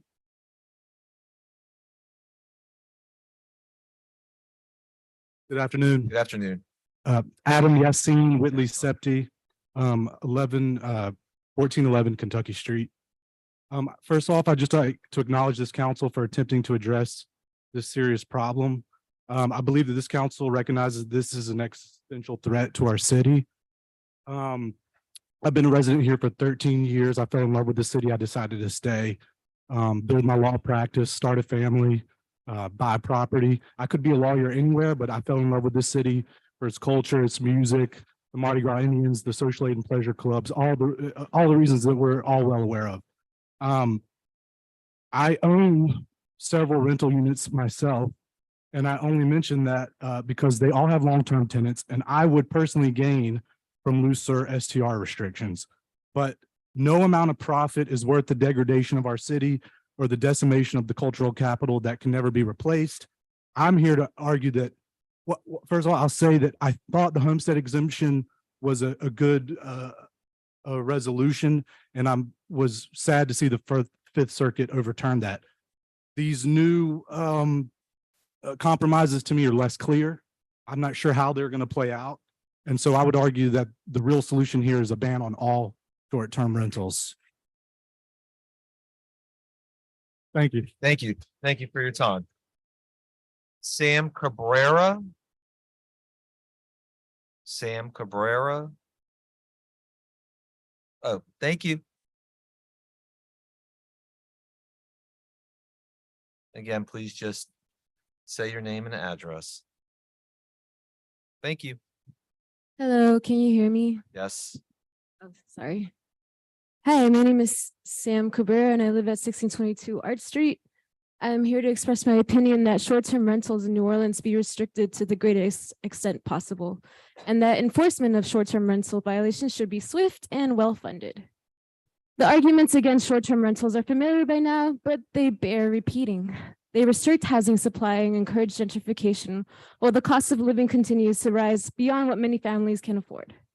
They place further strain on the social fabric that is such a crucial part of the city's character and its culture.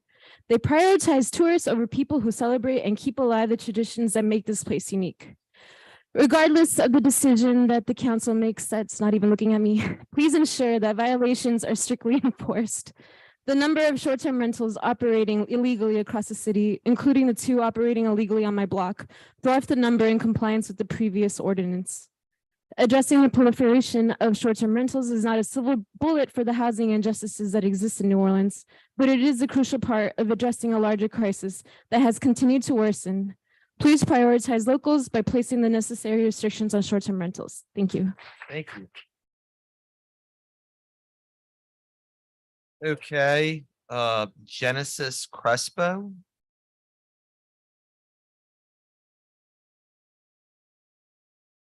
And then Lincoln Boston, and it looks like Naima Gales. I got it right? Thank you. All right, I'm sorry, go ahead. Hello, I'm Genesis Crespo. I'm at 4120 Cleveland. I'm an artist, a worker of green infrastructure here in New Orleans, and I'm currently a graduate at University of California, Santa Cruz. I'm a transplant of 6 years. I'm Puerto Rican, and New Orleans has been my Caribbean home away from home. The neighborhood my heart resides in is Mid-City. Ursulines, Bank Street, Orleans, Cleveland Avenue are on my roster. To see my neighborhood fall into STRs represent community members who are no longer home. As the city experiences compounding crises, I wonder about the people who aren't home to make it essential for healing. I'm thinking about Black and brown multi-generational families who want to build a legacy, therapists who are critically needed for the mental health crisis, chefs who feed communities, teachers who provide education and care for youth, young adult Native New Orleanians who need housing to start their lives right away after they get out of home, artists and musicians who create the soul and sound of the city we adore. There's no healing of New Orleans until we stop the displacement of it. Displacement and exploitation of the city's Black culture bearers. I'm in the support of a all STR ban and really just want to bring our communities home. Thank you. Thank you. All right. Lincoln Boston. Followed by Naima.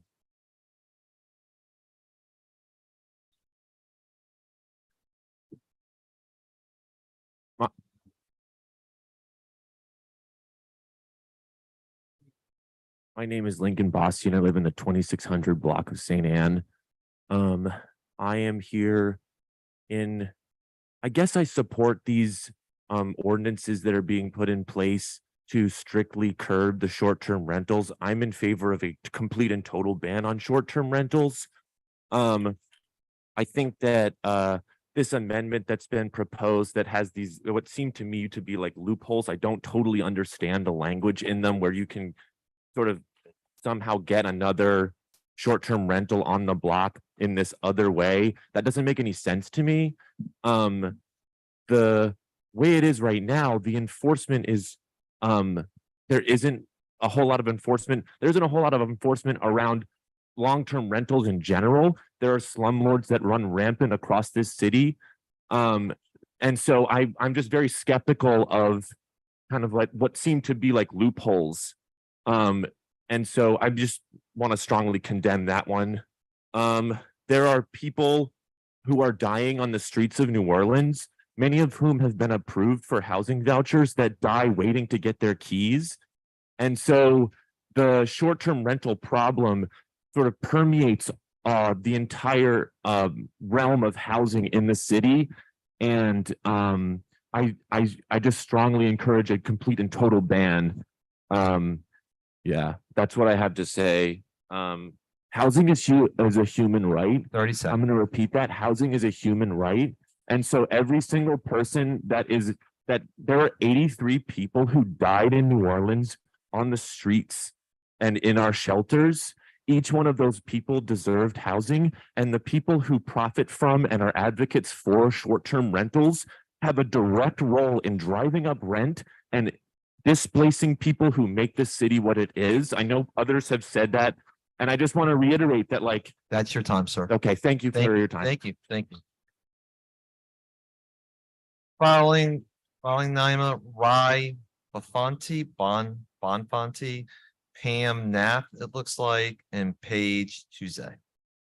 Hey, how's it going, you guys?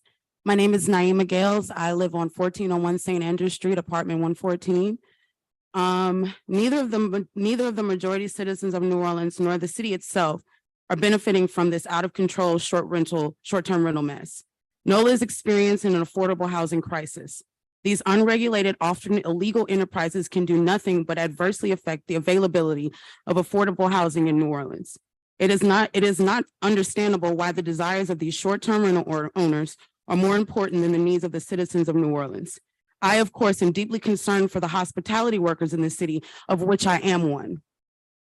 NOLA depends heavily on hospitality industry workers, yet it is as though we are not at all important to the survival and the growth of the very industry that keeps the lights on in this city. Not only are we being pushed out of the city, but many people I know who are third, fourth, and even fifth generation New Orleanians can no longer afford to live and work in the city that they love. Are you determined to finish what Katrina started? Yet you are allowing these people to come here, totally disregard our culture, our citizens, and frankly, our way of life. Y'all better take this seriously. If we continue in this vein, New Orleans as we know it will not exist. Who and what do you really care about? They move here, they decide they want Disney World, start complaining about the music, the gatherings on the neutral ground, even our beloved and sacred second line. Well, you can't have the culture just when, how, and where you want it. Familiar with take it or leave it? Well, my mom is from New Orleans and my dad was raised in Cincinnati. They often say, and I quote, New Orleans is either for you or it's not. You're not a tree, you can move. Thank you. Thank you.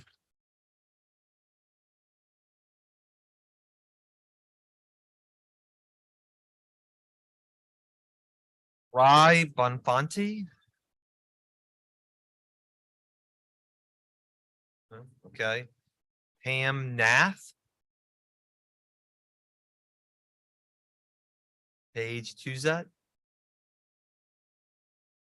Here. Thank you. Please just remember, say your name and your address when you get to the mic. Thank you. Good afternoon. My name is Paige Suzette. I live at 4169 Toulouse Street in Mid-City. I think the difference we've seen here today, this side likes to talk about themselves, and our side with the, ban on STRs, we're talking about our community, and I feel like it's pretty vain on what their arguments are. But, I'm going to take their tactic a little bit, and I'm going to talk about myself because I'm born and raised from Louisiana. My family is from New Orleans, and Katrina kicked us out. And it seems like this is happening again with other people who want to be greedy. And I don't want to see that happen to me because I went to and graduated, first generation college graduate from the University of New Orleans. And I work and live in New Orleans, and I would really love to stay here.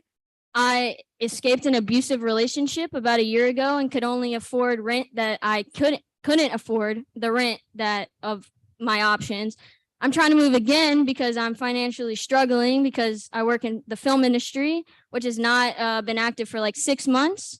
And I cannot find housing anywhere. And I go on Airbnb's website, and New Orleans or Mid-City is flooded with Airbnbs everywhere. This is 10, 15 minutes outside of the French Quarter. This is my neighborhood. I go to City Park every day, walk the bayou every day. And it seems like our neighborhood is just being, every neighborhood is just being overturned. And I can't find housing. And where am I going to go? I'm born and raised here. My family's here. Where am I going to go? And where are all these other people that can't afford housing? Where are we going to go? The city's going to be empty. And I'm in support of a full ban of STRs because that's what we have hotels for. That's why the Ace Hotel is 20 stories high. That's why we have these skyscrapers. we build up and we're taking up land and we're cutting down trees, that it's raising temperature in our city. Like it's more than just housing. It's a lot. Thank you. Thank you. All right. I think this one is a duplicate, Grace Lewis, but the address is different on Marigny. So I just wanted to make sure there weren't two Grace Lewises too. I assume it's a duplicate. Okay. Brandy Todd.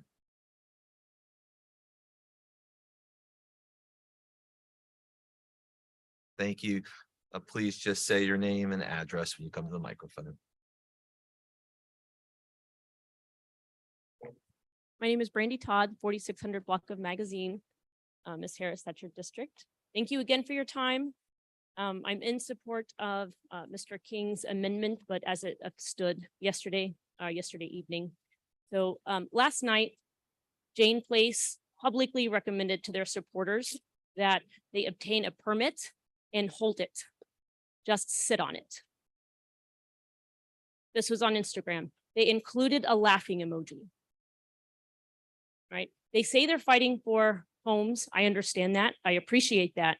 But at the same time, they're laughing at an entire group of people that are about to lose their homes. All right. We are small mom and pops. We are small homeowners. We live in our homes. And I'm very concerned that with this amendment, especially as it stands with just partial additions now, that I am at risk, and many of my neighbors are at risk of losing our homes and losing the opportunity for a permit because of dishonest activity. So please, I support Councilmember King. I support your amendment. Please consider many of us that are in multifamily homes, the other units. So the 1 bedroom does not benefit most of us because we don't have an additional bedroom to rent. So please consider the unit for your amendment. Okay, thank you very much for your time again. Thank you. As Anita just pointed out to me, we're now into our first full hour, so 1 more hour to go. On public comment, Angelique Theriault.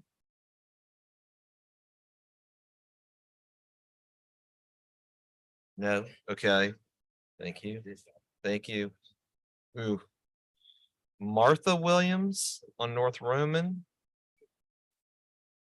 Okay. Councilmember King. Ma'am, just to clarify your statement. So what we and Councilmember Morell and I are also going to tweet this a little bit more. When we're talking about a partial, meaning like a room in your home, or if you have a double, you can rent the other side of that double out. So I just want to clarify. I think that's what we're talking about. And again, we're talking about on how to make that work for everyone. So thank you. Thank you. All right. Again, I apologize. Is this Martha Williams, North Roman? No. Okay. Yomar Blanco. Coming. Thank you.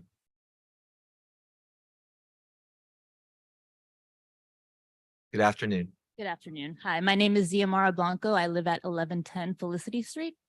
My mom's from Honduras, and her side of the family moved to New Orleans in the 70s. My grandfather was a fisherman, and he was able to afford to buy a home in the 7th Ward. That could literally never happen today because of Airbnb and because of the gentrification in New Orleans. I was born in San Francisco.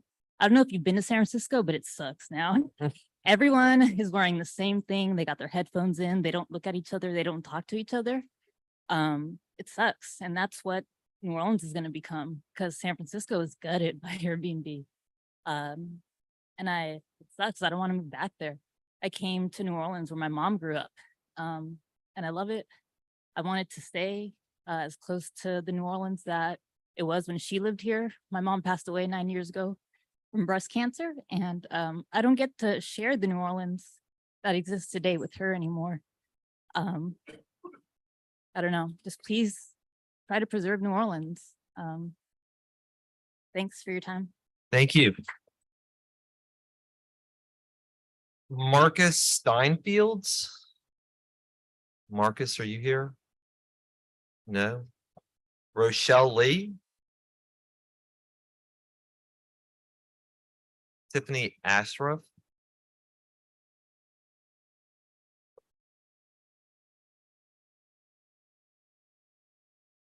Good afternoon. Good afternoon. My name is Tiffany Ostroff. I live at 430 Tupelo Street in Lower 9. I'm here to support the restriction on short-term rentals. I've lived and worked as an artist here in New Orleans the last 10 years, contributing to the local community and making very meaningful connections over that period of time. My one major goal here has been to own a home and having housing security, which I think most people can relate to. But unfortunately, this reality keeps getting further and further away. The uncapped growth of Airbnbs is insulting, has been a major contributing factor to the inflated housing prices, ultimately resulting in the deterioration of local community and prohibiting any semblance of that from flourishing. I could really use your help. Please restrict the short-term rentals. In addition to that, I just would like to tell anyone that does have the opportunity to have a short-term rental to maybe consider changing it to a long-term rental, because it just makes more sense. And just, you know, it was great to make some extra money, but we don't need to contribute to negative aspects of the community, I guess.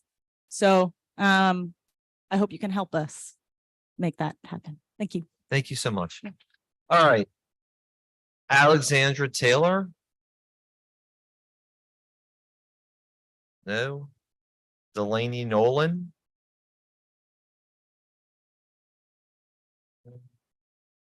Oh, okay.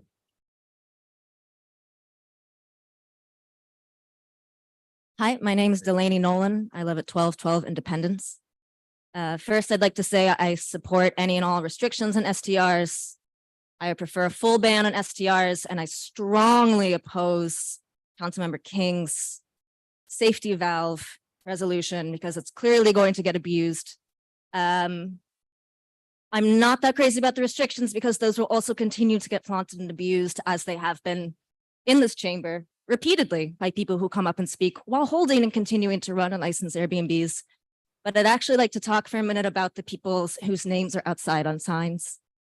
We lost 91 houseless New Orleanians since January 2022. And you might think that they're strangers, but they weren't strangers to you. A lot of you probably saw Janice. She was often underneath the Castle Haley in a wheelchair. She had long gray hair.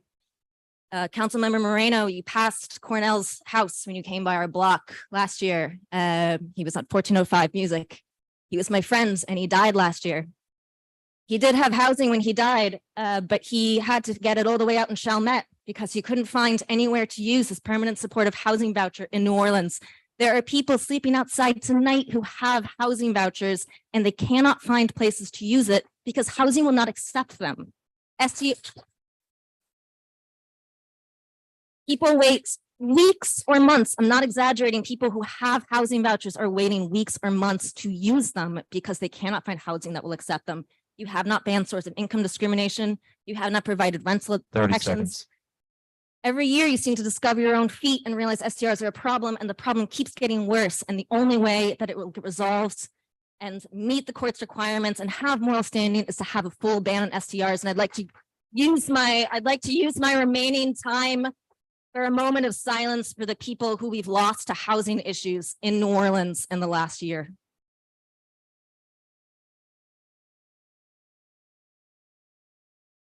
Thank you.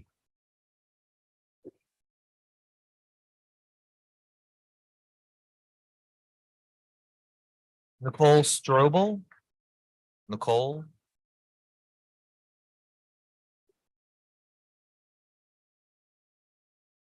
Hi, I'm Nicole Strobel. I live at 702 Congress Street. I support a total ban on short-term rentals. They're wreaking havoc on our housing market, taking away homes and neighborhoods for the people that make New Orleans, New Orleans.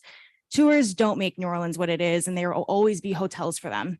I personally lost housing due to STR. I now live above an illegal STR where the owner lives in Texas with no intention of ever living in the unit and has cried wolf to our neighbors saying the only income they have is from the STR. Meanwhile, they don't actually want to be in New Orleans. And I've lost the ability to have another neighbor. One STR per square block isn't good enough, and it's definitely not good enough when the watered down proposals like what Freddie King is proposing creates loopholes for people whose businesses is parasitic to our communities in New Orleans. And on the other side of a double should be considered a whole house with the operator having to live on that side. For a long-term rental, a double is 2 separate dwellings. So I don't get how a whole half of a double can be STR with a pass for the operator living on the other side when that's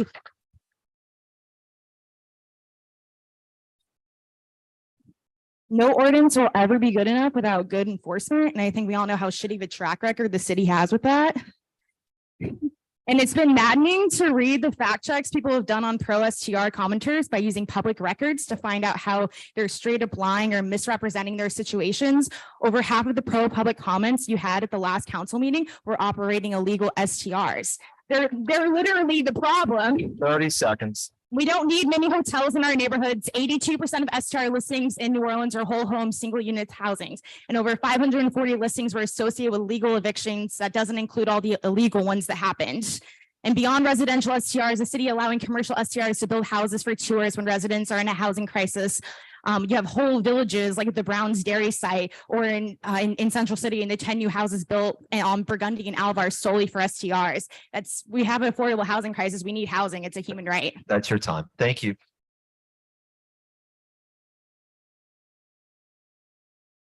All right, Colin Myers is back. Colin, as you're coming up, let me just call out the other names, see if anybody's come back. You can go to the mic.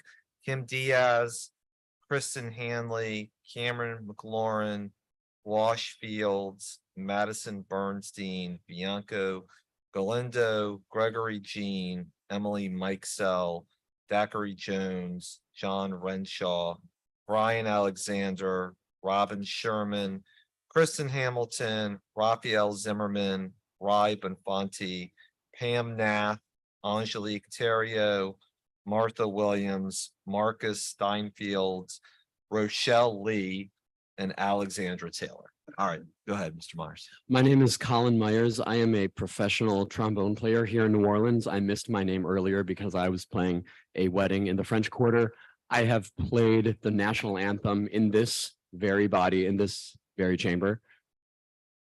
I just want to say that for you Airbnb supporters, why do your people come to New Orleans? Why do they rent out your Airbnb in the first place? It's because of New Orleans culture. It's because of New Orleans music and food and all our culture bearers here. It's such a rich tradition. And the rising house prices, the rising rentals that Airbnbs and Verbo contributes to, it's pushing all of us out. So if you push out the culture bearers, if we cannot afford to live in this city, no one's going to rent out your Airbnb. That's it. That's everything. Mr. Myers, before you go away, just to make sure, 901 Independence. Colin. Yeah, your address, 901 Independence. Thank you. Just making sure. All right. I assume nobody else with the names I called is here. Oh, go ahead. What's your name? Please say your name and your address. Hi, my name is Kim Diaz. I'm at 2115 Dante Street. I'm from here, born and raised, and I've seen how short-term rent. I have all of y'all's attention, please, if y'all could just look at me. I'm from here. I've seen how short-term rentals have affected this city, and I know that y'all know the statistics. 85% of short-term rentals are whole homes. Have you actually gone and seen what that looks like? I was handing out flyers just 2 days ago, Jackson and LaSalle. These neighborhoods are empty.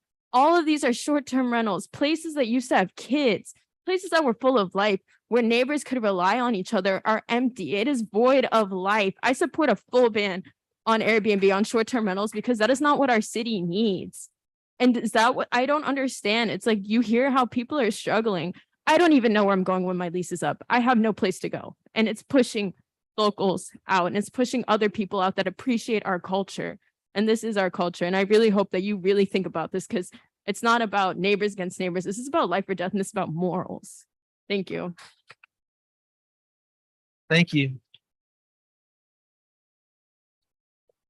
Anybody else from the list I read? No, it's not a side. It's just all the people whose names I'd read. We decided to stop doing sides. It got too hard. So we put them all together. Jeffrey Sutton.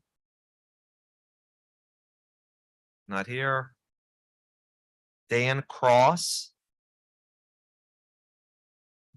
Dan Cross, 1000 Barrett Street. I kind of lost the plot somewhere about an hour ago, but I think all the people in this room need to agree to compromise because that's the American way. I own a short-term. Now, let me have my. Don't dock my 2 minutes. I live in my, like this matters. I'm 4th generation New Orleanian, born and raised here. Big deal. I own my home. It's a double. I use half of it as a short-term rental. I rely on the income. I am a good operator who abides by all the rules. I don't think it's up to individual homeowners to solve what is truly the issue here, the affordable housing crisis, which is real, and I'm sympathetic to it. The city owns so much vacant and blighted property. Why can't that be turned over to developers and turned into affordable housing so that these people can actually stay in the city and afford to live here? It's not up to me to solve their housing affordability, but it is up to you. And I would support. Look, it's my home. I'm going to do what's best for my family. I have children. I have a wife to support. It's not my job to provide you a cheap place to live. However, the city can take steps to help these people afford housing. You own so much vacant and blighted property. It could be turned over to developers so that these folks would actually have an affordable place to live. I am sympathetic, but I am not Jesus. I cannot save you. That's it. All right. Hannah Makrovich. Hannah. Y'all can keep yelling. It's just cutting into your time.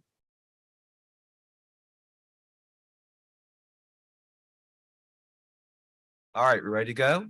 Okay. Hannah Makrovich. Hannah. Robert Burvant. Frank Southall.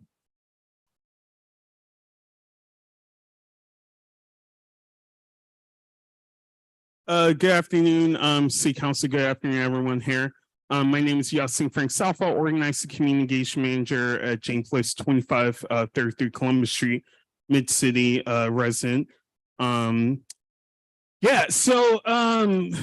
a lot that's been said. I've spoken y'all about this. Y'all have seen emails, tweets, yada, yada, yada over past years. But really, I'm a part of this group called Let's Not Forget Vigil Committee. We're a bunch of social workers, unhoused individuals, some folks here, organizers. We come together to honor people who have passed away on the street. And got involved in this in part because of unhoused people contacting me, right? I'm not a trained social worker. And before we were able to hire more people in Jane Place, I was doing a lot of work dealing with a lot of calls coming in from people in crisis. The truth of the matter is there's way too many people dying in the streets.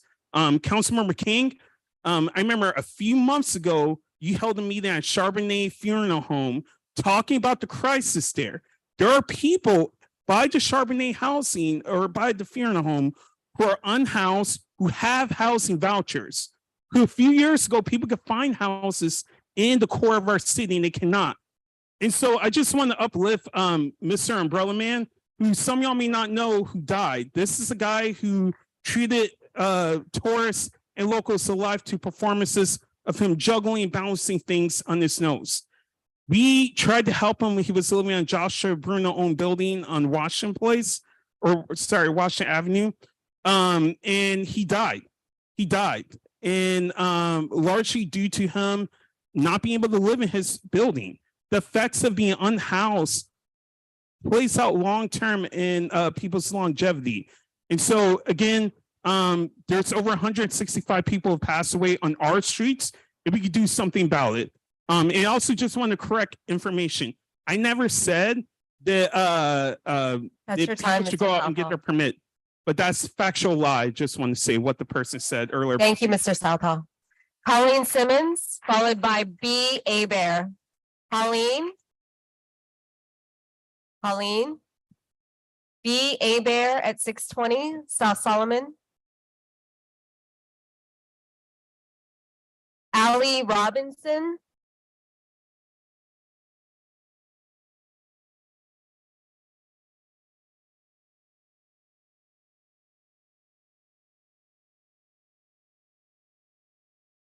It's Alex Robinson, but I just want to make sure that's actually me. Alex Robinson, Okay, yeah. cool.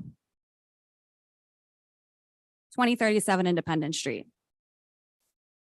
I want to use some of my time to say that I understand why anti-STR groups are angry, and I empathize with them, and I agree so much with what they've said today. I know the council understands that a lot of minority homeowners like myself rely on STR income, but I'm wondering what y'all are going to do to protect us and favor us over out-of-town buyers and corporations. Sorry if I'm shaky. I think a lot of people can understand that locals can work full-time jobs and still not be able to afford the cost of living. And that's the common problem that we all have. I'm what people want to see, right? I'm a woman, I'm Black, I don't come from generational wealth. I'm the product of a teen mother and I became a homeowner. And now that I've made it, I'm still having to fight because rich people are abusing what I use to help pay for my cost of living. I understand that a lot of people who came up here to speak against STRs aren't talking about locals like me who just run out of bedroom. We're getting grouped in and I'm scared. My issue, like many others, is with the lottery. Locals like me who have RSTR partial permits right now are going to get hurt if we don't hold more weight in this lottery.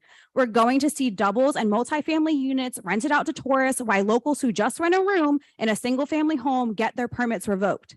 I'm asking for no STR cap on owner occupied single family homes so locals don't have to go in a lottery with corporations, out of towners, and people who have been abusing the STR system 30 seconds. by renting out entire homes. I agree with Councilmember King's amendment for allowing additional permits if locals don't get selected in the lottery and the neighborhood allows it.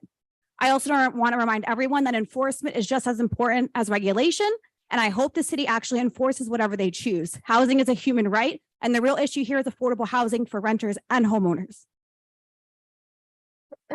Camilla Gobred. Camilla on North Broad Street.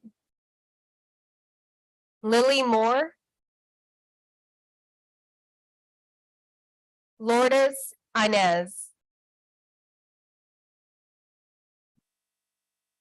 Misha Heel.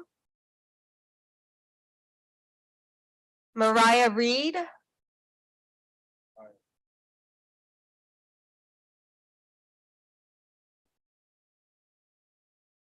Good afternoon.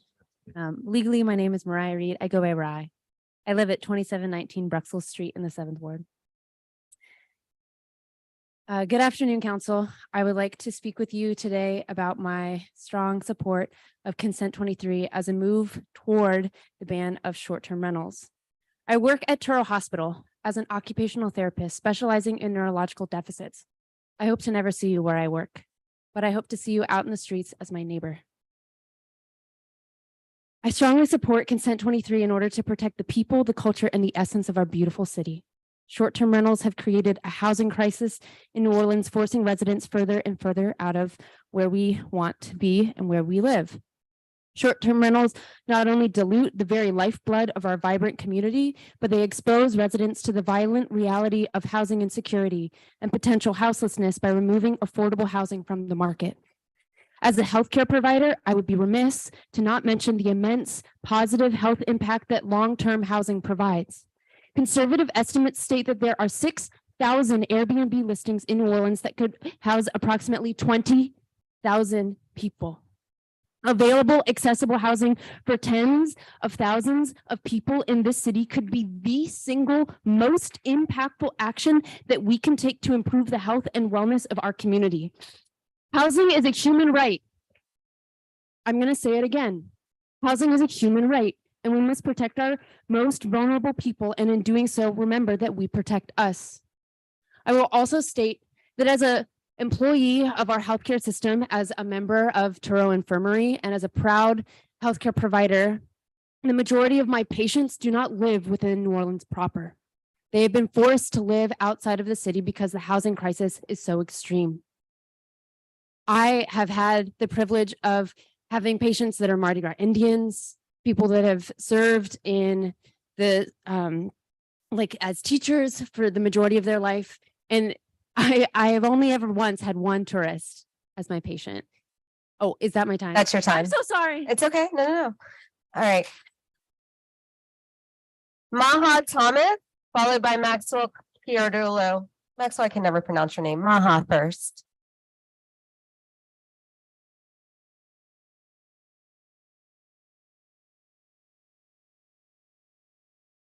Hi, my name is Maha Thomas. I live at 3619 Chase. We can't hear you. Can you hear me now? Yeah. Okay. My name is Maha. I live at 3619 Chase Street. I support a total ban on short-term rentals. 85% of all local Airbnb listings are for whole home rentals. 60% from hosts with multiple homes, 27% from hosts with 10 or more homes. And 75% of short-term rentals are illegal. When we discuss the damage that other crimes like carjackings do to victims, we don't take as an excuse that the criminals have bills to pay.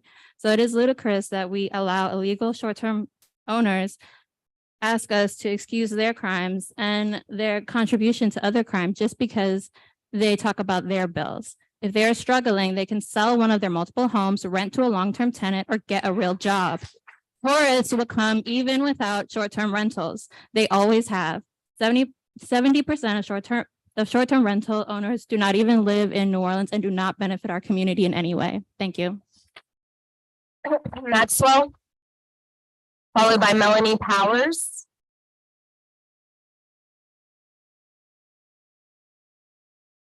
Thank you, council members. Maxwell Chiardulo. It's like a CH. I know. Fine. Thank you. Thank you for all the work that you put into this and time. I know it's been a lot. I'm at Louisiana Fair Housing Action Center, 1340 Poydras Street. I want to reiterate a point I made at our last meeting. There were over 500 households evicted from what are now permitted short-term rentals. And that doesn't capture informal evictions. Most of those people can't afford to be here to tell you their stories. There are thousands of working and middle-class families who've been denied an opportunity to buy a home, some in the neighborhoods they grew up in, because speculators are buying homes above the asking price to turn them into Airbnbs. Most of them can't afford to take off work to be here. And there are a similar number of longtime African-American homeowners in the Central City, the Treme, 7th Ward, and plenty of other neighborhoods that have been hanging on to their homes despite rapid gentrification and have now seen significant tax increases because an STR speculator just bought a property on their block. I expect most of them can't spend a full day in council either. And when I pointed that out at the last meeting, that the vast majority of New Orleanians who are fed up with short-term rentals can't be here, the short-term rental operators in the room laughed. This group of people who own income-generating extra homes thought it was funny that New Orleanians struggling to stay in the city couldn't be here to defend themselves. It struck me as particularly callous and disrespectful. And that's why we're asking you to hold the line on what is already a compromise. One short-term rental per square block represents hundreds of evictions and thousands of families priced or taxed out of their homes. I can't understand why you would want to triple that number with Councilmember King's amendment. And I also want to be really clear about what we're talking about. I keep hearing partial units. This is not about partial units. What Councilmember King's amendment would allow is 3 entire homes. The entire side of the entire other side of a double. That is not true. Councilmember, the other side of a double is an entire home. That's okay. It's an entire unit. It could be rented. No. If you're gonna lie, that is assuming that that the 2 additional people are doubles. You're acting like 2 additional people can't be a mom and pop renting out a back room. So let's not go to the extreme to make a point. No, Councilmember King. That's true, but there's nothing in your amendment that restricts it or prioritizes people who are just renting out a bedroom. That was a recommendation we made to you and is not present in the amendment. And I also just want to close by saying, as a basic measure of good governance and transparency, I'm asking you to reject the last minute amendment that most people who care about this issue don't even know exists and certainly haven't been able to read. Thank you. Melanie Powers. Melanie Powers, followed by Haley Turk. Hello, can y'all hear me? Yes. Thank you. My name is Melanie Powers. I live in the 200 block of South Genoise. I am here today speaking as someone born and raised in the 9th Ward who has lived all over the city since. I moved out of New Orleans for love, and I came back because my mama was sick. I thought the one good thing about coming back in this terrible situation was to come home. This does not feel like home. But I'm not even here to uplift my story because you've heard plenty from Native New Orleanians like me who every day feel like nothing in the city is for us anymore and who walk around every day devastated by this. I want to uplift a story of a friend of mine. He's from New Orleans, a St. Aura grad. He's a psychiatrist, a mental health provider, a healer. He moved back to this city last year excited to finally come back, put down some new roots, to put all of these skills, these valuable skills that we need for the mental health crisis that we know we have, to use in this city, in his home. I asked him where he was going to move to. He told me Bywater. I said, oh, okay. We're going to check back in. He's been gone a while.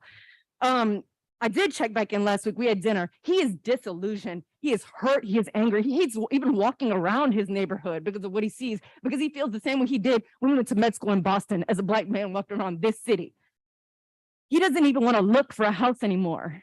That's what's happening. I want to talk about something else. This is hostile. This is a hostile situation to Native New Orleanians. This is something else that we're losing. Future mental health providers, current mental health providers who can apply these skills in our city. The dysfunction of New Orleans was worth it because of the culture and our way of life, and that is falling through our hands like grains of sand. We have to fight. We have to do everything we can to hold on to it.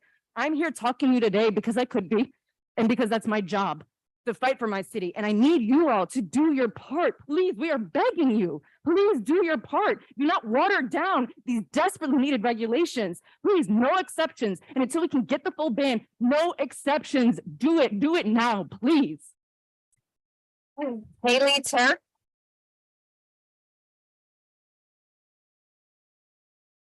Followed by Ed Abram. Hello, my name is Haley Turk. I'm at 943 Hagen. The amount of people that I know that are looking for housing is really unacceptable, and everyone is really struggling to do so. And I am at the mercy of my own landlord of raising my rent any day now. I'd really like to appeal to the short-term rental owners, and for them to find some empathy and consider making their short-term rentals long-term rentals to help with the housing crisis that we are experiencing in the city. The sob stories that y'all are having is no comparison to the fear of not having a home at all. Y'all own property. As a millennial in the US, there's a very good chance that I'll never get a chance to own a property at all, a home of my own, and I'll be renting for the rest of my life. And I've accepted that. And y'all are talking about retirement, and that's something that I'm most likely not going to be able to do until I'm like 80 years old. So I understand that y'all are trying to make a living with a short-term rental, but a short-term rental is a form of passive income. So if you're unable to pay your mortgage, you can sell that property to a native New Orleanian or get a job. As property owners, you have a lot of power to do something about this housing crisis, and you should do something about that and not just be greedy. Thank you very much. Thanks. Ed Abram. Hi, my name is Ed Abraham. Ed Abraham, 2100 block of Esplanade Avenue. My both sets of grandparents are from New Orleans. My great grandparents, if they weren't from here, they were straight off the boat, and I'm still waiting on my check from Hilton Marriott and George Soros. SDRs are an investment. Investments are inherently risk prone. I'm not saying I'm a proponent of capitalism. I'm just saying I'm pretty sure that's how it works. And we cannot protect the investments of a few at the expense of the well-being of the entire city. By the way, the rising cost of tax and insurance is largely in part because properties are being appraised as potential hotels. And by the way, I don't know why we're given 2 hours if we're talking to a blue curtain. Mr. Green, I hope you don't text when you drive. Our bartenders, the corner store workers, the folks cleaning our streets, taking away the trash, they do more for hospitality than any STR. Any one of them does more than any STR.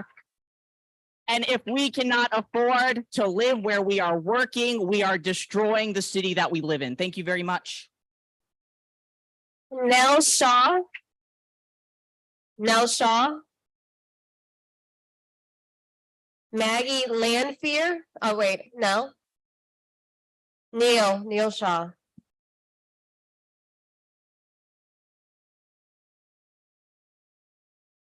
Hi, my name is Neil Shaw. Lucky enough to live on the 400 block of Tupelo Street here in New Orleans, also known as Bolbancha. And basically,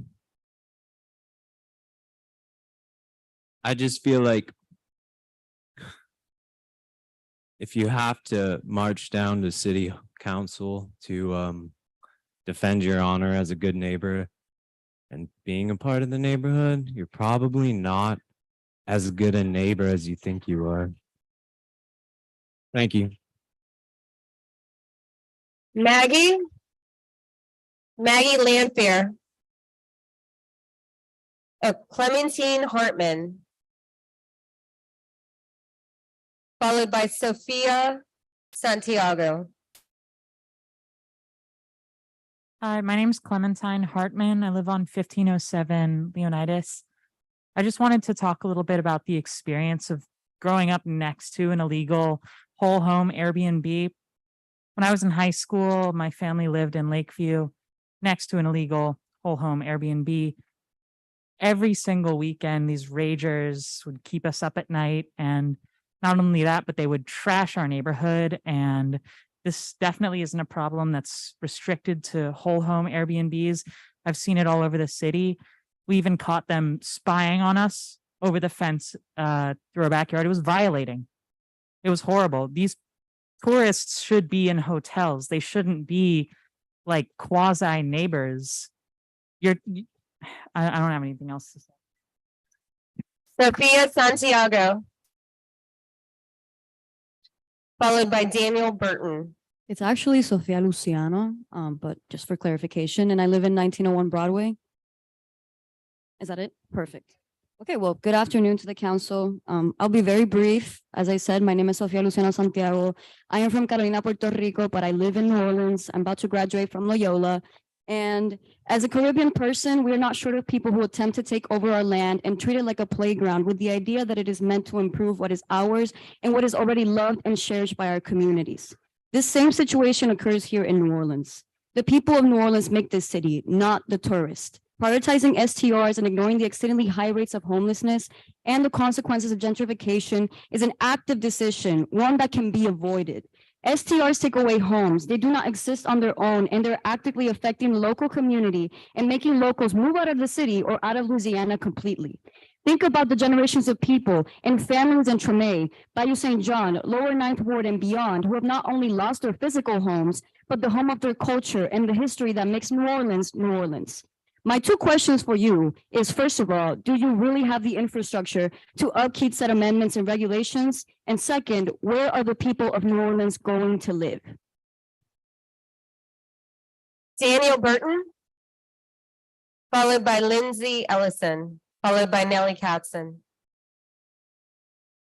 Hi, I'm Dan Burton. I live at 1522 Governor Nichols Street, and I have an Airbnb. I painted my house because I rent the other side of it out. I put in air conditioning in it because I rent the other side of it out. I'm a musician in town. I'm a landscaper in town. A lot of people aren't here because they're at work. I really empathize with the idea of housing. Clearly, I deal with it. It's called Housing Authority of New Orleans. And start thinking about that as part of your game plan here, because you got to see the taxes, you got to see the insurance. It's terrifying. So that's all I got. Thanks. Lindsay Ellison. Followed by Nellie Katzen.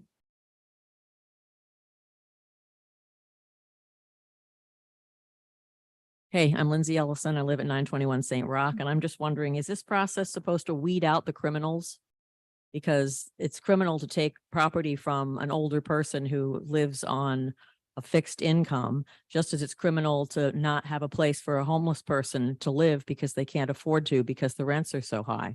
Why is it too complicated to just source out those people who are doing the STRs illegally, who are doing multifamily, who are coming up and building a fence and it's so high and it's going to become an STR, an Airbnb or whatever. So why can't we just get rid of those and leave the homestead kind of people who have like one room that they're trying to make a living, who have, been here for all of their lives and have been a big part of the culture, and who also bring something to the tourist culture, and the tourist culture is what is sustaining us. That's our big industry here.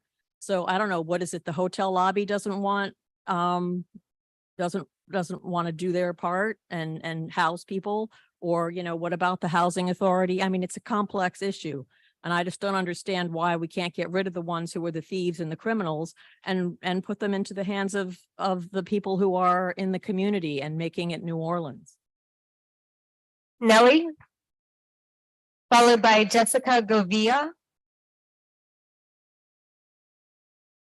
Nellie Katzen, 1242 St. Rock in District C. We've heard, I'm not going to try to say anything that has already been said. I think folks have said well enough that New Orleans needs to be for New Orleanians, and I can see the effort that this council is taking to find the right compromise to be able to achieve that. I live on the corner of St. Rock and Urquhart Streets, and I know that if anything happens on my corner, Miss Portia is going to call me about it. I know that if a package gets delivered on my front stoop, Kevin, who works from home, is going to grab it so that it doesn't get jacked off the corner by the time I make it downstairs from the text alert. Miss Vicky across the street reminds me when the shrimp guy comes into the neighborhood on Saturdays so that I don't miss it. A short-term rental tenant can't do those things. Not only that, but they can't play into the soft side of communities that helps do things like dampen crime.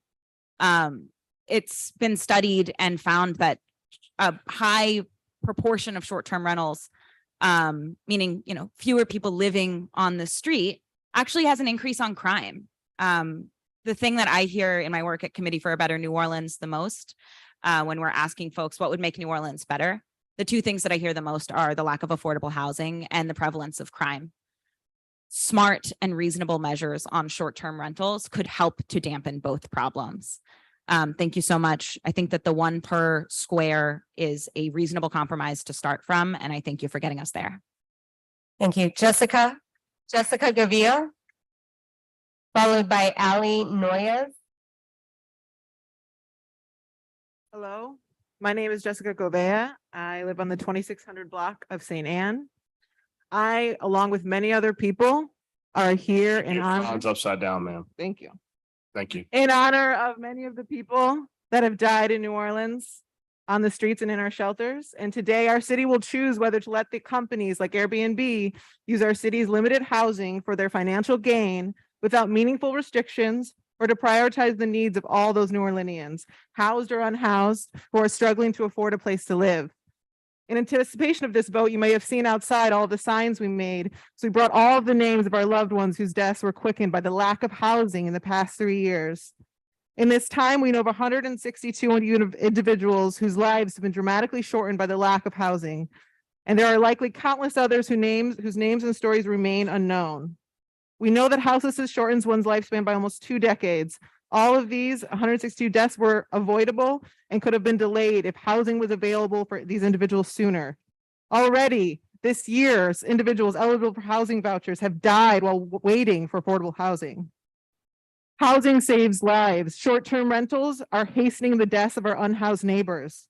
Think of these 162 lost loved ones who lived on our streets, and imagine what opportunities housing could have held for them. Certainly, the opportunity to live indoors with dignity and safety is worth more than any short-term rental. I'm going to read their names with my remainder of my time. Manuel P, 50 years old. Patrick K, 50 years old. Tina W, 44. Joseph P, 53, will remember you.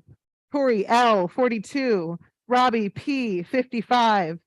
Lee B, 38. We will say their names and we will remember them. Paul B, 44. Thomas S, 52. Dakota, 47. Kurt was only in his 20s. Randy S, 27. Chris F, 43. Carolyn B, 56. Toby P, 44. Rachel P, 44. Jessica, that's your time. Thank you. And this is for Janice. Ali Noyes, followed by Matt Young.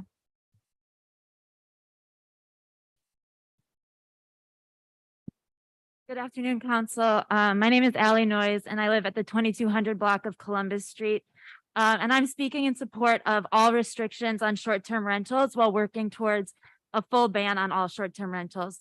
I'm a medical student, and I've been working in public health for over a decade with a focus on housing justice. So a 2021 CDC report demonstrates that communities that are most affected by gentrification have shorter life expectancy, higher cancer rates, higher infant mortality, and greater risk of asthma, atherosclerosis, and cardiovascular disease. Every day, I take care of people in the hospital dying of heart failure, of complications of diabetes because of the ongoing effects of colonization, of which short-term rentals are just the latest manifestation. People are literally dying and becoming dismembered by the stress of housing and economic precarity. Over 26 studies on housing first models have shown that providing people with housing improves health outcomes. As COVID-19 has shown us, our health is interconnected, but the most marginalized are the ones bearing the greatest brunt of these health effects. We are all affected by the health effects of short-term rentals, as well as the increasing homicide rates in our city. These deaths can be traced to the expansion of short-term rentals and investing money in tourism rather than in the people of this city. If we want New Orleans to remain a city that gives birth to culture, we must nurture the city through housing all people, investing money in public school and health programs. Thank you for your time. Thank you. Okay, so we have about 15 minutes left. Matt Young is next, Jeanette, and then Jalen. I would suggest y'all line up so we can get through everyone's comments.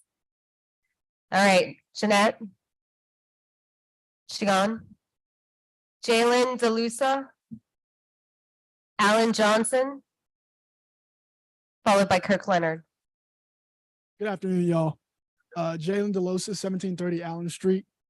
Was born and raised here in New Orleans after graduating from the Southern University. Made a decision to purchase a home and reinvest into the city that has reinvested so much into me. With the understanding that I would be able to own, operate, and live in a short-term rental. If there's a complete ban on short-term rentals, I'll likely be forced to leave a city and relocate to another city because this city is becoming financially unlivable with just one source of income. I know my neighbors, again, like similar stories. If I have a package delivered, they grab it for me. If something's going on in the neighborhood, they let me know. I would love to continue to live and contribute to a place that has raised me. So again, I'm against a full ban on short-term rentals. And thank you guys for your time. Thank you. Alan Johnson, followed by Kirk Leonard, followed by Ivona Leonard.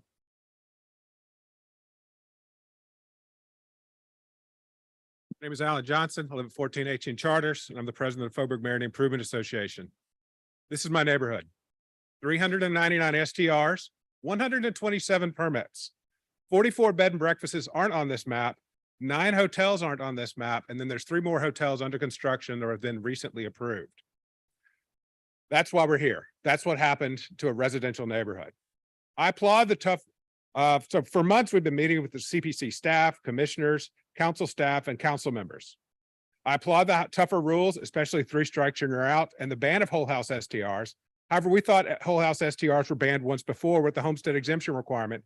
We saw numerous fraudulent homestead exemptions, and it was impossible to enforce. Enforcement is key. I believe that we should have a small manageable program until the city shows that it can manage this. First you have to crawl, then you have to walk, then you have to run. At no time has anyone ever said that the real problem in New Orleans was that there weren't enough tourists staying in residential properties. Yet here we are, trying to expand it again. One of the mantras we've heard from STR owners is neighbors versus neighbors. Nothing will be more divisive than the King Amendment. Release valve. You could have 4 people applying for 2 exceptions, and we'll have more people applying since the homestead exemption is no longer an impediment, and more people who don't live in the neighborhood will be in part of the game. And the neighbors and the FMIA don't get to vote. We don't vote, guys. This lands on the council member's desk. All we'll be allowed to do is provide input. It will be ultimately up to you to decide who gets 158 permits in the 79 squares in the Marigny. We're volunteers. We can't dedicate our association to regulating this industry. We've spent too much time on it. That's the city's job. More specifically, aren't these exceptions supposed to be addressed by the Board of Zoning Adjustments? This is creating a variance and calling it by a different name. Alan, that's your time. The BZO is a home for the variance process. Thank you. Kirk Leonard, followed by Ivona Leonard, followed by Rowan Babington. Kirk Leonard, 726 Josephine. I want to express I appreciate that we're getting closer and closer to a sensible resolution. I think both sides have a lot in common. I know there's a lot of passion on both sides. I like a lot of the restrictions that are being put forth to be able to apply for a permit. The only reason I would want to increase the square, the block square cap would be to try to factor in more individuals who are currently legally operating and are responsible in their own homes. I'm a homeowner. I live in the neighborhood. So therefore, the amendment to include some sort of relief valve is I think very important. I'm personally speaking for myself and the rest of us that are responsible owners that live here that will qualify, that can show a good track record of responsible ownership. I also want to include the possible abuse of applying for a permit and then sitting on it. There needs to be some sort of fine and maybe some sort of release valve or stopgap in the people who are going to leverage false complaints. I know there's a lot of passion on the other side, and it could end up being that if there's no regulation in that terms headed the other way as well, or some sort of law against that, could be flooded with calls and situations based on that as well. Thank you for listening. Thanks. Ivona Leonard, followed by Rowan Babington, Olivia Grower, and Alicia Fink. Again, please line up so we can get through these comments. Hi, I'm Ivana Leonard, 726 Josephine Street. I agree with most of the ordinances that were proposed today. And thank you very much, Ms. Harris, for your opening statement. It really spoke to my heart. I am against the lottery. It feels really archaic, and it's going to really open it up for a lot of inequality. I don't know if there's a better system. I know that you withdrew your other ordinance, because I honestly don't know if it would have been any better for first come, first serve basis. I think that opens up the, a can of worms too. Y'all are talking about how you're going to hold the platforms responsible for providing data on, weekly basis. Why can't you then ask them to also remove the illegal listings? They can do that. They have the ability to do that. They've done it in other cities. With all the restrictions that y'all are proposing with living on a property and natural person and everything else, I feel like the additional restrictions are really coming after me, the homeowner, because they're unnecessary if you already have everything else in place, plus the enforcement. The complaints that are happening here are against the whole house properties that are renting and out-of-state properties. And I agree. I don't want one on my block. I had one and I called continuously the short-term rental office and it took over a year to actually remove them. I am grouped with those people and that is really scary for me. I live on one side of the double and I rent the other. The other side of my street is Section 8 housing. Those are the only people that cause problems for us, not short-term rentals. That's your time. Thank you. Roan Babington, followed by Olivia Grower, followed by Alicia Fink. Hi, my name's Roan Babington. Can you talk in the microphone, please? Hi, my name's Roan Babington. I live at 1030 Napoleon Avenue. My ask of you all is that you don't punish us that own short-term rentals, do it legally and have abided by all the rules. My wife and I took on the project that is our house. It was falling down. The sidewalk in front of our street was torn up by the oak trees. We've taken on $1 million of debt so we could fix this house, restore it to what it was. This was only made possible because of short-term rentals. With the laws that you all, some of the ones that you are proposing, if we lose our license, we will have to sell our house. We take great pride in being able to restore the house, live in it, and grow with our family into this house. I was born in New Orleans, like many of you all here. We love and respect this city. We really hope that we're able to stay. There is compromise to be found. There are a lot of illegal short-term rentals that are here. My ask is that set up a system so that everyone behind me who has mentioned the illegal ones in their streets, in their neighborhoods, allow us to police each other in a way that's more anonymous, report the ones that shouldn't be running. Allow us to take some of that responsibility to make y'all's jobs easier so that we can get rid of these short-term rentals that don't benefit our city, that don't do anything good, provide spots for tourists to come have their parties, but don't punish those of us that have tried to do everything correctly, have done it right, and then might still lose not just our licenses, but our homes. Thank you. Olivia Grower, Alicia Fink, Allison Rue, Rehu. Okay. Hello. I just have a few questions / comments. I don't know if you guys are. Can you say your name and your address? Yes, Alicia Fink, 5100 Britannia Street. I'd like to know how the owners / operators will be able to prove residency to you for the STR department. Do you guys have an answer to that? I think what might be best is if a staffer comes out and answers your questions, because you only have 2 minutes. If you start asking questions and we have to get staff to run you an answer, you'll probably get no comment time, man. That's a suggestion. Okay. I mean, I think there's probably other people that, Well, so if you could answer it, it's fine. Would you like to answer the questions?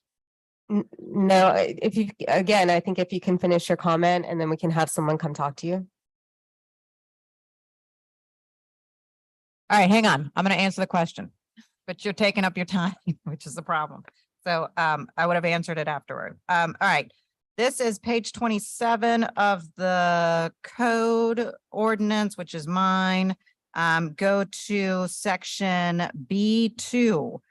For non-commercial short-term rentals, evidence of recorded ownership or a current residential lease, as well as at least 2 other forms of documentation with a matching address, including without limitation, a utility bill, a driver's license, a state ID, a bank or credit card statement establishing that the operator resides on the premises being operated as a short-term rental. Great, thank you. You're welcome. How much do I have left? 26 seconds. Okay. Well, I'd also like to know exactly how the lottery will work. And I know you can't explain that now, but let's say there's 2 owners on 1 square block. How will, like, they each have permits now that have already been issued?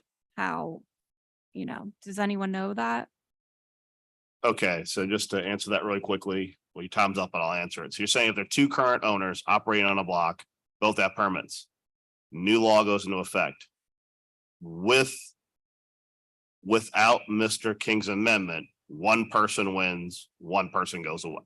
Right, so they both, like, what if one permit expires before the others? Then well, first off, for the, just generally speaking, so right now, all permits that exist, all will expire on the same day. There will be no person who currently has a permit whose permit will at last or be given benefit over someone else. When the new regime starts, it's a wipe.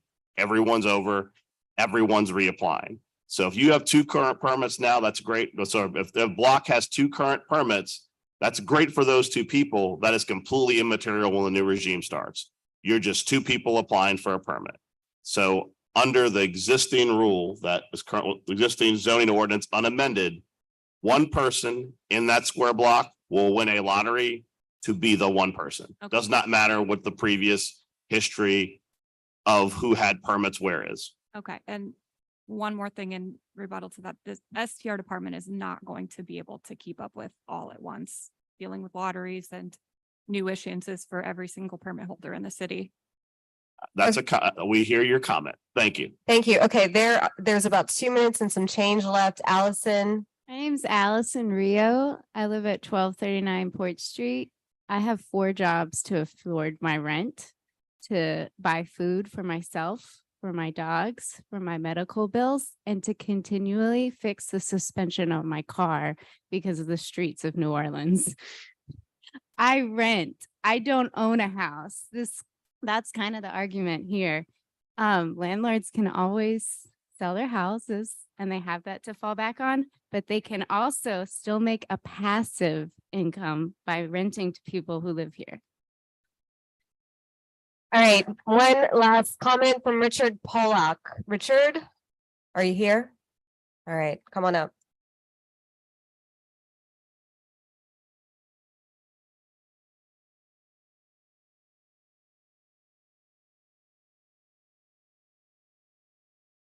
Good afternoon. My name is Richard Pollock. I live at 1526 Pogger Street. First of all, I want to commend the council. I've been to all of these meetings, and I know that you guys have really been working very, very, very hard to try to figure out a reasonable solution to a very, very difficult problem. Also want to say that I wasn't here for the very beginning of this meeting, but I did hear Councilman Harris's opening comments, and I can't agree with her more, both what she said and the spirit behind it. With respect to the actual proposal that's on the table for the amendment, I'm very concerned about the limitation that the only people who have a comment on an exception are people who have an adjacent property. They have show an adjacent property line. That doesn't make any sense at all to me. You know, all the people on the block, you know, have an issue if there's somebody operating a SDR. You know, the people across the street have an issue. So that particular loophole, I think, should be changed. That's number one. Number two, with all the amendments that have taken place, I don't recall where we landed on one point, which is I know for a while there, the limitation was no more than 3 rooms and no more than 6 people. I thought I heard somewhere that people were trying to amend that to 10 people. 10 people is way too many. That hasn't changed. That has changed? That has not changed. That's not changed. Okay, good. Thank you very much for that. The last one is that I appreciate what you said a few minutes ago about the you know, who qualifies for the owner permit. But unfortunately, we do know that in the world we live in, people are going to violate. There's no doubt about it. As a matter of fact, of the people who spoke at last council's meeting, there's 33 of them. 15 had no permit. And of the 18 that did have a permit, 3 had violations. So we know people are going to cheat. It's unfortunate, but it's just human nature. What are the consequences for somebody who games the system as an operator? That's your time. Thank you. All right, online comment.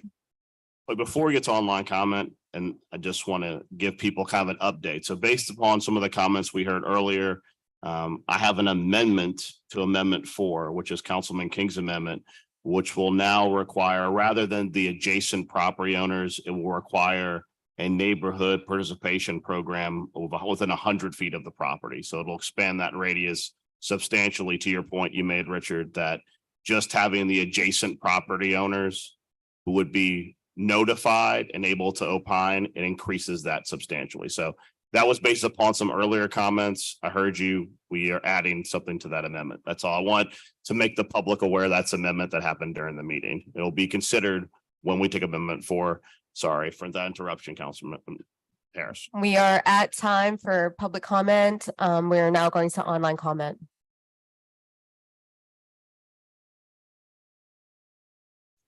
I just wanted to confirm we're doing 20 minutes. Is anybody going to do 20 minutes? Yeah. First comment is from Michael Sammartino. Short-term rental companies are leeches on our city and cultural economy. They're making housing unaffordable in this city to actual residents. Short-term rentals absolutely need to be restricted more and rules enforced effectively. I don't think many people are against homeowners short-term renting out the other half of their shotgun house, but when developers build housing that is perfectly suitable for actual residential use, like on the lot where Brown's Dairy used to be, but then now are slated to become short-term rentals owned by some out-of-town slimy investor or company, that is an enormous problem. It affects the fabric of the whole city, from individuals owning a whole second home to companies with portfolios. We cannot be welcoming to these opportunists ready to steamroll our neighborhoods for a quick buck. Invariably, there will be some council members flipping through their phones or some innocuous papers during the reading of this comment, so I'll repeat myself. We cannot be welcoming to these opportunists ready to steamroll our neighborhoods for a quick buck. Establish restrictions. Kevin Fitzpatrick comments, as a renter, I am generally opposed to STRs, which are largely owned by out-of-state interests who would like to Disneyfy New Orleans. STRs drive up both rent and property taxes, forcing citizens to relocate out of Orleans Parish or resort to substandard housing complexes. Please restrict STRs as far as you are legally capable. Legislation needs to be supported by strong enforcement. Thank you to our city council members who are leading the way on this issue. Zachary Gillespie says city council struck a strong compromise to limit short-term rental proliferation in New Orleans, and I would ask that you remain committed to the people of New Orleans who are just trying to live everyday life here in the city. STRs gentrify our neighborhoods, artificially inflate home prices, put a squeeze on affordable rental units, drive up evictions, and turn residential areas meant for New Orleanians into tourist hubs. Please don't let emboldened and entitled STR operators who destroy our Black neighborhoods and displaced New Orleanians convince City Council to weaken the STR regulations. It's time to listen to us, the people who bear the culture and traditions of this great city, and not not corporate interest or bad faith STR actors. Adrian Roca says, thank you, members of this council, for your time and attention to this urgent matter of short-term rentals. STRs are fundamentally a commercial use. They should be prohibited in all other residential zoning districts citywide to protect housing opportunities for New Orleanians at all economic levels. STRs may be considered when tied to production of affordable housing, as in the case of the small multifamily affordable or affordable housing plan developments, limit to the same percentage of units required to be held affordable, 5 or 10%. I strongly urge council to consider adopting regulations that aim to, 1, require both the property owner and the permit holder must be natural person and not an LLC or some other incorporated entity, require an individual over the age of 18 to be a full-time resident at any lawfully registered STR. This individual must assume the responsibility of being the point of contact and mitigator of any disturbances emanating from the STR unit. And 3, adopt regulations that strictly cap the number of STRs by square rather than block face. This allows for easier identification and regulation when buildings often have multiple addresses on corners. These should be restricted to 1 to 2 maximum. Benjamin Purley says, I'm a constituent residing in 3100 block of Daphne in Bywater and wanted to let you know my position on short-term rentals in New Orleans. In short, I'm absolutely against the status quo and think they should be restricted further, largely for 2 reasons. 1, STR unit on the market. Every STR unit on the market takes a rental off the market for a local long-term tenant, at least at attractive terms. This is universally true, despite the financial or residency status or good intentions of the owner, whether it's a starving artist or sonder. 2, whole house STRs in residential neighborhoods like Bywater tend to draw in loud groups of partiers who create a nuisance and existing safeguards like noise complaints to NOPD or against the owner directly are ineffective at best. I recommend you vote for legislation to further restrict these rentals, if not getting rid of them altogether in residential neighborhoods. Gabriela Trujillo says, I'm a constituent residing in the 700 block of Independence in Bywater and wanted to let you know my position on short-term rentals in New Orleans. In short, I'm absolutely against the status quo and think they should be restricted further, largely for 2 reasons. I feel like I'm repeating myself. 1, every STR unit on the market takes a rental off the market for a local long-term tenant, at least on at attractive terms. This is universally true despite the financial or residency status or good intentions of the owner, whether it's a starving artist or sonder. 2, whole house STRs in residential neighborhoods like Bywater tend to draw in large groups of partiers who create a nuisance and existing safeguards like noise complaints to NOPD who or against the owner directly are ineffective at best. 3, when full house units are not occupied by crazy frat boys and bachelorette parties, they sit empty, making the neighborhood a ghost town, which is not pleasant, safe, or conducive to a community. I recommend you vote legislation to further restrict these rentals, if not getting rid of them altogether in residential neighborhoods. Janet Lynn Strickland comments, the judge only asked for the homestead exemption to be removed. Replace that with 1 STR permit per owner, and they must live in the home. If you change other rules, please make a hardship exemption for the current legal mom and pop STRs so they can continue operating. Other cities are currently back in court due to lotteries. I'm certain none of the council wants to go through this ordeal again. Jamie Allen says, please increase the permits per block to 4 per square. Limit permits to 1 per owner / operator. Issue permits first come, first serve, not a lottery. Provide merit-based permitting exceptions, regardless of block limits, dependent on past proof of RSTR legality and history of no complaints or issues to continue RSTR hosting as a natural person operating as an on-site owner operator. Use the new enforcement technology and persons to go after bad actors, namely whole home rentals and individuals or companies operating multiple RSTRs. Protect and permit only the actual small operators, 1 home, 1 person, owner operator, 1 RSTR permit. Patrick Kemmerly comments, I'm a social worker who works with people in New Orleans facing homelessness. STRs are part of the problem. STRs increase the cost of housing in our community and therefore increase homelessness. I'm calling on City Council to stand up for the most vulnerable members of our society by strictly regulating STRs. Please restrict STRs to 1 per block, to 1 per square block and implement strict enforcement rules that seriously penalize bad actors and demand data transparency from platforms. Andrew Lyman comments that our city neighborhoods and communities have been increasingly given over to bad faith actors running illegal STRs with no apparent interest in enforcement or abatement by the city is unconscionable and embarrassing. We need hard cap density with robust enforcement. We need to end corporate run STRs in our neighborhoods. This is not a poor, struggling to make ends meet mom and pop STR operator problem. This is a significant and detrimental vulnerability of our city that has long been exploited by investment groups and bad actors and ignored at best by many members of our city council and local government. This is an opportunity to turn the tide and abate the very real housing crisis New Orleans is facing. Paige Como comments, regulating the few in favor of the many is not a novel concept. Municipalities have historically used regulations, particularly zoning regulations, to protect the health and well-being of their residents. Hey, everyone, please quiet down. We're having trouble hearing the public comment. Please quiet down. Thank you.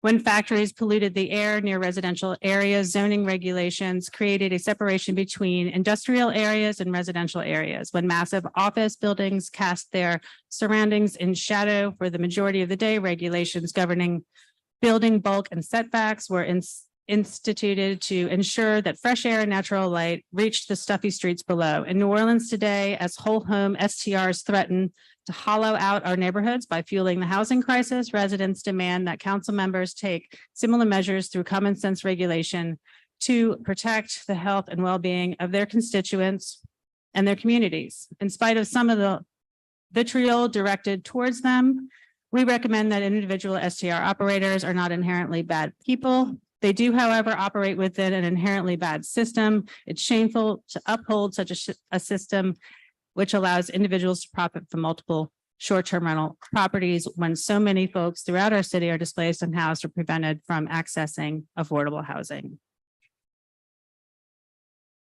Matilda Lemon says short-term rental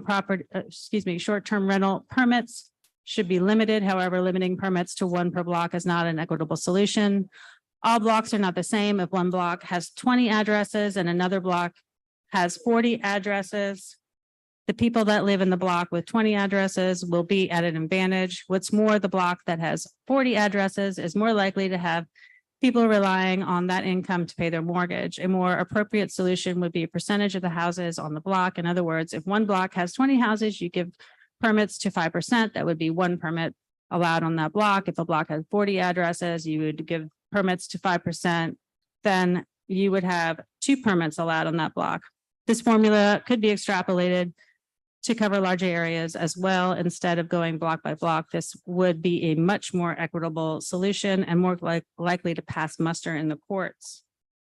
Mark Schroeder says, I'm a homeowner who lives on the property where I have a short-term rental in the front of my house. It's imperative that the abilities of homeowners in New Orleans to generate supplemental income from their property is protected. All costs related to home ownership are increasing: taxes, insurance, interest rates, et cetera. And it is more important now than ever to enable supplemental income to offset these rising costs. I agree that something needs to be done to bring down the housing costs and protect neighborhoods from STRs with no oversight and owners who do not live here, but limiting to 1 STR per square block is unacceptable and not equitable. If we can't ban non-residents, maybe we can increase licensing costs for non-residents or other licensing or city services limitations based on residency. Emery Tillman says, I'm a multi-generational New Orleanian. I am so beyond against short-term rentals. We need to have more restrictions put in place as well as consequences for violators. Short-term rentals have damaged the housing in New Orleans more than Hurricane Katrina did, which I have seen firsthand. Driving through neighborhoods, there's no longer locals who live there. It's people and companies who are profiting at the expense of the people who make New Orleans great. The locals of New Orleans deserve to have affordable homes and places to live, because without us, the city wouldn't exist. Short-term rentals are ruining the city. I have seen elders of our communities be yelled at by disrespectful Airbnbs and have had so many friends priced out of their homes. There has to be regulations and consequences put in place. Scott Peterson says, I'd like to propose that the city council consider implementing a short-term rental exception to those who meet all other requirements, but also rent out 50% of less of the square footage of their homes. This would effectively limit this exception to partial home rentals and to owners or operators who live on site at their properties.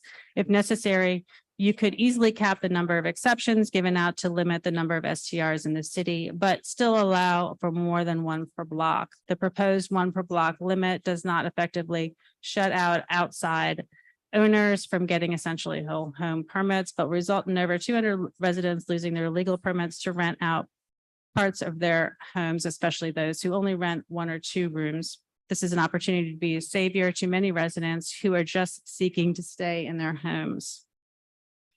GR Lanasa says, thank you for your service. Please take all the steps necessary to eliminate the STR shadow motels in all our residential neighborhoods. Why do the residents of the Garden District get the privilege of living without STRs next door while other second-class residents are allowed no such choice? Pause the entire STR debacle and ensure we never have commercial operations in residential neighborhoods again.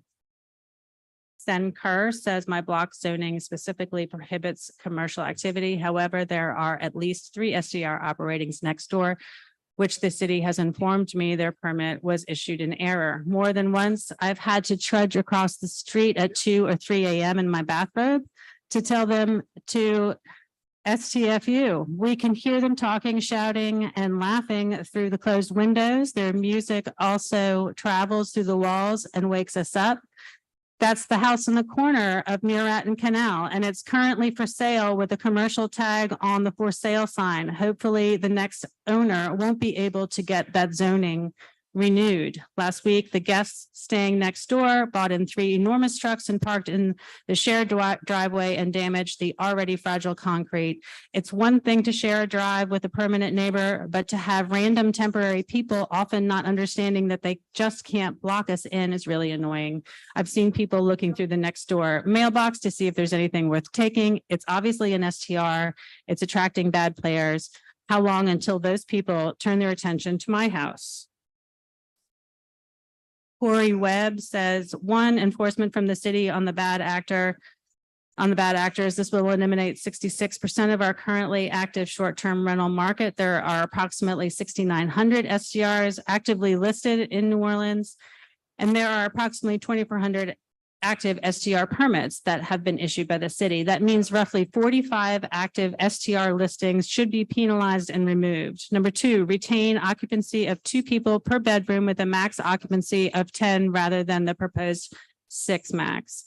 Number 3, allowing the number permitted on any block to flex up for any already existing permits so neighbors don't have to fight over permits. At the very least, I am advocating for the wording of this proposed rule to be changed to read 4 permits per block square rather than 1 permit per block face, or the extreme 1 permit per block square. Number 4, eliminating the lottery system and instead issuing permits on a first come, first served system where applications are reviewed in the order they're received. 5, RSTR permits must be issued to the homeowner and that same person must also be the listed operator. And number 6, an IZD conditional use process to obtain permit for blighted properties or vacant lots. Ladies and gentlemen, can you please, if you have comments or conversations, would you please take those outside so we can hear the online comments? Thank you. Continue, Anita. Amanda Bonham says, as a lifelong New Orleans resident, watching as much of the city's culture die out with those who died and were displaced by Hurricane Katrina was a tragedy. A new wave of preventable displacement is happening because of the city's failure to act sooner on enforcing restrictions on short-term rental and Airbnbs. Watching people who have worked their entire lives struggle to remain in homes and communities that have been in their families for generations is heartbreaking.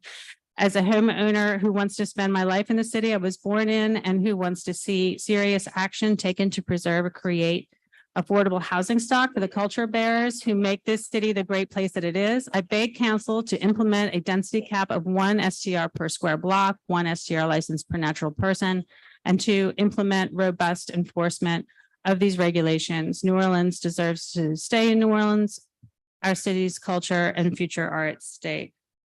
Zoe Johnson says, please restrict STRs to 1 per block square or ban whole home rentals altogether in residential areas of New Orleans. I moved to the Fairgrounds neighborhood near the end of 2019. As the pandemic hit, the neighborhood was very quiet. And though I became familiar with some of my neighbors, most of the houses in the area remained shuttered.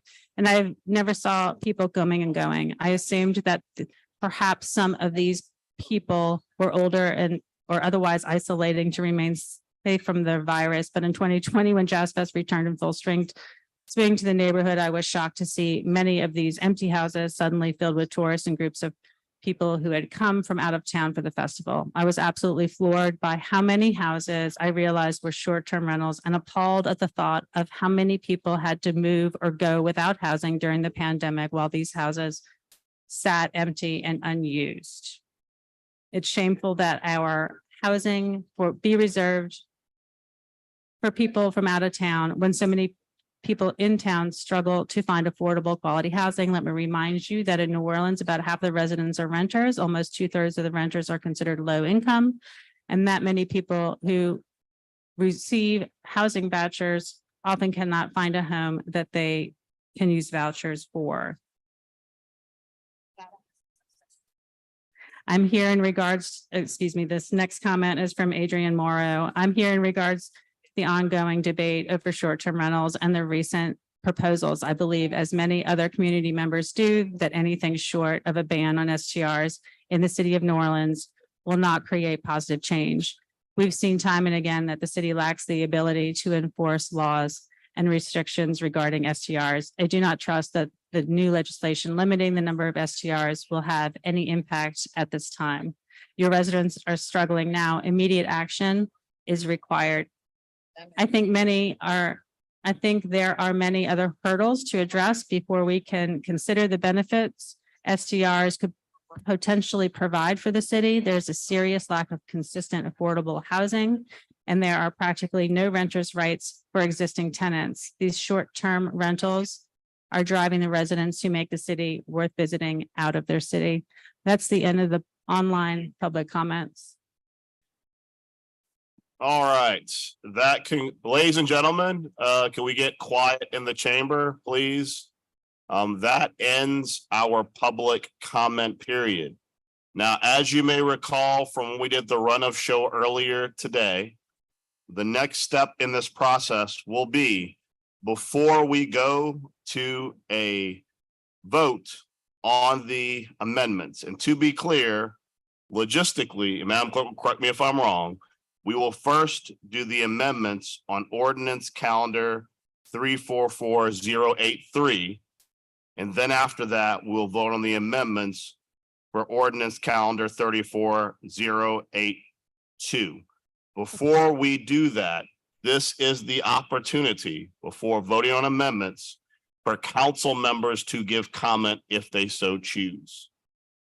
If you want to give comment, please press your buttons and I don't have comment. I just wanted to actually to clarify the whole issue on the resident one operator, one permit, and how that is listed in the code ordinance. I read already the resident requirements in the code ordinance, but also how that's in the CZO ordinance as well.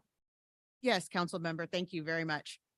In the code ordinance, which is number 34082, in the original ordinance at line 417, it does require that the operator reside on the property being used for a non-commercial short-term rental. This requirement's even more explicit in the CZO ordinance, which is 34083. There on line 55, it says no person may be the operator of more than one non-commercial short-term rental. Thank you. Appreciate that. Councilman King for comment.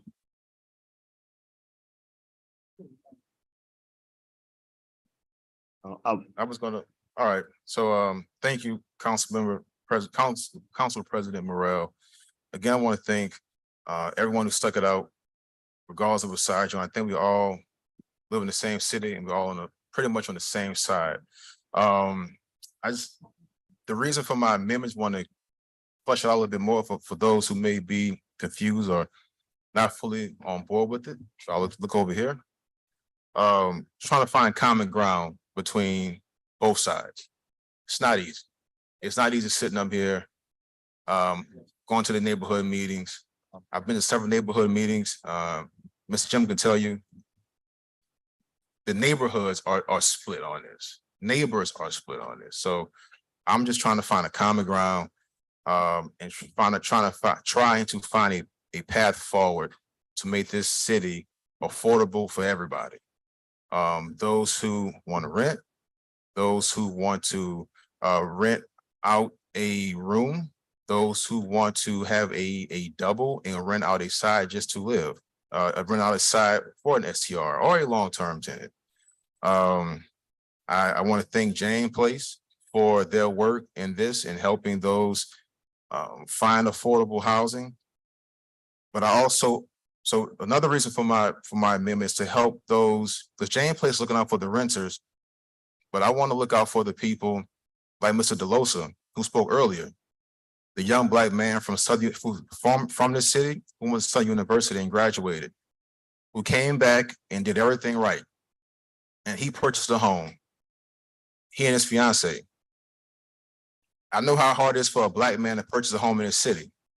I've been through the rejection from the banks. So for him to do everything right and others like him, and now be told you don't have the right to rent out your room, I'm sorry, your other side to double for an STR, that's what I'm trying to prevent. Because he told me if he can't rent out the other side of his room for an STR, other side of his double for an STR, he has to leave. Now he's displaced. So who's looking out for him and others like him? I heard the long-term rentals. He's over there. I'm not trying to single him out, but there's many like that. And I think their voice is being overshadowed. So, Ladies and gentlemen, say that again. Who said something? He's engaging. Mr. King, pause for a second. Ladies and gentlemen, when you made your comments, council members did not yell to object or talk during your comments. Please let council members make their comments, whether you agree with them or not. It's only fair. So who made that? Who brought us? Mr. King, why don't you finish your comments? I appreciate it. Thank you. Okay, moving for. Thank you, Council President. So he and other people said, if I rent out to a long-term tenant, the mortgage is so high, the insurance so high, everything is so high. Once again, I have to sell and move. Once again, I'll be displaced. So the option of a long-term tenant for him and others like him is not an option. So no one wants to be displaced.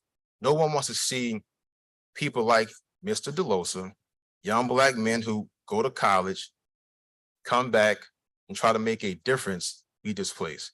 So although I understand this may not make everyone happy, again, my goal is to try to find common ground, and it's not easy. And this is not an easy topic. If it was, we wouldn't even be here. We would have had one council meeting a month ago for an hour and been done with this.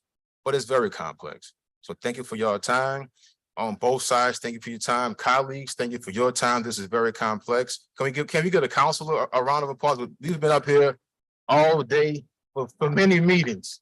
All right. So I'll be happy to talk to anybody afterwards, and now that'll end my comments. Thank you. Councilman Harris.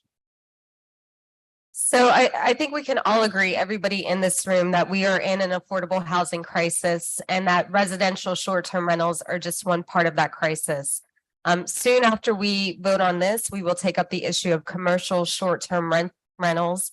And we have some legislation pending on CPC doing a study on the impact of commercial short-term rentals on our community. I want to say about this particular city council, I think this is the first time that we are all united as a council. We're a united council, but we're all working towards the same goal, which is to provide affordable housing in New Orleans. We've taken measures up on blight remediation and getting blighted properties back in the hands of people who are going to return those properties back into commerce. Me and my office have been working since I've taken office on the unhoused community, and making sure that we, number one, get somebody in City Hall who can unite the various nonprofit organizations who service the unhoused population. We're also working on other measures as well. And to that point, I do want to say that we have some great organizations like Travelers Aid who provides services to the unhoused population, and we're looking at beefing up their outreach program. We also have Unity here, and Joe, I know you're here if you want to stand up. Unity keeps a master list of affordable apartments, and he is willing to stay beyond this time here if anybody has any questions or if anybody's looking for affordable housing. He's waving his hand. Affordable rentals.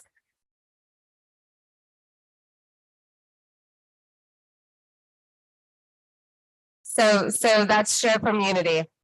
So again, I think this council who sits before you understands, is trying to help, and is trying to walk the line between what we have to do as ordered by the court and also protect our communities and our culture. And I want to thank you all for sitting here through not only this meeting, but the meetings that we've had before, raising your voices, sending the thousands of emails that I will let you know I've read.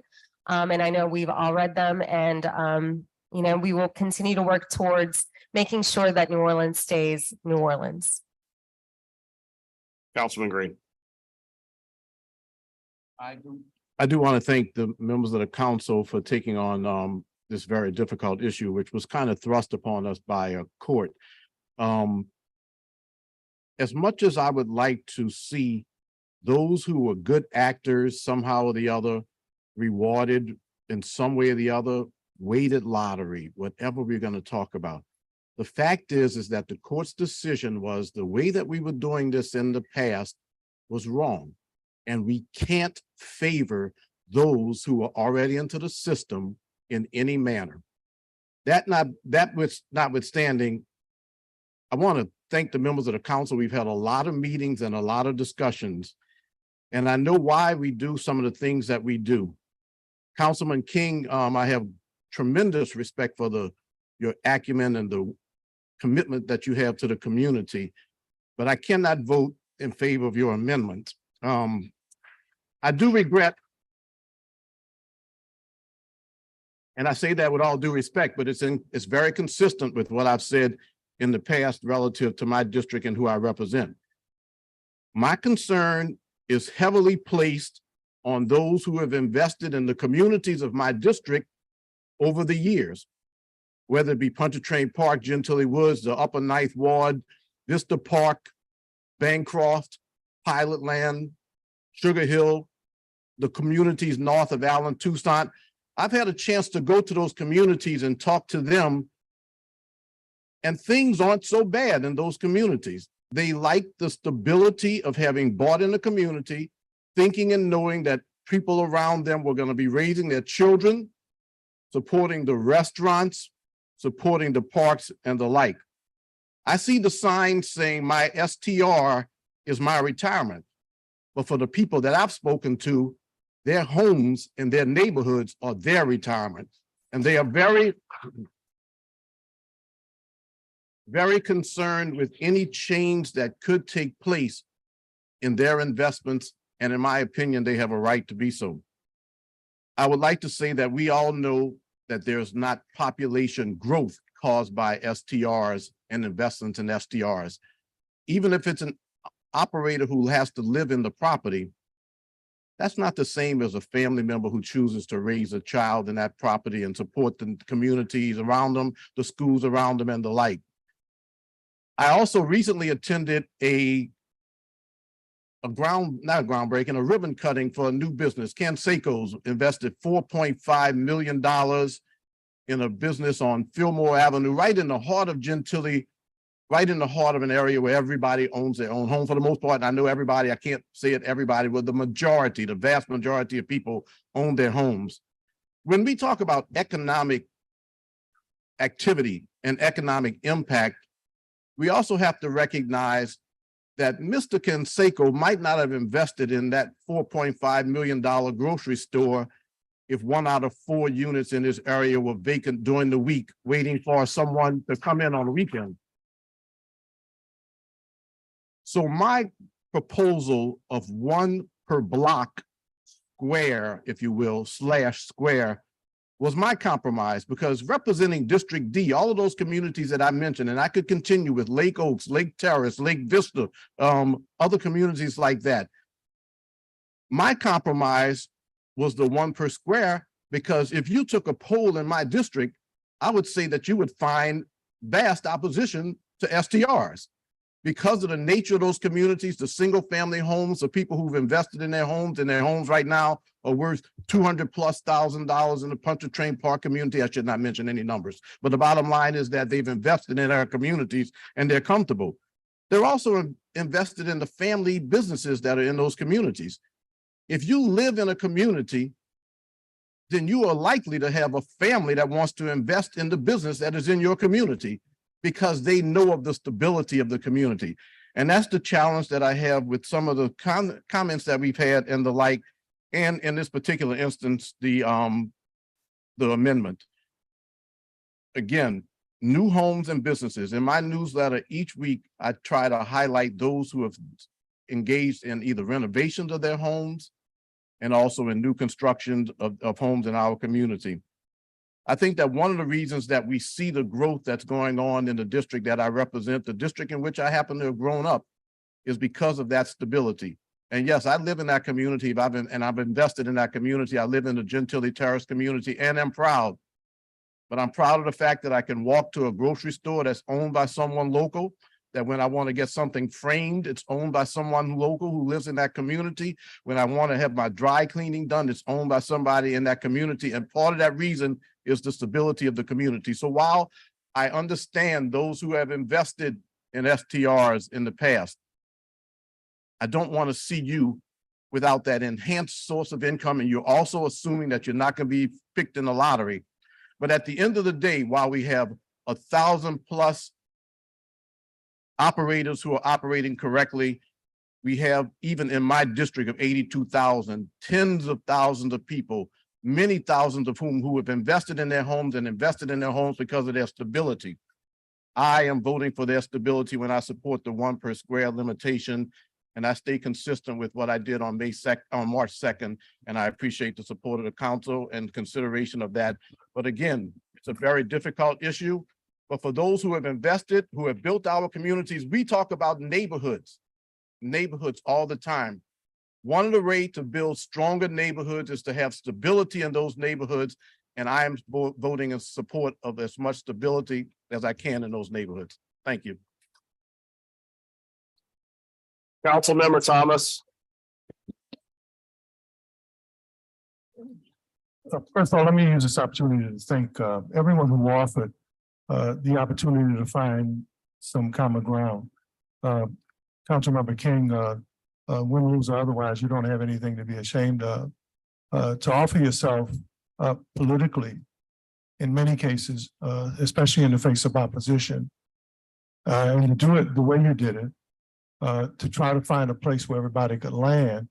Anybody who's upset with you, they would have been upset with you anyway. Councilmember Harris, your speech was held by my family. My sister and relatives text me in terms of someone who maybe was not born here, but who has a love for the city and has adopted its culture. My family is post-Haitian revolution here. My family is from Pézanville, the Lower Nine, University City, and Storyville, from the Black Cat, Leon Martin, to Mother Luke in the Lower Ninth Ward, who started one of the first political organizations. I was going to just let my vote be my comment because there's so much politically, right? And I host a radio show, so I run my mouth, and I'm a politician, so I run my mouth. But as I looked at who was here, it was interesting to me, as someone whose family runs deep here, to see the nature of the comment and who was commenting. I grew up in the Lower Ninth Ward, which was the largest African-American community. We take it was boundaries of home ownership, over 61%. When my family migrated from the Lower Ninth Ward, the Black Mecca in New Orleans East.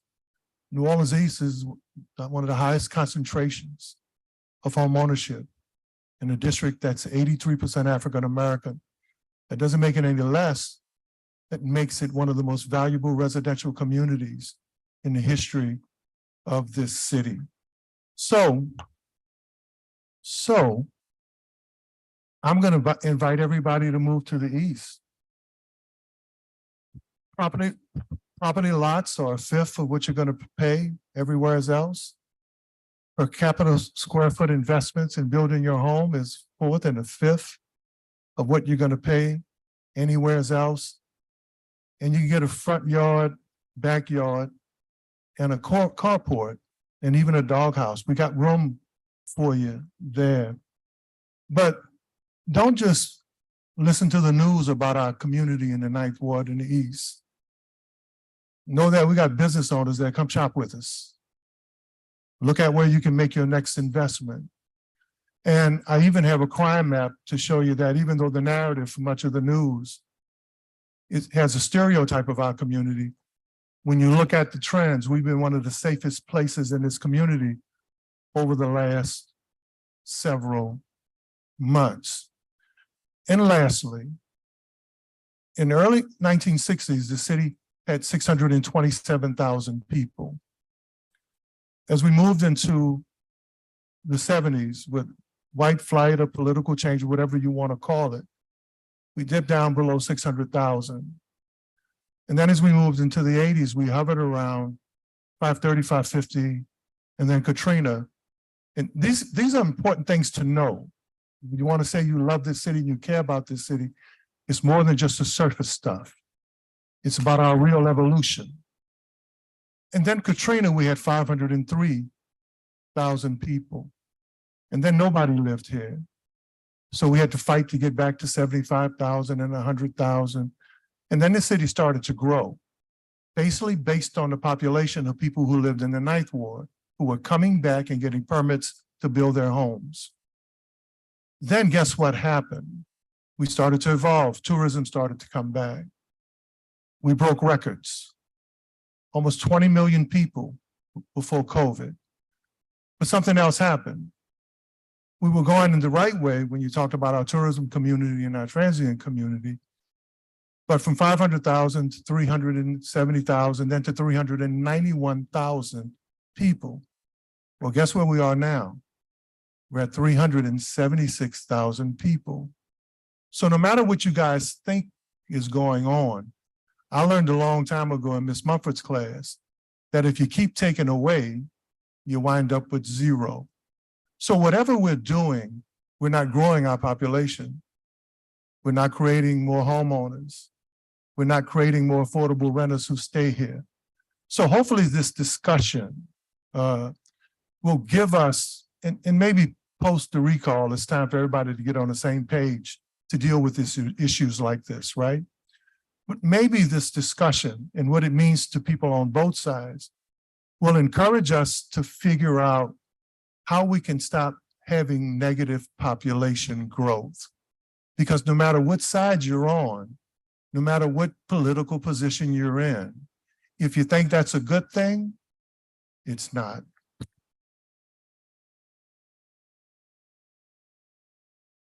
That concludes. I have some final comments, and I know for those of you who attend these meetings, I'm usually not quiet. So that in itself should tell you I got a bit to say. And to be honest, I don't think anyone in this room will like me when I'm done talking, but that's never stopped me before. I want to begin with 2016, when the New Orleans City Council, which I don't think anyone here was on it at that time, I'm pretty sure, decided to allow for short-term rentals. And someone earlier brought up San Francisco. That's a great example. When the city council began to consider short-term rentals, it was really when those platforms were in their early stages.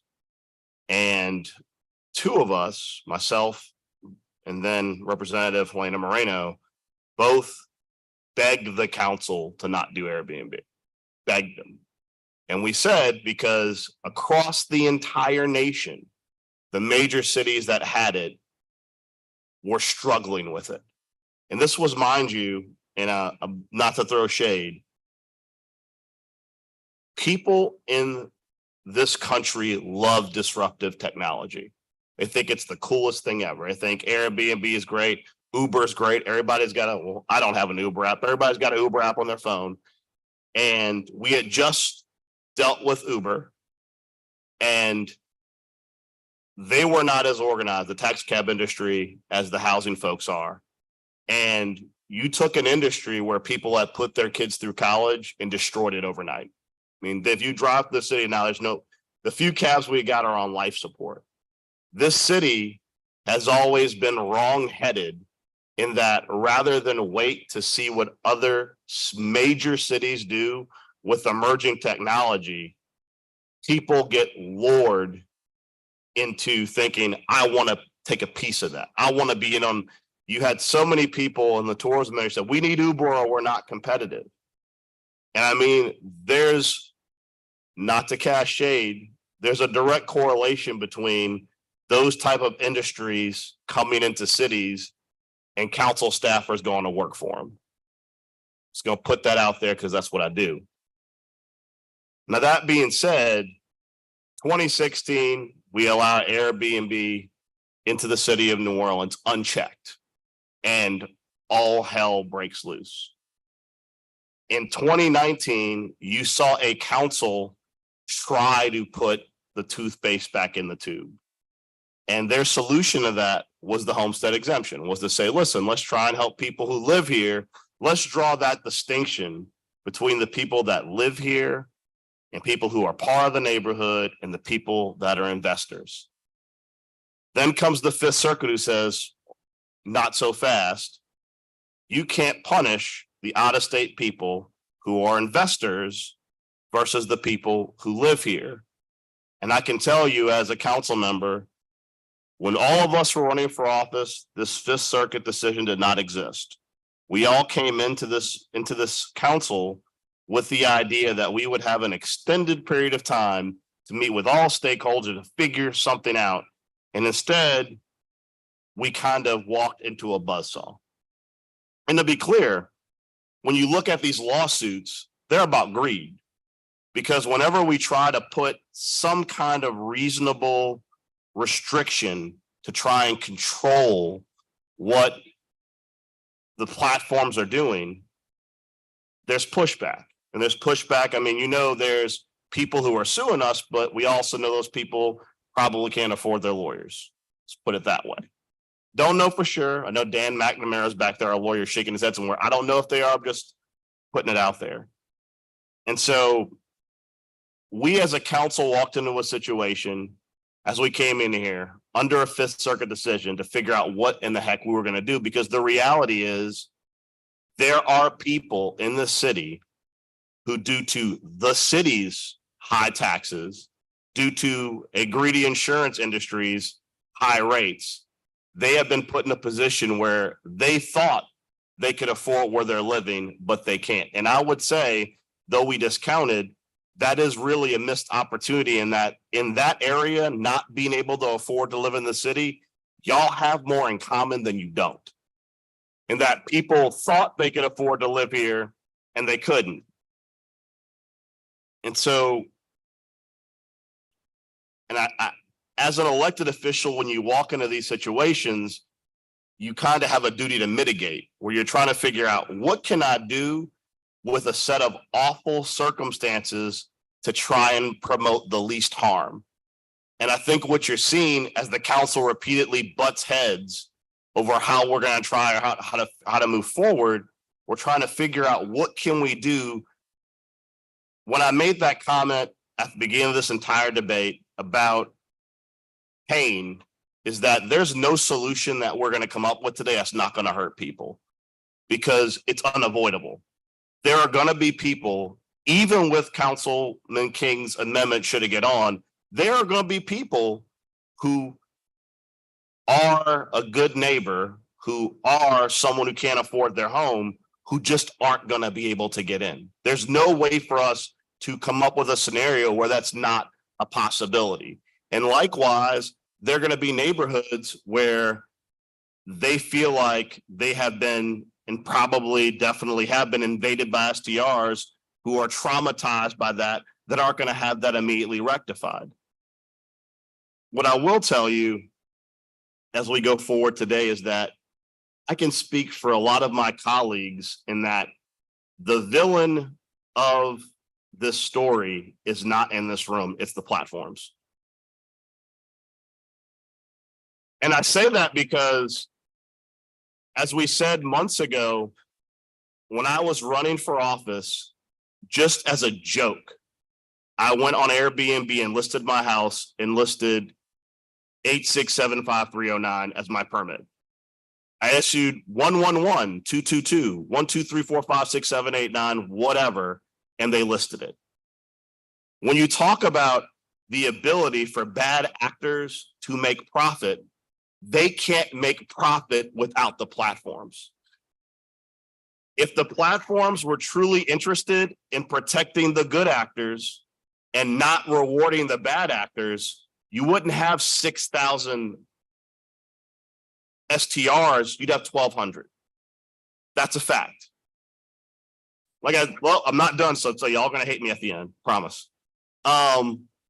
So that being said, part of what you see in Councilmember Moreno's amendment forcing interaction with the platforms is that they have a responsibility and a duty to help us police short-term rentals. Because no matter how well staffed our office is, if you cannot list your short-term rental on Airbnb, VRBO, or HomeAway, you can't make money off it.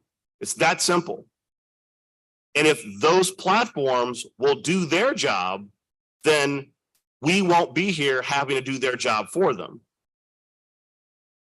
Now, that being said, I think I speak for a lot of my colleagues when, having been through this entire exercise, there is this idea, and we already hear it. There are people, lawyers, we're going to sue this, we're going to sue that. We think that this is too restrictive. And what I hear when they talk is greed. All I hear is naked greed, because as a council, we are trying to do what's best for our city when we have very bad options. And for those of you who are students of history, many of you have heard the story of Damocles, right? Damocles was a courtesan in the court of King Dionysus. And he used to brag all the time about how being king was the greatest thing in the world and it was super easy. And Dionysus said, you can be king for a day, and put him on the throne and hung a sword above his head held by a horsehair. Because he said the ability to lead and govern and have power is literally at the whim of the people and God. God's probably was Greece. And let me tell you this, we as a council are fed up with greed and platforms abusing the system. What you see today from us is our last best effort, in my opinion. If it comes back yet again with these greedy platforms that they refuse to be regulated, we shall be the sword of Damocles, and there won't be short-term rentals in the city of New Orleans. I'm done. So either this works, or we'll have a very short meeting next time to resolve this, because we as a council, as a community, cannot continue to operate in good faith with greedy platforms and greedy corporations and greedy LLCs always finding loopholes. So for those of you who are great, good actors, who your neighbors love, guess what? With an MPP, if your neighbors love you, you'll be in good shape.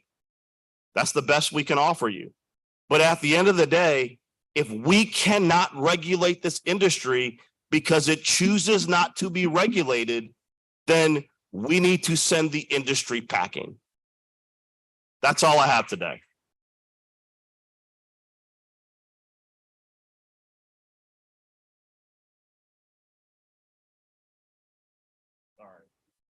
All right, so first up, sorry, I need a second. All right, so first up, we have ordinance calendar 34083. Madam Clerk, we have 4 amendments. Could you please go through the amendments? On page 46 is the first amendment to ordinance calendar number 34,083 by Councilmember Harris. I'll move. It's amendment. It's 46. Yeah, they've already been read. Yeah. Number 23, calendar number 34083. It basically clarifies some language. Councilmember Jeruso? Seconds? 7 years. Now, we have amendment number 2 by Councilmember Harris. And I already read it into the record, so I'll just read what the description says. An amendment to clarify that short-term rental use is subject to coddle limitations on transfer to correct non-substantiate errors and to establish an effective date of July 1st, 2023. Thank you, Madam Clerk. I move. Councilmember Jeruso seconds. 7 years.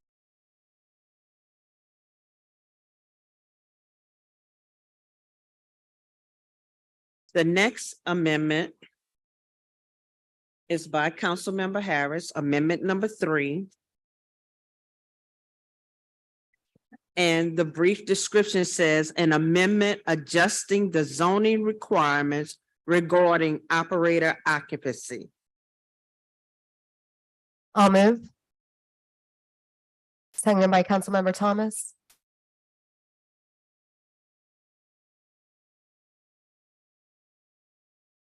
Seven yeas.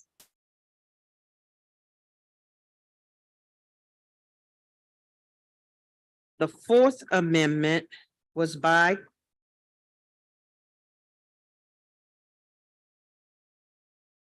wait. So amendment number 2.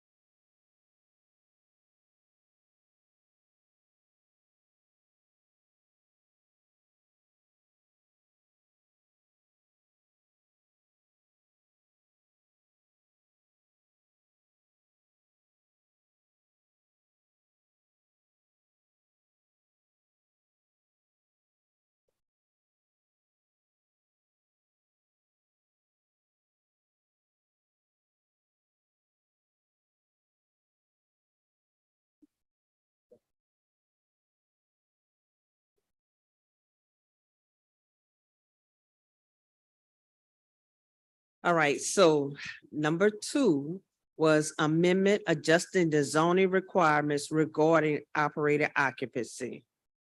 So we did Harris and Thomas, and that's 7-0.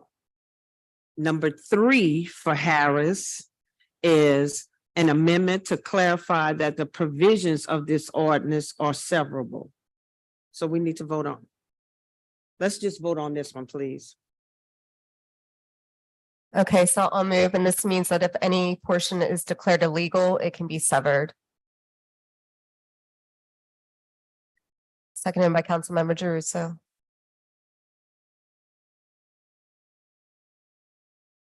Six yeas. That's it, Adam? 7. Okay, now amendment number 4, which was by Councilmember King. I now have an amendment to this amendment by Council Members Morrell and King. In the amendment,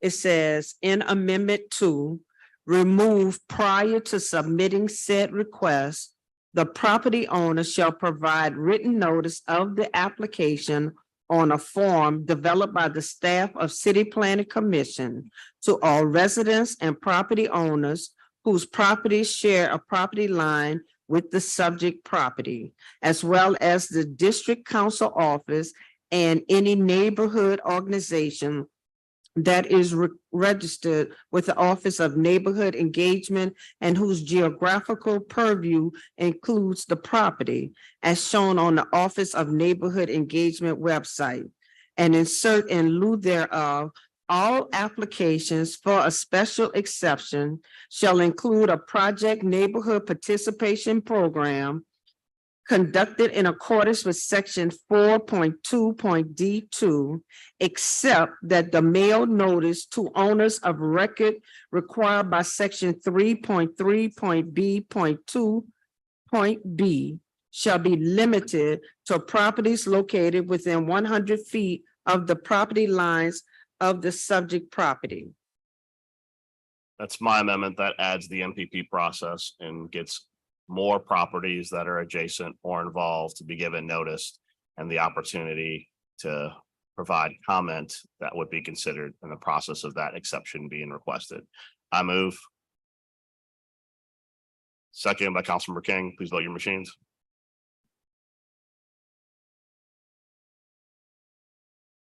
Five yeas, 2 nays. It is adopted.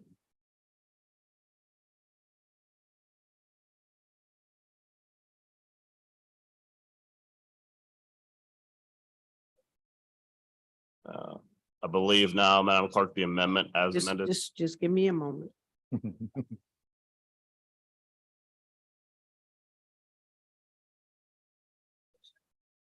Okay, sir, now we can adopt now we gotta adopt Councilmember King's amendment as amended. Yes, thank you, Madam Clerk. Madam Clerk, this is the amended amendment with the safety valve in mind. I move. Second by Councilmember Morrell. 5 yeas, no nays, motion is amended, motion as amended has been adopted. Thank you. Just for the record, there were 2 nays. 5 Right. yeas, 2 nays. Press, okay, sorry, go ahead, Mr. King. Mr. Green, if you'd like to comment, press your button to be recognized. We're not gonna start just yelling stuff out because we don't want the crowd to yell stuff out. Yeah, no, that wasn't a yell out. I was looking at the thing and I saw 2 nays. He said 5 yeas, no nays. I'm just correcting something. My apologies. That's all. I mean, it's simple. It's not that complex. 5 yeas, 2 nays. Thank you, Madam Clerk.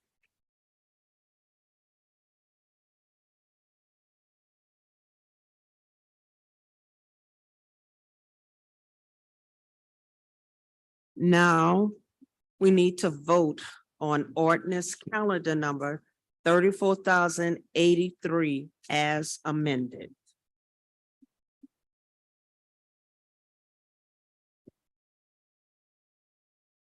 Moved by Mr. Druso, seconded by myself. Please vote your machines.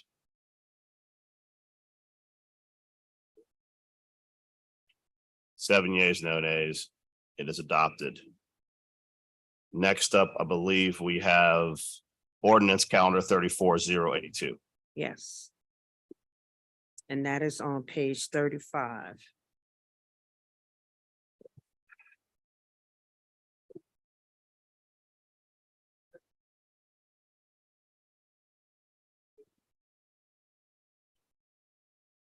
Okay. The first amendment is Councilmember Moreno's amendment.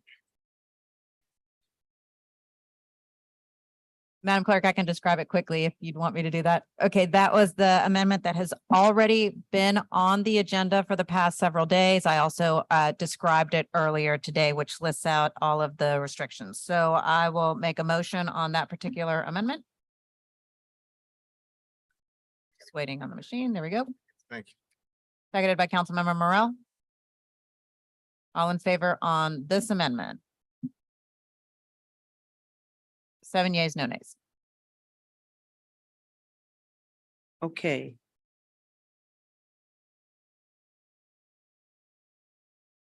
Now, the amendment, the second amendment to ordinance calendar 34,082 on page 44 has been withdrawn.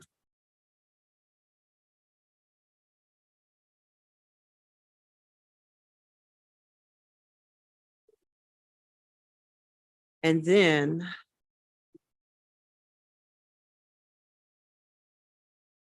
Councilmember Green had, before I go to the second one that was withdrawn, he had offered an amendment to your amendment, Councilmember Moreno, and he has since withdrawn that one. And then the second one that Councilmember Harris did was withdrawn. Now we're on page 45.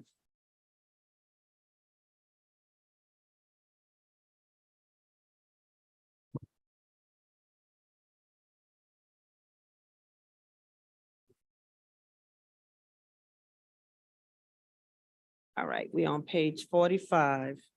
And this is the third amendment by Councilmember Harris. And the brief description is that the amendment to require completion of a short-term rental course to be provided by the Department of Safety and Permits as part of any new and renewal application for a short-term rental owner permit and short-term rental operator permit. Thanks, this- Madam Clerk. I moved, Councilmember Morrell seconded. 6 yeas. 7.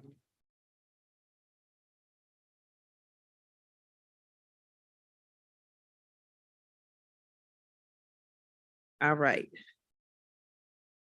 Now we have amendment number 4 by Councilmember Harris. And the brief, this is not on the agenda, but I did read it into the record. I'll just read it. It says on page 32, after line 2, insert the following. Section 4, the Council of the City of New Orleans further ordains that should any section, paragraph, sentence, clause, phrase, or word of this ordinance be declared invalid or unconstitutional by a court of competent jurisdiction, such invalidity or unconstitutionality shall not affect any of the remaining words, phrases, clauses, sentences, paragraphs, or section of this ordinance, as they would have been enacted by the council without the incorporation of such invalid or unconstitutional word, phrase, clause, sentence, paragraph, or section. Thank you, Madam Clerk. I move. Council President Morrell seconded. Any 5 votes, 6 votes, 7 votes.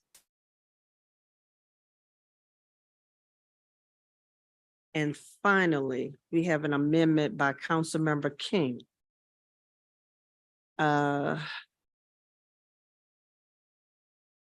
What is this? It is withdrawn. We have, it says on page 5, line 81, delete the paragraph letter C and insert in lieu thereof the letter D. On page 5, after line 83, insert the following. The property owner shall remit to the city a $500 application fee for consideration of any special exception request pursuant to section 21.8.C.18.R of the comprehensive zoning ordinance. Thank you, Madam Clerk. I make a move. Seconded by Councilman Russo.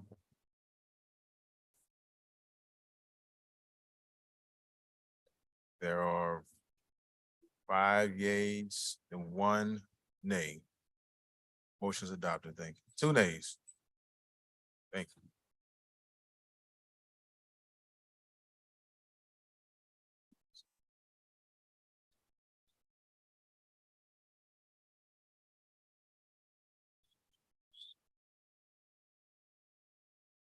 All right, now we need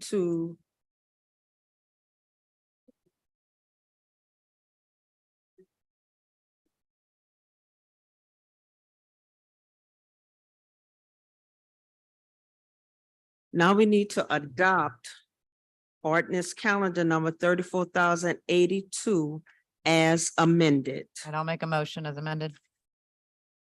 Seconded by Council President Morrell.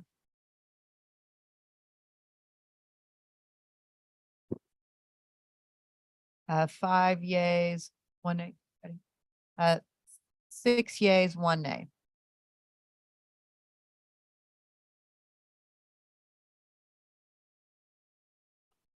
Next item.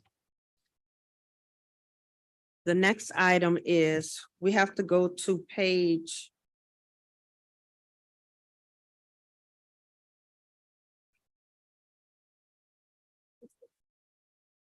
I already did it. We got to go to page 27. 27.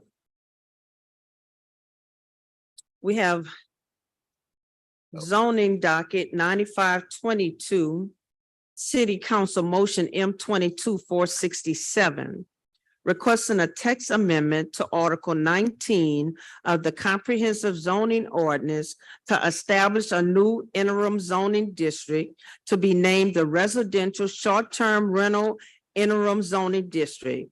The intent of the IZD is to establish a temporary prohibition of residential short-term rental uses citywide and to prevent any issuance of new residential short-term rental permits or licenses. The 3 prohibited use categories include residential short-term rental, small residential short-term rental, large and residential short-term rental, partial unit. The proposed text amendment would affect properties citywide. The recommendation of the City Planning Commission being for modified approval. Bob, why don't you explain why we're doing this? And then I'll. Thank you. I would, Stephen Kroll was not be able to be here. So basically the purpose of this is to, this is the IZD that froze things in place until the new regulations could be adopted. So the idea today would be to approve the IZD to continue it in effect until the new regulations take hold. So basically this maintains the current status quo, that there'll be no issuance of any new permits until the new regime is in place. Correct. Thank you. All right.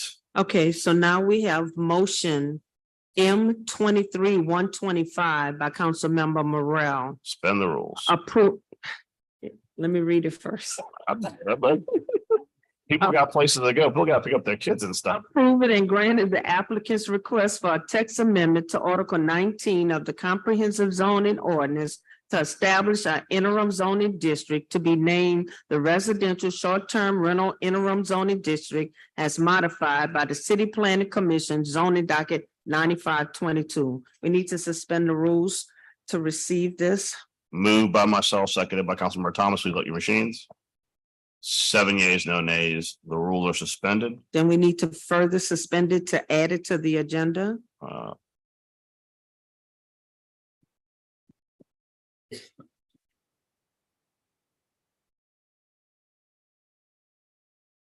Waiting for the machine. I will move. Second by Councilmember Thomas. Please vote your machines.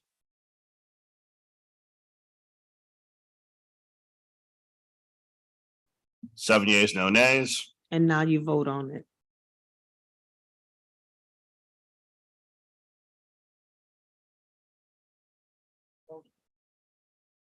I will move. Second by Councilmember Thomas. Please vote your machines.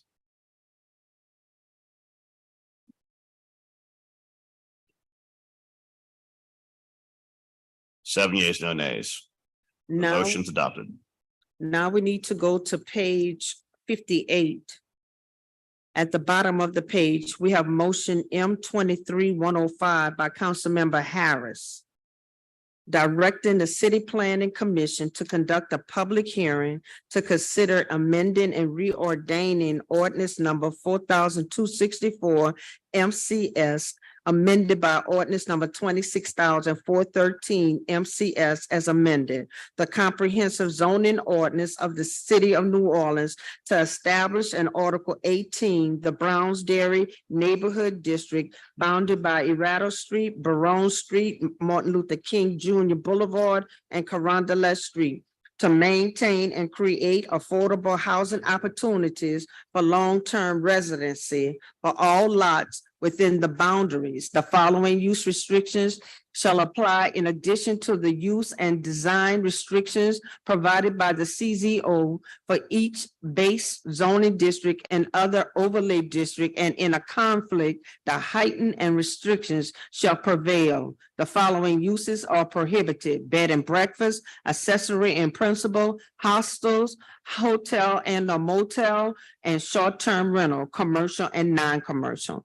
Thank you, Madam Clerk. This motion directs the CPC to hold a hearing on creating an overlay within the boundaries of the former Browns Dairy. It also withdraws my previous motion requesting that part of Central City, specifically the area around Arato Castle Haley, which is a traditional commercial boulevard, be downzoned to residential for mixed use. So I'm excluding Arato Castle Haley. That said, we still have a separate IZD, which I brought on February 6th in place, which prohibits commercial STRs in Central City. So this action in no way, quote, puts the brakes on an STR ban in the Browns Dairy area, contrary to the Times-Picayune's press coverage. We are adding more restrictions and in a way that allows historic Arato Castle Haley to continue its renaissance as a mixed-use corridor. The overlay that I'm proposing today would prohibit all transient lodging uses within the bounds of the former Browns Dairy, which is limited to about 2 city squares. This prohibition means that any existing commercial short-term rentals would become legal non-conforming uses and would lose their ability to operate as commercial short-term rentals should they stop operating for a 6-month period, which now that we have data accountability from these platforms, we can monitor.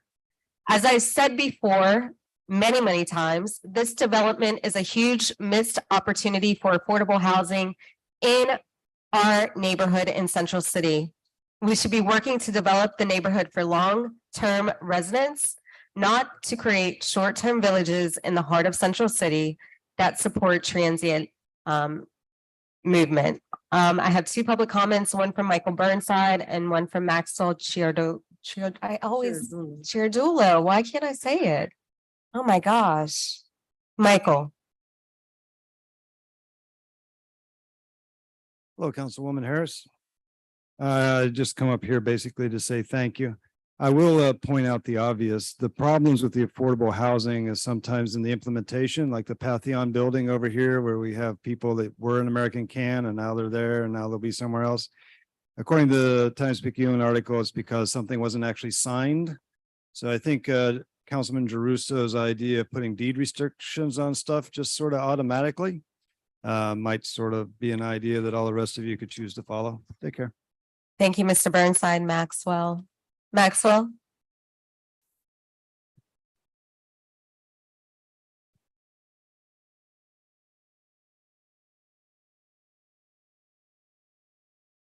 Thank you, council members.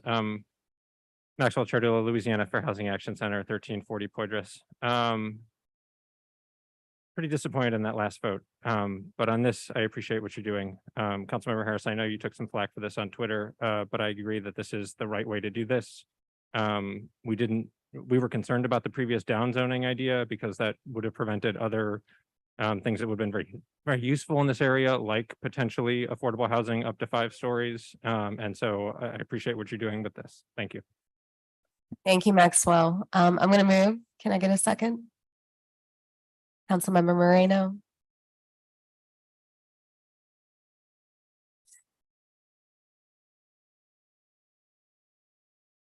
Five yeas. Thank you. We're now going to go to page 62 at the bottom of the page. We have motion M23-120 by Councilmember Harris, directing the City Planning Commission to conduct a study to determine the impacts and recommend updated regulations of commercial short-term rentals as defined in the comprehensive zoning article 20.3.LL.2. Thank you, Madam Clerk. As previewed, this motion directs CPC to study the city's existing commercial short-term rental regulations. Again, with new regulations in place for residential short-term rentals, this council has heard a lot of concern that this will lead to the proliferation of commercial short-term rentals throughout the city. This is especially concerning because many mixed-use zoning districts that exist in and around residential neighborhoods allow commercial short-term rentals by right. So this motion gives CPC the latitude to study commercial short-term rentals overall and recommend changes to the CZO that would prevent a rapid increase in the number of commercial short-term rentals. In addition, it encourages CPC to look at how commercial short-term rentals affect our long-term housing stock, both affordable and market rate, so that CPC and council can make an informed decision on regulations. I would also add that when CPC conducts the study, they need to also look at the total density of short-term rentals, both residential and commercial in New Orleans. So I'm going to go ahead and move. Seconded by Councilman Michael Burnside, followed by Maxwell. It's been a long day, Mr. Burnside. Yeah, but in a way, it's been a very good day. People gave a shit and they came out and said so. All right, so back in the day when I put in my card, I thought I could use greed as a servant. I thought, well, you know, Michael, you like affordable housing, so why don't you just do one of these 1-for-1s? We give you one commercial short-term rental and you give us one affordable housing. I thought that was very rational, but as I listened to people and realized the impact of greed, I wonder if we can really make it serve us or not. It would be nice to know how much money your average commercial short-term rental makes. And that would be nice to be part of the public discourse, like the average short-term rental is rented for 80 days a year. It makes on average $250 a day and blah, blah, more blah. I'm making those numbers up, but it would be nice to know what they really were on average. Understanding that half would be below the average and half would be above it. It would give us some idea of really the level of greed that we're dealing with. Because some of us are ignorant and we don't know how much money you can make off a commercial short-term rental. And ignorance usually can be taken advantage of. So thank you for listening. I still like the idea of leveraging in certain parts of the city. We may even get 2 affordable houses for 1 commercial if they make enough money off the commercial. But again, I'm cautious because greed is, I don't know that I have the wisdom to make it a servant. Take care. Thank you. Maxwell, followed by Ellen Johnson. I don't have anything more to say. I appreciate this, and we'll be following up with all of your offices to have more conversations about the details. So I look forward to the conversations. Thank you. Thank you. Yes, Alan Johnson, 1418 Charters for Faubourg Marion Improvement Association. I haven't had a chance to look at this, but one thing I did want to mention is in our historic districts, not only is the commercial property right up against the residential, so it is crucial to the quality of life. We have a lot of commercial property, zoned commercial property that you would think are homes. They're former shotgun doubles. Just to give you an example that I always talk about, the 2100 block of North Rampart. If you've ever been to Baldwin and Company, you've probably parked on that block between Frenchman and Elysian Fields. Those are zoned commercial. Some of those, I've sent the pictures of those houses in a letter back in February to you guys. I don't know if there's a way that we can address properties that are obviously built and were built to be residential, but are now zoned commercial. I don't know the strictures of what we could do, but I think that would be, I know that's important in the Marigny and the historic core, and it's probably important in some of your areas too, as I know uptown. If there's a way that we can do that, I would appreciate it. Thank you. Thank you, Alan. I appreciate that. So I'm going to go ahead and move.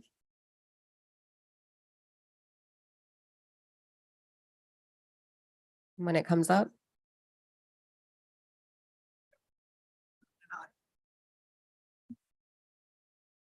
Five years, 6 years, 7 years. All right, great. Thank you. We're now on top of page 54. We have ordinance calendar number 34,098 by Councilmember Harris. An ordinance authorizing the execution of a cooperative endeavor agreement by and among the city of New Orleans, state of Louisiana, Broad Street Sports Entertainment and Dining Economic Development District, state of Louisiana, and 504 Golf LLC related to the collection, use, and expenditure of a 2% sales and use tax to be levied in said district and providing for other matters in connection therein.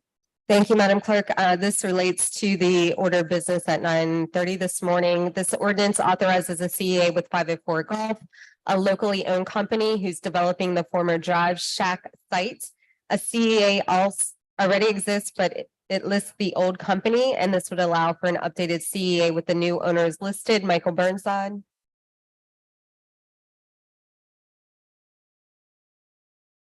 So we're back to my fantasy about being able to leverage greed, which I'm beginning to doubt I can do.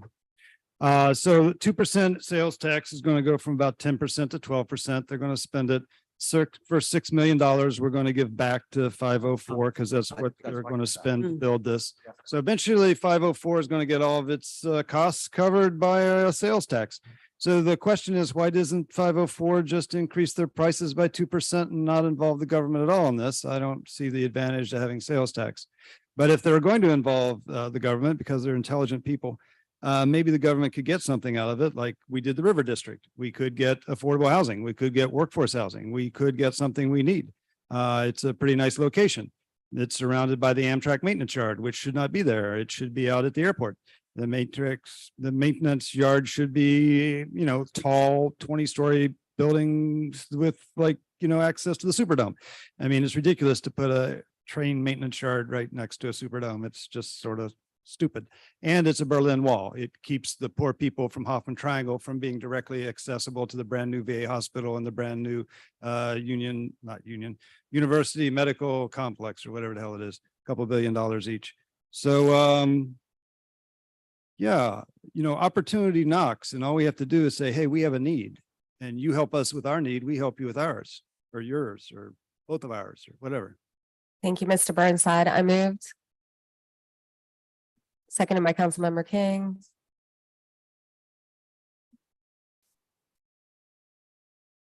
I need one more vote. Thank you, 5 years.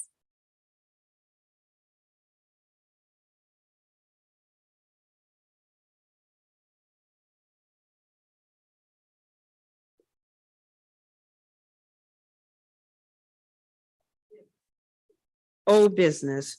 We have a reconsideration motion, M23A by council members Jeruso, Thomas, Moreno, Morel, Harris, King, and Green by request.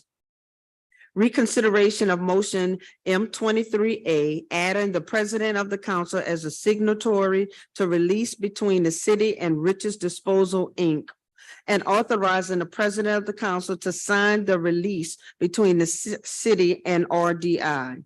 The motion passed on March 9th, 2023, appended an incorrect version of the contract. Reconsideration is sought so that the correct version of the instrument may be approved. All right, Madam Clerk, my understanding is we have to do three motions: a motion for reconsideration, a motion to substitute the correct motion, and then vote on the motion itself. Is that correct? Substitute the correct exhibit, but yes. Correct exhibit. There you go. All right. All right, so let's start off. I will vote on the motion for reconsideration, seconded by Councilmember Thomas.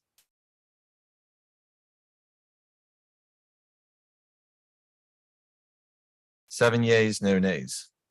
Then I will move to substitute the correct exhibit, which is the settlement agreement and mutual release.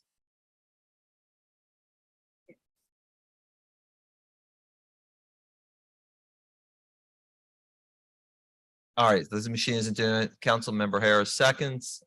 All in favor? Aye, 7 yeas, no nays.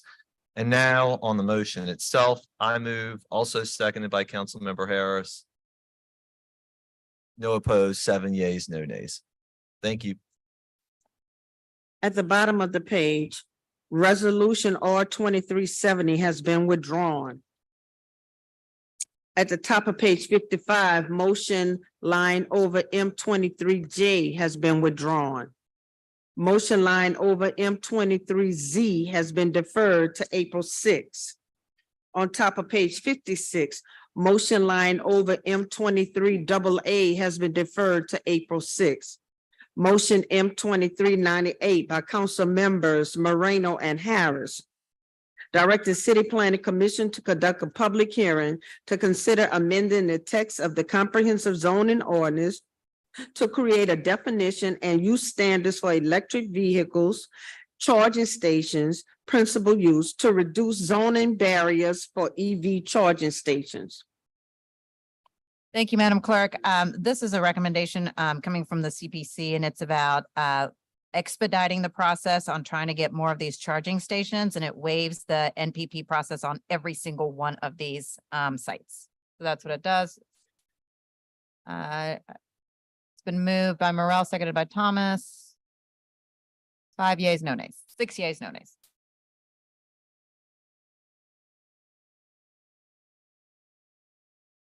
Seven yeas, no nays.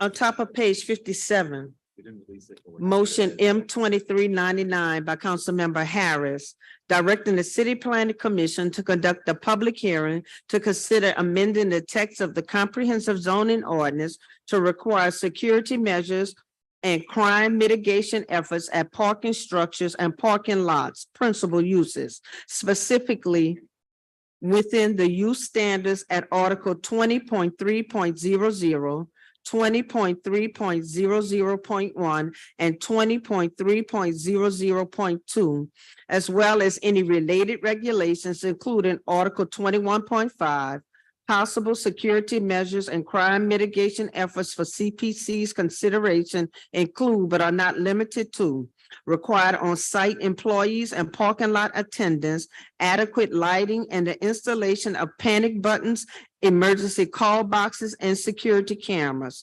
CPC is also directed to consider whether certain parking structures and parking lots should be exempt, including those that are not open to the public, those that are locked or gated, and those below a certain number of parking spots or square footage. Thank you, Madam Clerk. Because this is a citywide text amendment and there will be multiple public hearings, and NPP is not necessary and will allow this item to be heard more quickly, I move, Councilmember Jeruso seconded, and it passes with 6 votes. 7 votes.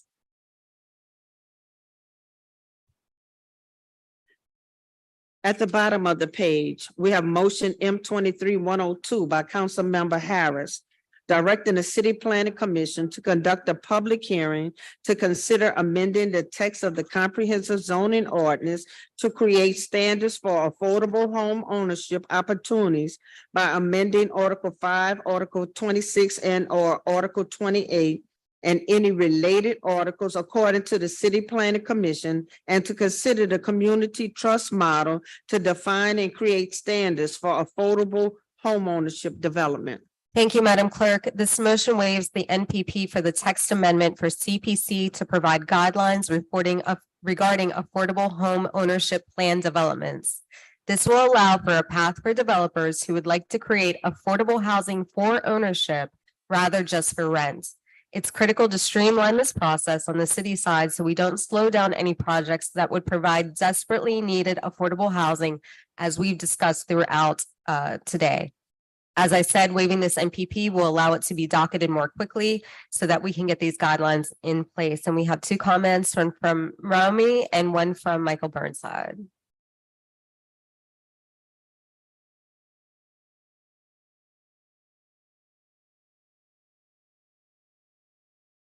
Hello, Romy LaCour, Housing NOLA, 4640 South Carrollton Avenue. You really just said it. We've been working on smart housing mix for years now, and this adds the much needed home ownership element. So yeah, thanks. Some good news, Mr. Burnside, and then Council President Morrell wants to talk.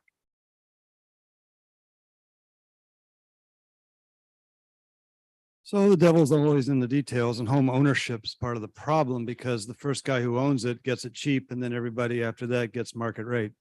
So how you're going to do this, whether it's a land trust model that you discuss here in your print form or some sort of deed restriction like Mr. Jeruso has modeled for us, I don't know how you're going to make it generationally affordable.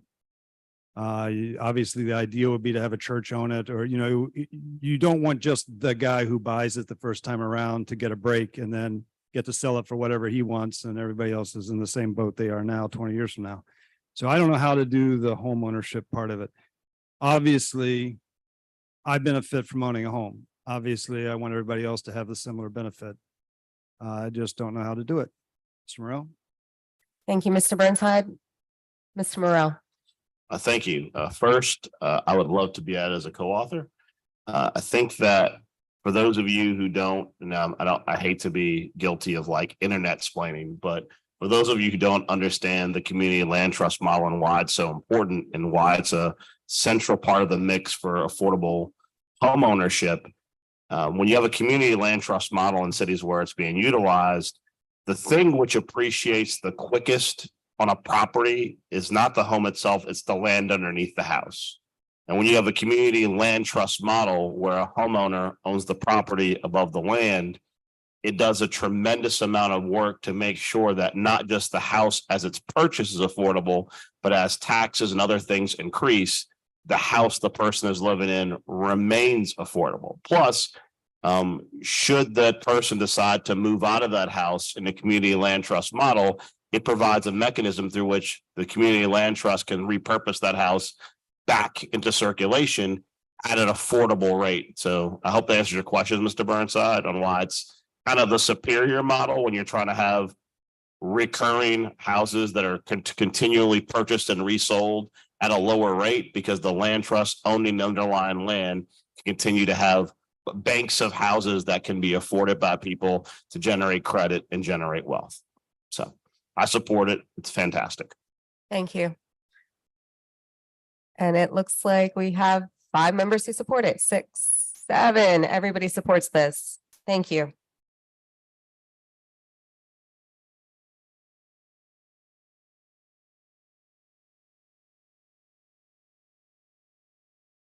At the bottom of the page, I mean.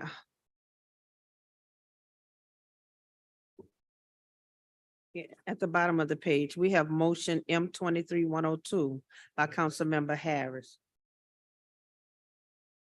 No. Oh, I'm sorry. On top of page 58, motion M 23-103 by Councilmember Morrell.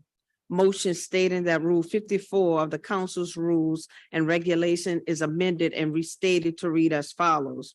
Except as otherwise expressly provided herein, Chief Administrative Office Policy Memorandum 9R, travel and business expenses pertaining to travel shall apply to all employees of the council except in instances where payment for travel is executed through a council issued credit card in which event Rule 53 shall govern.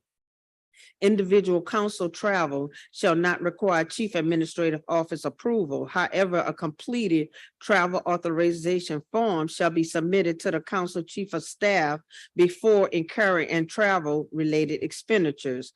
Council chief of staff shall provide a quarterly report of all travel by council members to the mayor and the council. Upon request, all details of transportation and lodging for approved travel shall be made available within 3 business days and all receipts for such travel within 14 business days of the completion of such travel. Thank you, Madam Clerk. Members, this simply has a council policy that mirrors the best practices, including the administration's stated policy on the other side. I move approval. Second by Councilmember Harris, please look at your machines. 6 yeas, no nays, 7 yeas, no nays. The motion's adopted.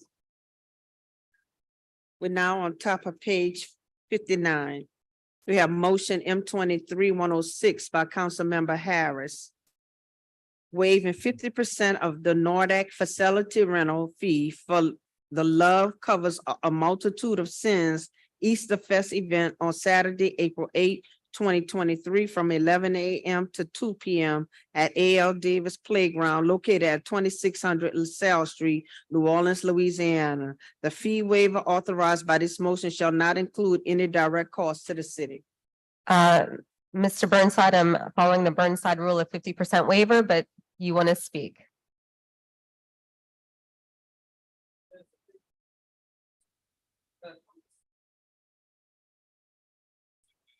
Answer something. Thank you. Thank you very, very much. I appreciate it greatly.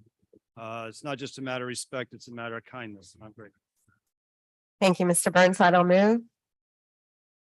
Second by Council Vice President Moreno. 7 yeas. Thank you.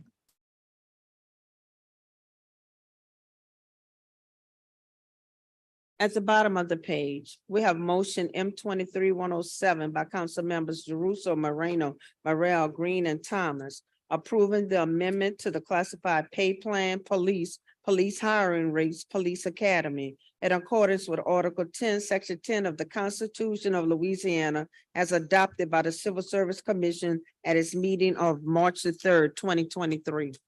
Thank you, Madam Clerk. I'll handle number 49 and number 50. Been working with Chief Woodfork on getting more trained professionals and civilians into the NOPD, and this is one of the hiring rates for the one of the police academy positions that is being modified. So I'll move adoption. Seconded by Councilmember Jeruso. And then we're gonna have at least 6. Yeah, my machine is working on updates. 6 yeas, no nays. It's 5 on the board. Right, but you voted yes. Oh, okay, good. Yeah, so Oh, I counted you. thank you, ma'am. You're welcome. Thank you, ma'am. On top of page 60, we have motion M 23-108 by council members Jeruso, Moreno, Morrell, Green, and Thomas, approving the amendment to the classified pay plan, pilot special rate of pay, police recruiter incentive pay, in accordance with Article 10, Section 10 of the Constitution of Louisiana, as adopted by the Civil Service Commission at its meeting of March 3rd, 2023. Move adoption. Seconded by Councilmember Harris. It's gonna be 7 yays, no nays.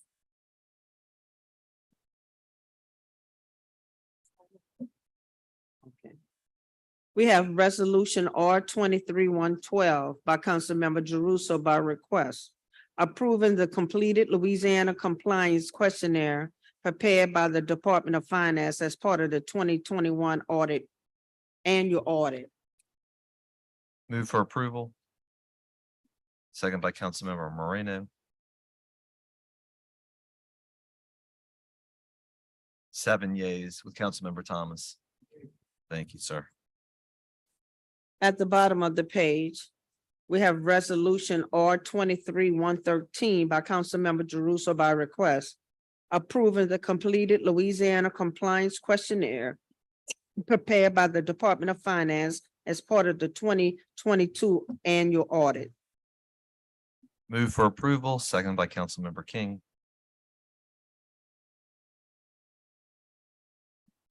Yay. There's Councilmember Thomas. I'm waiting on one more. 7 yeas, no nays. Thank you. On top of page 61, we have motion M 23-118 by Councilmember Green. And because this is already on the agenda, I will not read all of that, but I will read the brief. Establishing the following polling location shown under the new site as the temporary polling location for the identified precincts within the parish of Orleans for the upcoming March 25th, 2023 municipal primary special general election. Members of the council and the public, this is simply an emergency polling change for some precincts that are identified. The regular polling location is at the New Orleans Baptist Theological Seminary, and it's simply moving to another building on the campus. So I want to emphasize to the public, go to the same location, but a different building, and voters can enter the Lavelle building at the Providence Place and Gentilly Boulevard entrance to cast their votes. So please, just go to a different building and be sure to vote on Saturday. I guess it's been moved and seconded. So members, vote your machines, unless we still, it has not been, okay. So I move. I second. All right, it's been properly moved and seconded. Members, all in favor? Aye. Aye, anyone opposed? Thank you. 6 yeas, no nays, Madam Clerk. Who's not here? Councilman Thomas. Okay.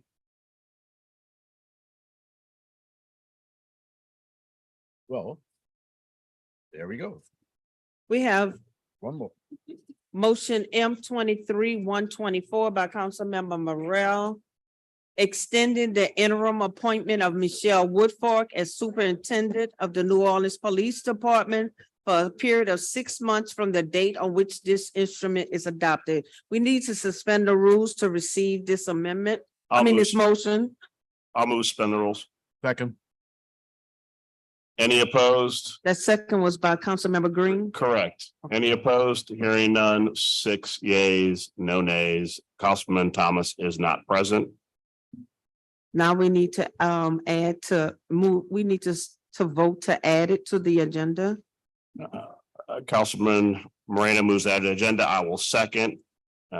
Any opposed? Hearing none, we have 6 yeas, no nays. Councilman Thomas is not present.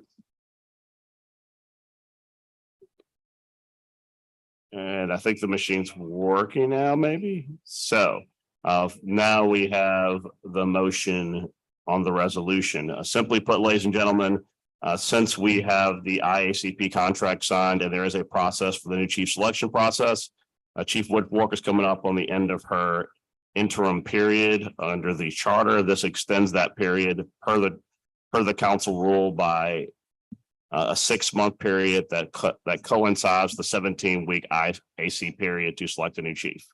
I move adoption. Madam Chair, Madam, sorry. Mr. King Chairman. seconds. Please vote your machines.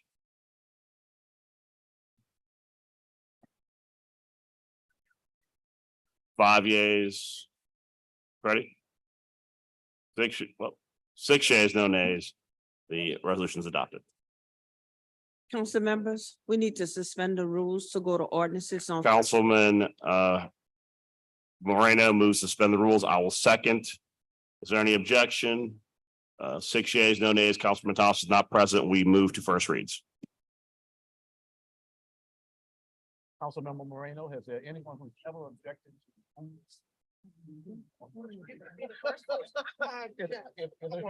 In the history of the council,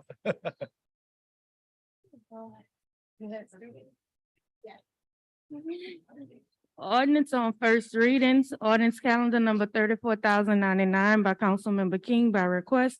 An ordinance to authorize the mayor of the city of New Orleans to enter into a cooperative endeavor agreement between the city of New Orleans and the Regional Transit Authority and the Audubon Commission to allow and facilitate the maintenance of various improvements made at and in the vicinity of the Canal Street Ferry Terminal as more fully set forth in the cooperative endeavor agreement form attached hereto as Exhibit A and made part hereof and otherwise to provide respect thereto. Ordinance calendar 34,100 by Councilmember King by request. An ordinance to authorize the mayor of the city of New Orleans to enter into a first amendment to a previously executed cooperative endeavor agreement between the city of New Orleans and the New Orleans Redevelopment Authority represented herein by Brenda M. Bro, Executive Director, relative to the property acquisition and marketing and analysis fund to modify the provisions therefore and extend the term thereof for an additional year effective as of the date this amendment is adopted as more fully set forth in the amendment form attached hereto as Exhibit 1 and made a part hereof and otherwise to provide respects thereto. Ordinance calendar 34,101 by Councilmember King by request. An ordinance authorizing the mayor of the city of New Orleans to enter into a cooperative endeavor agreement between the city of New Orleans and the Agenda for Children for a term of 1 year for the public purpose of providing wage enhancements to the child care workers in the city of New Orleans as more fully detailed in the cooperative endeavor agreement form attached hereto as Exhibit A and otherwise to provide respects thereto. Ordinance calendar 34,102 by Councilmember Thomas by request. An ordinance to authorize the mayor of the city of New Orleans to enter into a first amendment to the cooperative endeavor agreement to amend the cooperative endeavor agreement between the city of New Orleans and Umber 2 Village NOLA relative to the contract providing service to parents involved in the Juvenile Justice Center in order to extend the agreement for an additional 1 year to increase the maximum aggregated amount of compensation to amend the rate of compensation and to add, modify, or reaffirm certain terms and conditions as more fully set forth in the amendment attached hereto as Exhibit 1 incorporated and made a part hereof and otherwise to provide respects thereto.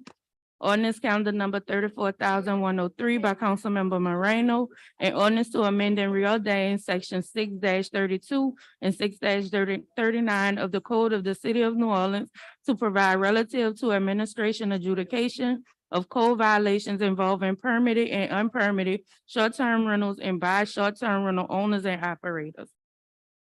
Ordinance calendar 34,104 by Councilmember Morel. An ordinance to provide for the prorating of interim and residential short-term rental permit fees and to provide a termination date for all residential short-term rental permits. Ordinance calendar 34,105 by Councilmember Harris by request. An ordinance authorizing the mayor of the city of New Orleans to enter into a cooperative endeavor agreement between the city of New Orleans and Onzama Inn for a greater term than 1 year for the public purpose of entering into a referral relationship to help provide shelter and medical service to homeless person in the city of New Orleans as more fully detailed in the CEA form attached hereto as Exhibit A and otherwise to provide respects thereto.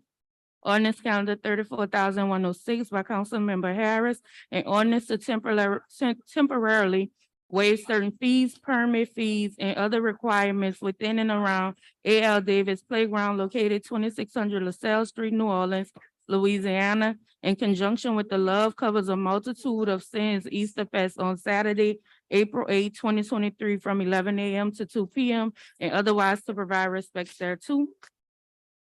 Ordinance calendar number 34,107 by Councilmember King by request. An ordinance authorizing the mayor of the city of New Orleans to enter into a cooperative endeavor agreement between the city of New Orleans in the Louisiana Department of Veteran Affairs for a term greater than 1 year for the public purpose of locating and contacting veterans or dependents to process and develop claims to determine their eligibility for veterans benefits and more fully detailed in the CEA attached here to and made part hereof and otherwise to provide respects thereto. Ordinance calendar 34,108 by Councilmember King by request, an ordinance authorizing the mayor of the city of New Orleans to enter into a cooperative endeavor agreement between the city of New Orleans and the Louisiana Ag Center for a term greater than 1 year for the public purpose of improving the lives and economic well-being of New Orleans residents by providing innovative research-based educational programs in the city of New Orleans as more fully detailed in the CEA form attached hereto is Exhibit A and otherwise to provide respects thereto. Ordinance calendar 34,109 by Councilmember Jeruso by request, an ordinance to ratify the execution and delivery by the New Orleans Municipal Yacht Harbor Management Corporation of Amendment Number 1 to lease between the New Orleans Municipal Yacht Harbor Management Corporation and the Southern Yacht Club, which is attached hereto as Exhibit A, and which amends the lease date dated May 6, 2022, the pursuant to which the city of New Orleans leased the Southern Yacht Club certain premises adjacent to the property owned by SYC, which premises is known as Area A according to drawing J-79-001-06 by J.J. Carver and Sons, Inc., Civil Engineers and Surveyors dated December 28, 1984, and which consists of 3 parcels labeled parcel A-1, A-2, and A-3 on said drawing and demise premises and otherwise to provide respects thereto. Ordinance calendar 34,110 by Councilmember Moreno, an ordinance to authorize the mayor of the city of New Orleans to enter into a sub-recipient agreement by and between the city of New Orleans and the Total Community Action to utilize $3,200,000 in American Rescue Plan funds for the valuable public purpose of addressing economic hardship related to the COVID-19 pandemic by providing assistance to constituents with utility arrears incurred during the pandemic, as more fully set forth in the amendment attached here to Exhibit 1 and made part hereof and otherwise to provide respects thereto. Ordinance calendar number 34,111 by Councilmember Harris by request, an ordinance authorizing the mayor of the city of New Orleans to enter into a cooperative endeavor agreement between the city of New Orleans and the state of Louisiana Department of Public Service and Corrections, Public Safety Service, Office of State Police, Crime Lab, represented by Colonel Lamar A. Davis, Superintendent for a term greater than 1 year for the public purpose to establish a forensic science partnership by providing funding for the outsourcing of DNA cases submitted by the New Orleans Police Department to the LSCPL for the purpose of analyzing DNA evidence for crime that occurred in the city of New Orleans as more fully detailed in the CEA attached hereto as Exhibit 8 and otherwise to provide respects thereto. Ordinance calendar 34,112 by council members Jeruso, Moreno, Morel, Harris, King, Green, and Thomas, an ordinance to amend and reordain the unclassified pay plan for officers and employees in the unclassified service of the city of New Orleans in accordance with section 3-118 and 4-206 of the homeroom charter of the city of New Orleans to establish a salary range for the position of superintendent of police and otherwise to provide respects thereto. Ordinance calendar 34,113 by Councilmember Moreno, an ordinance to amend and reordain section 159-3 and 159-5 to ordain section 159-6 of the Code of the City of New Orleans to adjust the number of billing cycles before the Surgeon Water Board of New Orleans forfeits the bill, require notice of meter reading, require deferred payment arrangements to provide the Council of Utilities Regulatory Office review appeals of completeness, and to establish enforced procedures of the judgments for the Surgeon Water Board of New Orleans billing appeals respectively. Ordinance calendar 34,114 by council members Jeruso, Moreno, Morel, Green, and Thomas, and ordinance to amend ordinance number 29-265 MCS to amend entitled An ordinance providing an operating budget of revenues for the city of New Orleans for the year twenty twenty-three to appropriate money to the infrastructure maintenance fund to make a payment to the New Orleans Sewage and Water Board related to the fair share agreement and otherwise to provide respects thereto. Ordinance calendar 34,115 by council members Jeruso, Moreno, Morel, Green, and Thomas. An ordinance to amend ordinance number 29226 MCS as amended entitled an ordinance providing an operating budget of expenditures for the city of New Orleans for the year twenty twenty-three to appropriate money to the Department of Public Works to fund a payment to the New Orleans Sewage and Water Board related to fair share agreement and otherwise to provide respects thereto. Ordinance calendar number 34,116 by council members Jeruso, Thomas, Green, and Moreno by request.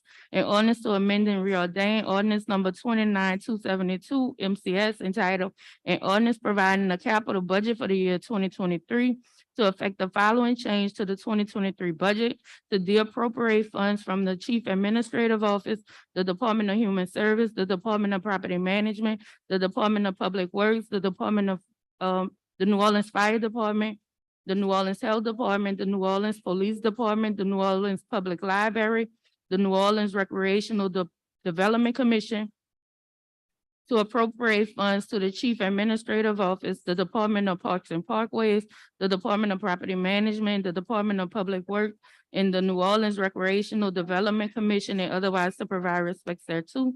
Ordinance calendar 34,117 by council members Jeruso, Moreno, Green, and Thomas by request.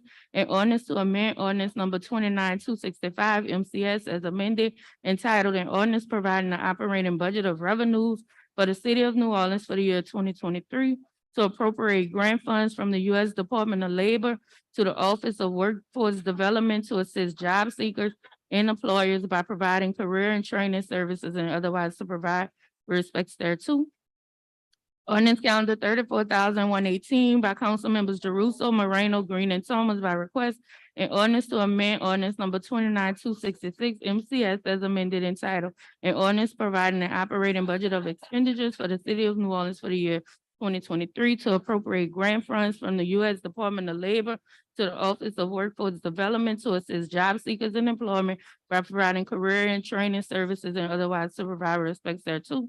Ordinance calendar 34,119 by council members Jeruso, Green, Moreno, Thomas, and Thomas by request. An ordinance to amend and reordain ordinance number 28,869 MCS entitled an ordinance providing a capital budget for the year 2022 in accordance with the provisions of section 3-117 and 4-206 of the Home Room Charter of the city of New Orleans and otherwise to provide respects thereto.